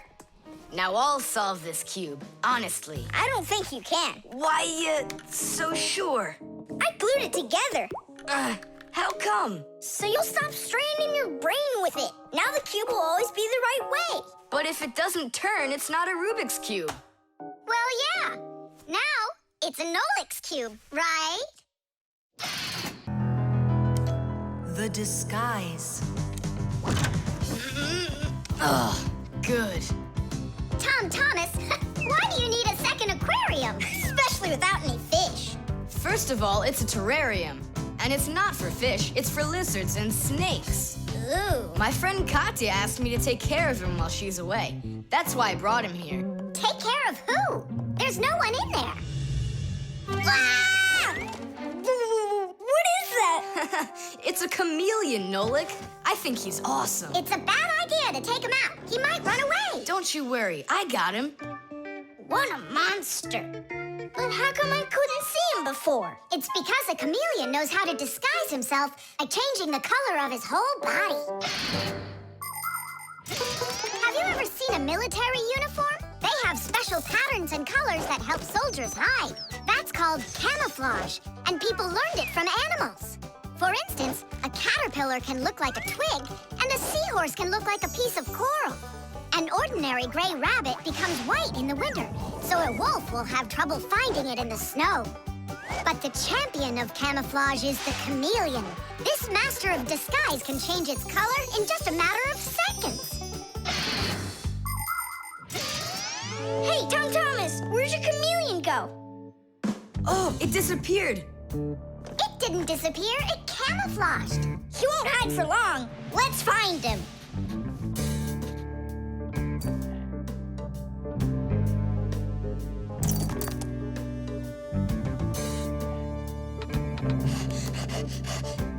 Chusaka, have you seen the chameleon?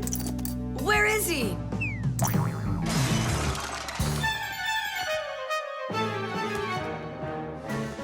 Do you see him?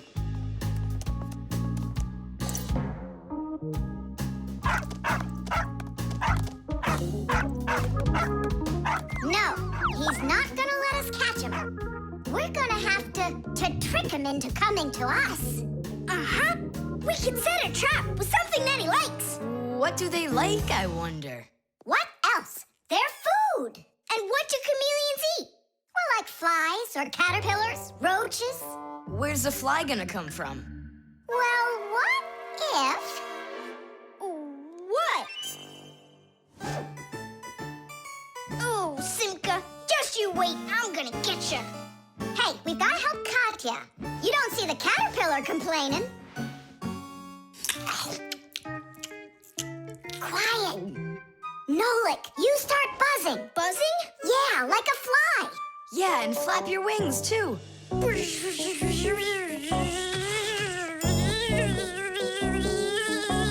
Simka, how long do I gotta keep doing this? Until the chameleon shows himself. Just keep buzzing.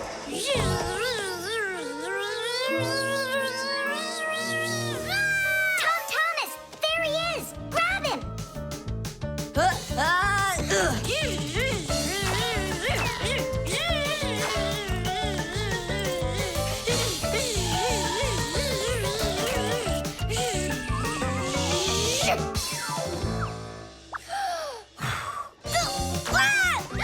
Let go of my brother.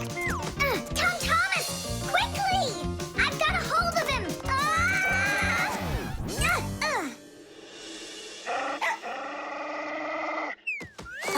Yep, I gotcha.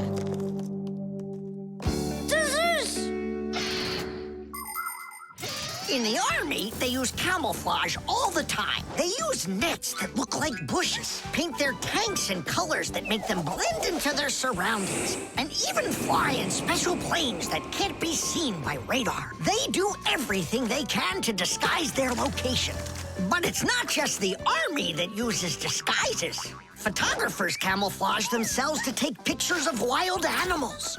People use makeup to camouflage their blemishes. And artists, they disguise old walls with bright, happy pictures. And people just love to put on masquerade parties where they disguise themselves in costumes and masks. And of course, Fixies have their own great disguise. Remember?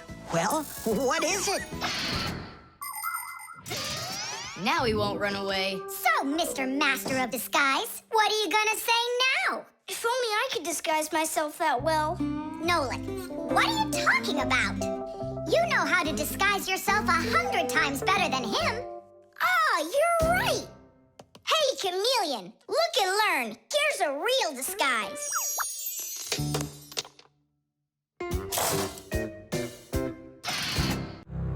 The shadow play. Oh, hi there, Tom Thomas. What are you doing here? I dropped a paper clip. Give me some light. Huh. What's so funny, huh? We're trying to help you out. You've got funny shadows, that's what. Hey, check this out. It's an eagle. And Simka is a goose. She looks more like a moose. I do, huh? All right, and take that. You're like real actors performing in a show.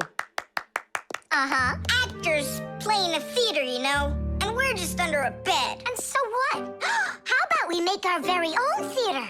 A theater with shadows.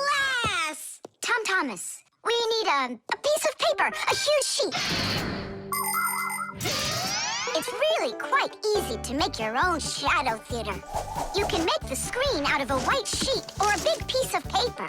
Next, make sure the room is dark and shine a desk lamp at the screen. Now, to make the shadows, just put yourself or a cardboard cutout between the lamp and the screen. Your shadow or the shadow of your puppets will come to life. But make sure that the audience sits on the other side of the screen. The play will be much more magical for them from that side. Tom Thomas, light. Oh, wow, Simka, you look totally like the real Red Riding Hood. Hello, dear granddaughter. Hello, dear grandmother. Grandmother, what very big eyes you've got. The better to see you with, my dear. Nolik, come on, we're rehearsing. The wolf's voice is funny. Grandmother, I never noticed what very big teeth you've got. They're so much better to eat you with, my dear. Yum, yum, yum, yum. Let them out, wolf. Or I'll get them out, myself. Ha ha! You'll stop me with that little stick? Hey, that's not in the fairy tale. But in the fairy tale, it's a normal hunter. And what do you think I am? Look for yourself. You're way too small to be the hunter. Fine, then go do your play without me. Well, I guess I'll have to make the hunter out of paper then. That's all. Take a break. I'm really thirsty. She was so salty, that grandma. Nolik, don't be upset.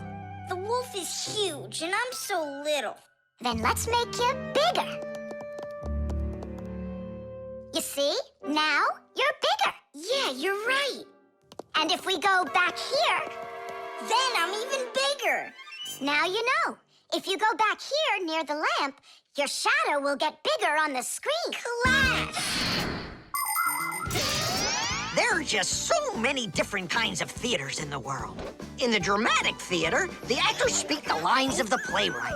At the opera, the actors don't speak their lines. They sing them, accompanied by an orchestra. And here at the ballet, the performers don't speak or sing their parts. Here, the story is told with dance. There are also theaters where the performers are animals. In an animal theater, you can watch performances by cats and dogs, or goats and pigeons, or even bears and seals. There are also theaters where the stories are told by puppets. To tell the truth, the puppets are brought to life with the help of people. Yes, there are so many different kinds of theater. My favorite is the shadow theater. I think it's the most beautiful and mysterious theater of them all. Hello, dear grandmother. Grandmother, what very big eyes you've got. The better to see you with, my dear. And grandmother, what great big sharp teeth you've got. Oh, the better to eat you up with, my dear. Ooh, just wait. Aha, wolf, I've got you. The hunter looks so strong. You're a hunter? Then where's your gun? Why do I need a gun? You're so tiny I could use a fly swatter. But I'd rather do it like this. Like what? With my bare hands. Way to go! Hooray!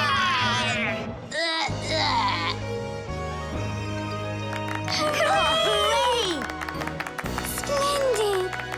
Who was your favorite? Mine was the grandmother. Well, I think Red Riding Hood was the best. For me, the hunter. He was so mighty and so fearless. And for me, the special effects. The Talking Doll. Well then, now you know what you need to do to fix it. Professor!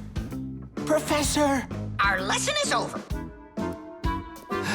I'm sorry to be a bother. No problem, Professor Eugenius. Our lesson's over. I've got an urgent matter. You see? You've got yourself a talking doll. Yes, only she speaks Japanese.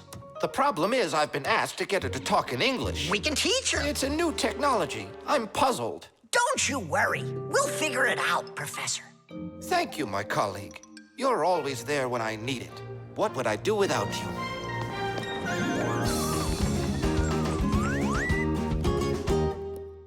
Professor, can you tell us how toys talk? Not now, children. We'll learn about the doll tomorrow. Now it's time to go home.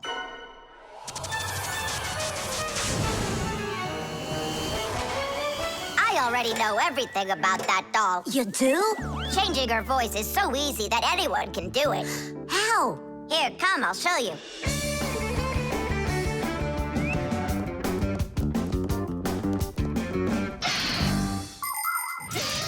Early talking dolls used to work with a noisemaker inside. When the doll was turned over, air inside the noisemaker got pushed through a squeaker at the end of it, making a noise that sounded like the word mama. Mama. Funny. Today, the noises are recorded onto an electronic chip that's part of a little player inside of the doll. Just press a button, and the sounds start playing. So now dolls can say much more than just mommy or daddy. They can say anything at all.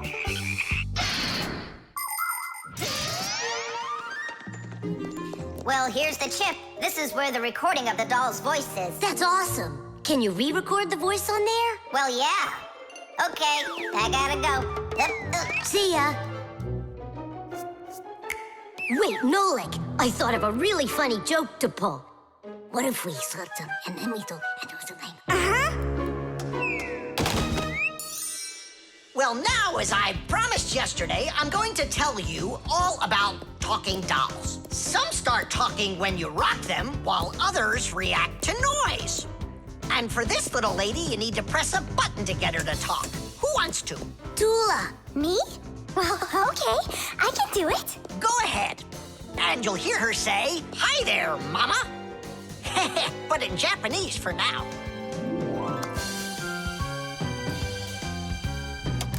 Tula! Tula? Is that Japanese for hi there? Tula! Why are you hiding a picture of Digit in the packer mat? How could she ever know that? Maybe you're in love? That doll is alive! They call that joking. I just thought of a better joke that we can play. Yeah. What? Tula, don't cry. She's not alive. She is alive. I'll tell you who did this horrible thing. It was Fire and Nolik. It's true, but now the joke will be on them. How? It's easy. All we gotta do is go. The smartest Fixie in our class is Digit. Sometimes I think that he knows everything about everything. Professor Grandpas has a lot of respect for him. Digit's always in thought whenever you see him, and he doesn't like when anyone distracts him. He just has no time for fooling around with the other boys. Digit prefers to solve problems using his brains and not his muscles. That's why he can have a tough time in gym class. But he's so sweet that it makes you want to help him. To tell you the truth, Digit isn't always great fixing things with his own hands. But no one understands technology better than he does. If something breaks, Digit can always figure out exactly what's wrong with it and the very best way to fix it.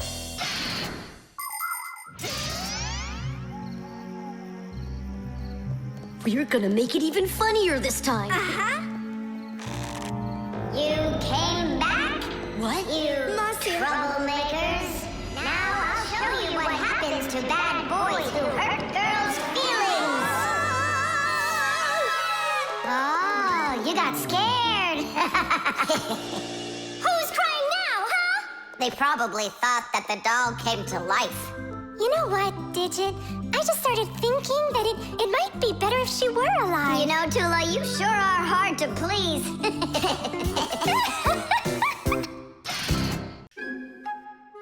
Batteries. Oh, my little lemon, just you wait. One day you'll be a strong and splendid tree. She's talking with a flower pot. Oh, you scared me. Do you like it? Like what? My seedling, don't you see? It will grow into a huge tree. And there, amongst the green leaves, will be beautiful yellow lemons. Class! From that thing? Lemons? Oh, yeah. It'll grow into a tree. All it needs for that is to gather energy. Get energy from where? From our sun. The sun? It'll be so slow. Oh, batteries would be faster than the sun. Batteries? I really don't think so. Tula, do you know how much energy they have? Let's just bury a bunch of those batteries in here, and you'll be watching your lemon plant shoot up into a tree. Are you positive? Absolutely. And where can we get the batteries? Over there. Professor Eugenius has a whole box full of them.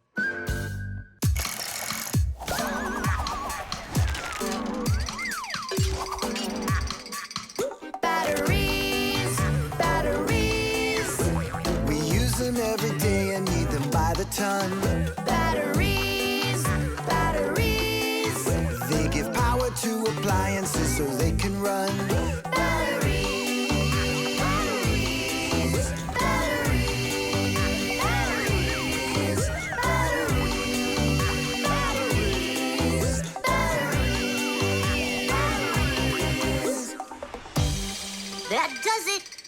We'll be seeing the first lemons before the week's over. The first battery in the world was made in Italy more than 200 years ago. When two different kinds of metal were placed in salty water, electricity started flowing through a wire from one piece of metal to the other. Many years have passed since then, but batteries still work in pretty much the same way.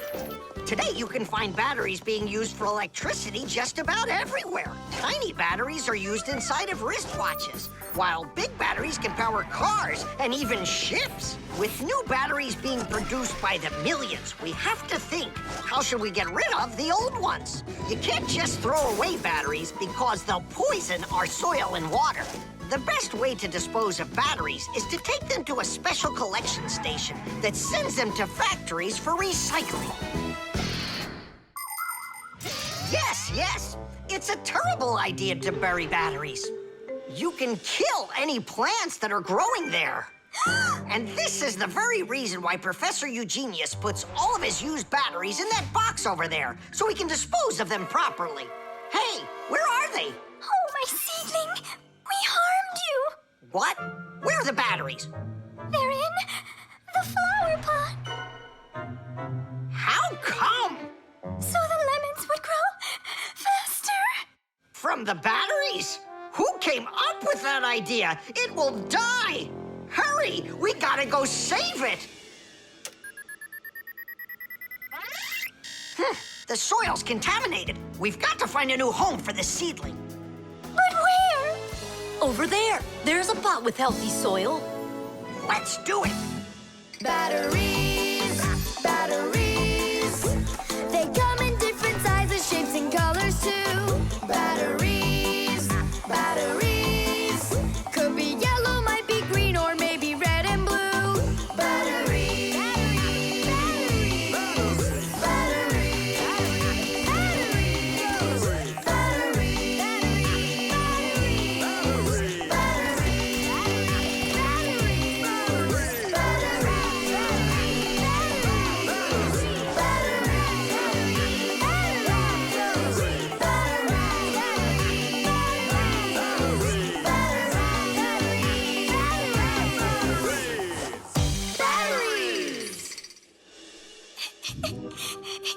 Don't cry, Tula.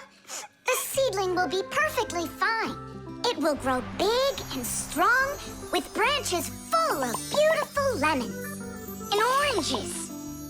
And watermelons. It's a lemon tree, Fire. Will you ever stop going too far, like with the batteries? Well, anyhow, batteries are cool, right? Look how many appliances can't work without them. You're right. Appliances can't work. Look, the seedling's coming back to life. It really is. Tula, tell us, isn't it splendid? Splendid. The airbag. We're gonna be late. We'll make it.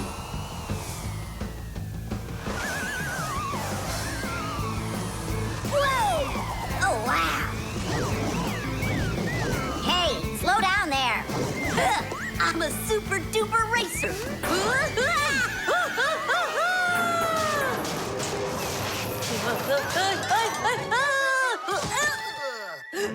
Well, Fire.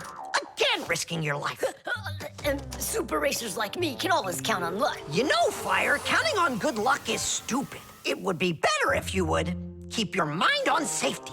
Actually, today, Professor Eugenius has something really special to show us.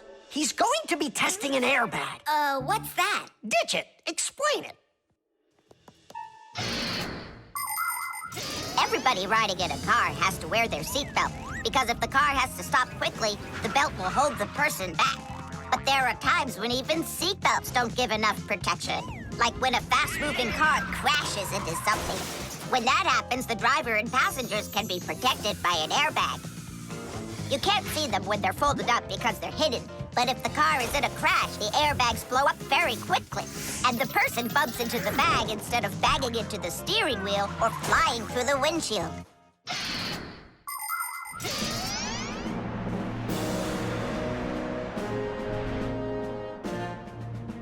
Here I come. And once again, when something dangerous must be tested, Professor Eugenius tests it on himself. But Grampus, aren't you scared that it won't blow up with air? Don't worry about the air. A 3 and a 2 and a 1.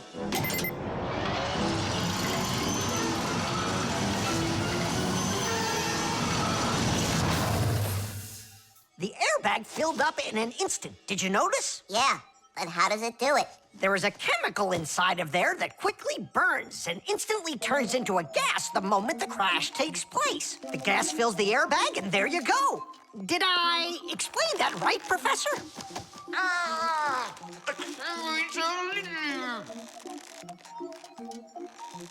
We've got to get him out. Stop! We'd better call for help.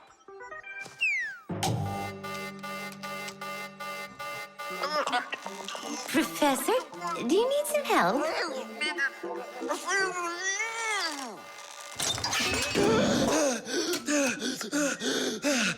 Thank you, Elisa. Sorry to take you from your work. You're free to go. Professor, how did you manage to press the button from way over there? I managed to hit it on the fly. You are just astounding. To keep small children safe while they're riding in a car, they must be buckled up with a seatbelt inside of a special booster chair. But kids also need to be careful when they're riding a bicycle, skateboarding, roller skating, or riding a scooter. First of all, it's best to keep off of roads where there's too much traffic. Second, put your protective gear on. For your arms and legs, wear elbow pads, gloves, and knee pads. For your head, wear a helmet. That way, if you fall down, you won't get badly hurt. And third, make sure that people can see you. If you're out riding in the evening, your clothes and bike must have safety reflectors on them. They let drivers see where you are by reflecting the light from their headlights back at them. Remember, better safe than sorry. Here we go.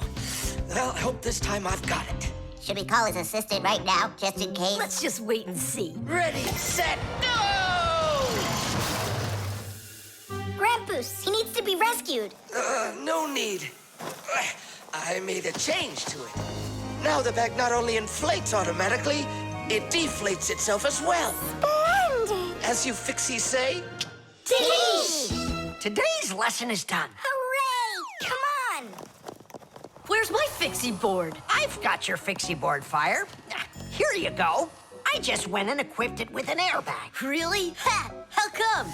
You know I'm a super racer. See? Woohoo! And that's why I installed it. Super racers don't need airbags. We never, ever.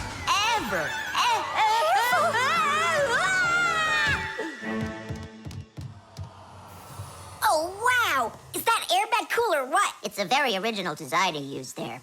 That design is my own, and Fire ran the test. Professor, will you make an airbag for each one of us? You all will get them real soon. But even so, Caution and care make accidents rare. The doorbell. Nolik! Nolik, what are you doing here? Just whistling a tune. Are you gonna whistle that tune the whole time Tom Thomas is away? He just left with his parents for a week, and we've got guests coming, remember? What guests? I invited everybody. The class? Yes, class.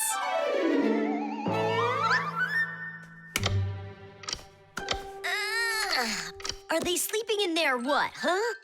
First they invite us, and now they don't want to let us in? I'll share the present with you then. Fire. Maybe you'll get it to work now. When they get here, they'll ring the bell.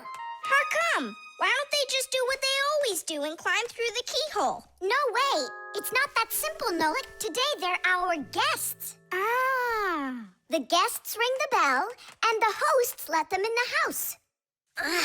It doesn't ring. You think the doorbell's broken? I say we go fix it. Before we fix anything, we need to know what went wrong with it. First we'll fix it, and then we'll know what it was. Back in the olden days, people would hang a bell over their doors with a string, and guests would tug on it to make it ring. Today, doorbells are electric, and they make all sorts of different sounds.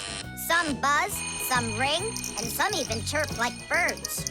The sound comes from a box inside the house called a chime.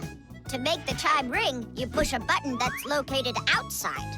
The button works just like a light switch, but instead of turning on light, it turns on sound. Verda, will you join me? Whoop! I gotta think about this. Yeah. Simka! You think your guests are gonna come at all? Simka! Tula? Hey! The doorbell doesn't work. It must be broken. That's odd. We heard it ring this morning. Nolik, let's go. First, we'll examine the contacts. Yep, good and tight. Okay, let's check the speaker.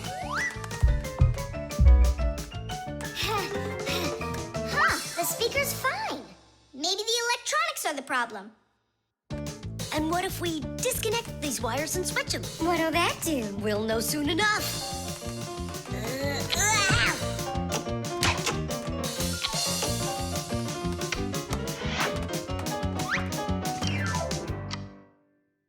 You know what? Why don't we connect the wires straight together? Isn't that dangerous? We'll find out. Don't worry, nothing happened yet. Fire. He's the engine of our class. He's the fastest, the nimblest, and the bravest. Fire never sits still for a second, and he's always looking for adventure. New ideas just burn in his head. And that's why his name is Fire. But not all of his ideas are very good, so he's constantly getting bumps and bruises. He just can't help getting carried away. If he's burning with an idea, he can even forget about his classes at school. Grampus punishes him for that. But it doesn't seem to bother Fire, because some new plan will pop into his head the very next second. To be honest, Fire's my favorite out of all the boys in our class. It's sure never boring when he's around. Hey, you down there. I figured out why it's not working. So what's the reason? There's no electricity in the whole house. So that's why the bell isn't working. And what? We can't visit like real guests do until the electricity comes back? And when will it work again? Don't know. It could possibly take hours, guys. Oh, it's working again. Ah! Enough ringing! Hey, Fire, quit fooling around! He's not fooling around. It's not me, see? Then who's ringing it? I don't know. Well, I know. The doorbell's ringing because Fire connected the wires together. True, but I'll fix that right now. Ha! Your guests sure are noisy. Yeah, thank goodness the humans aren't home right now. Hello? Hello there, dear guests. Let yourself into our home through the keyhole. So, should we go in? Go where? Go inside. Nah, that's not how guests act. So what do we do? Real guests always ring the bell. Okay, hold me tight. Hup.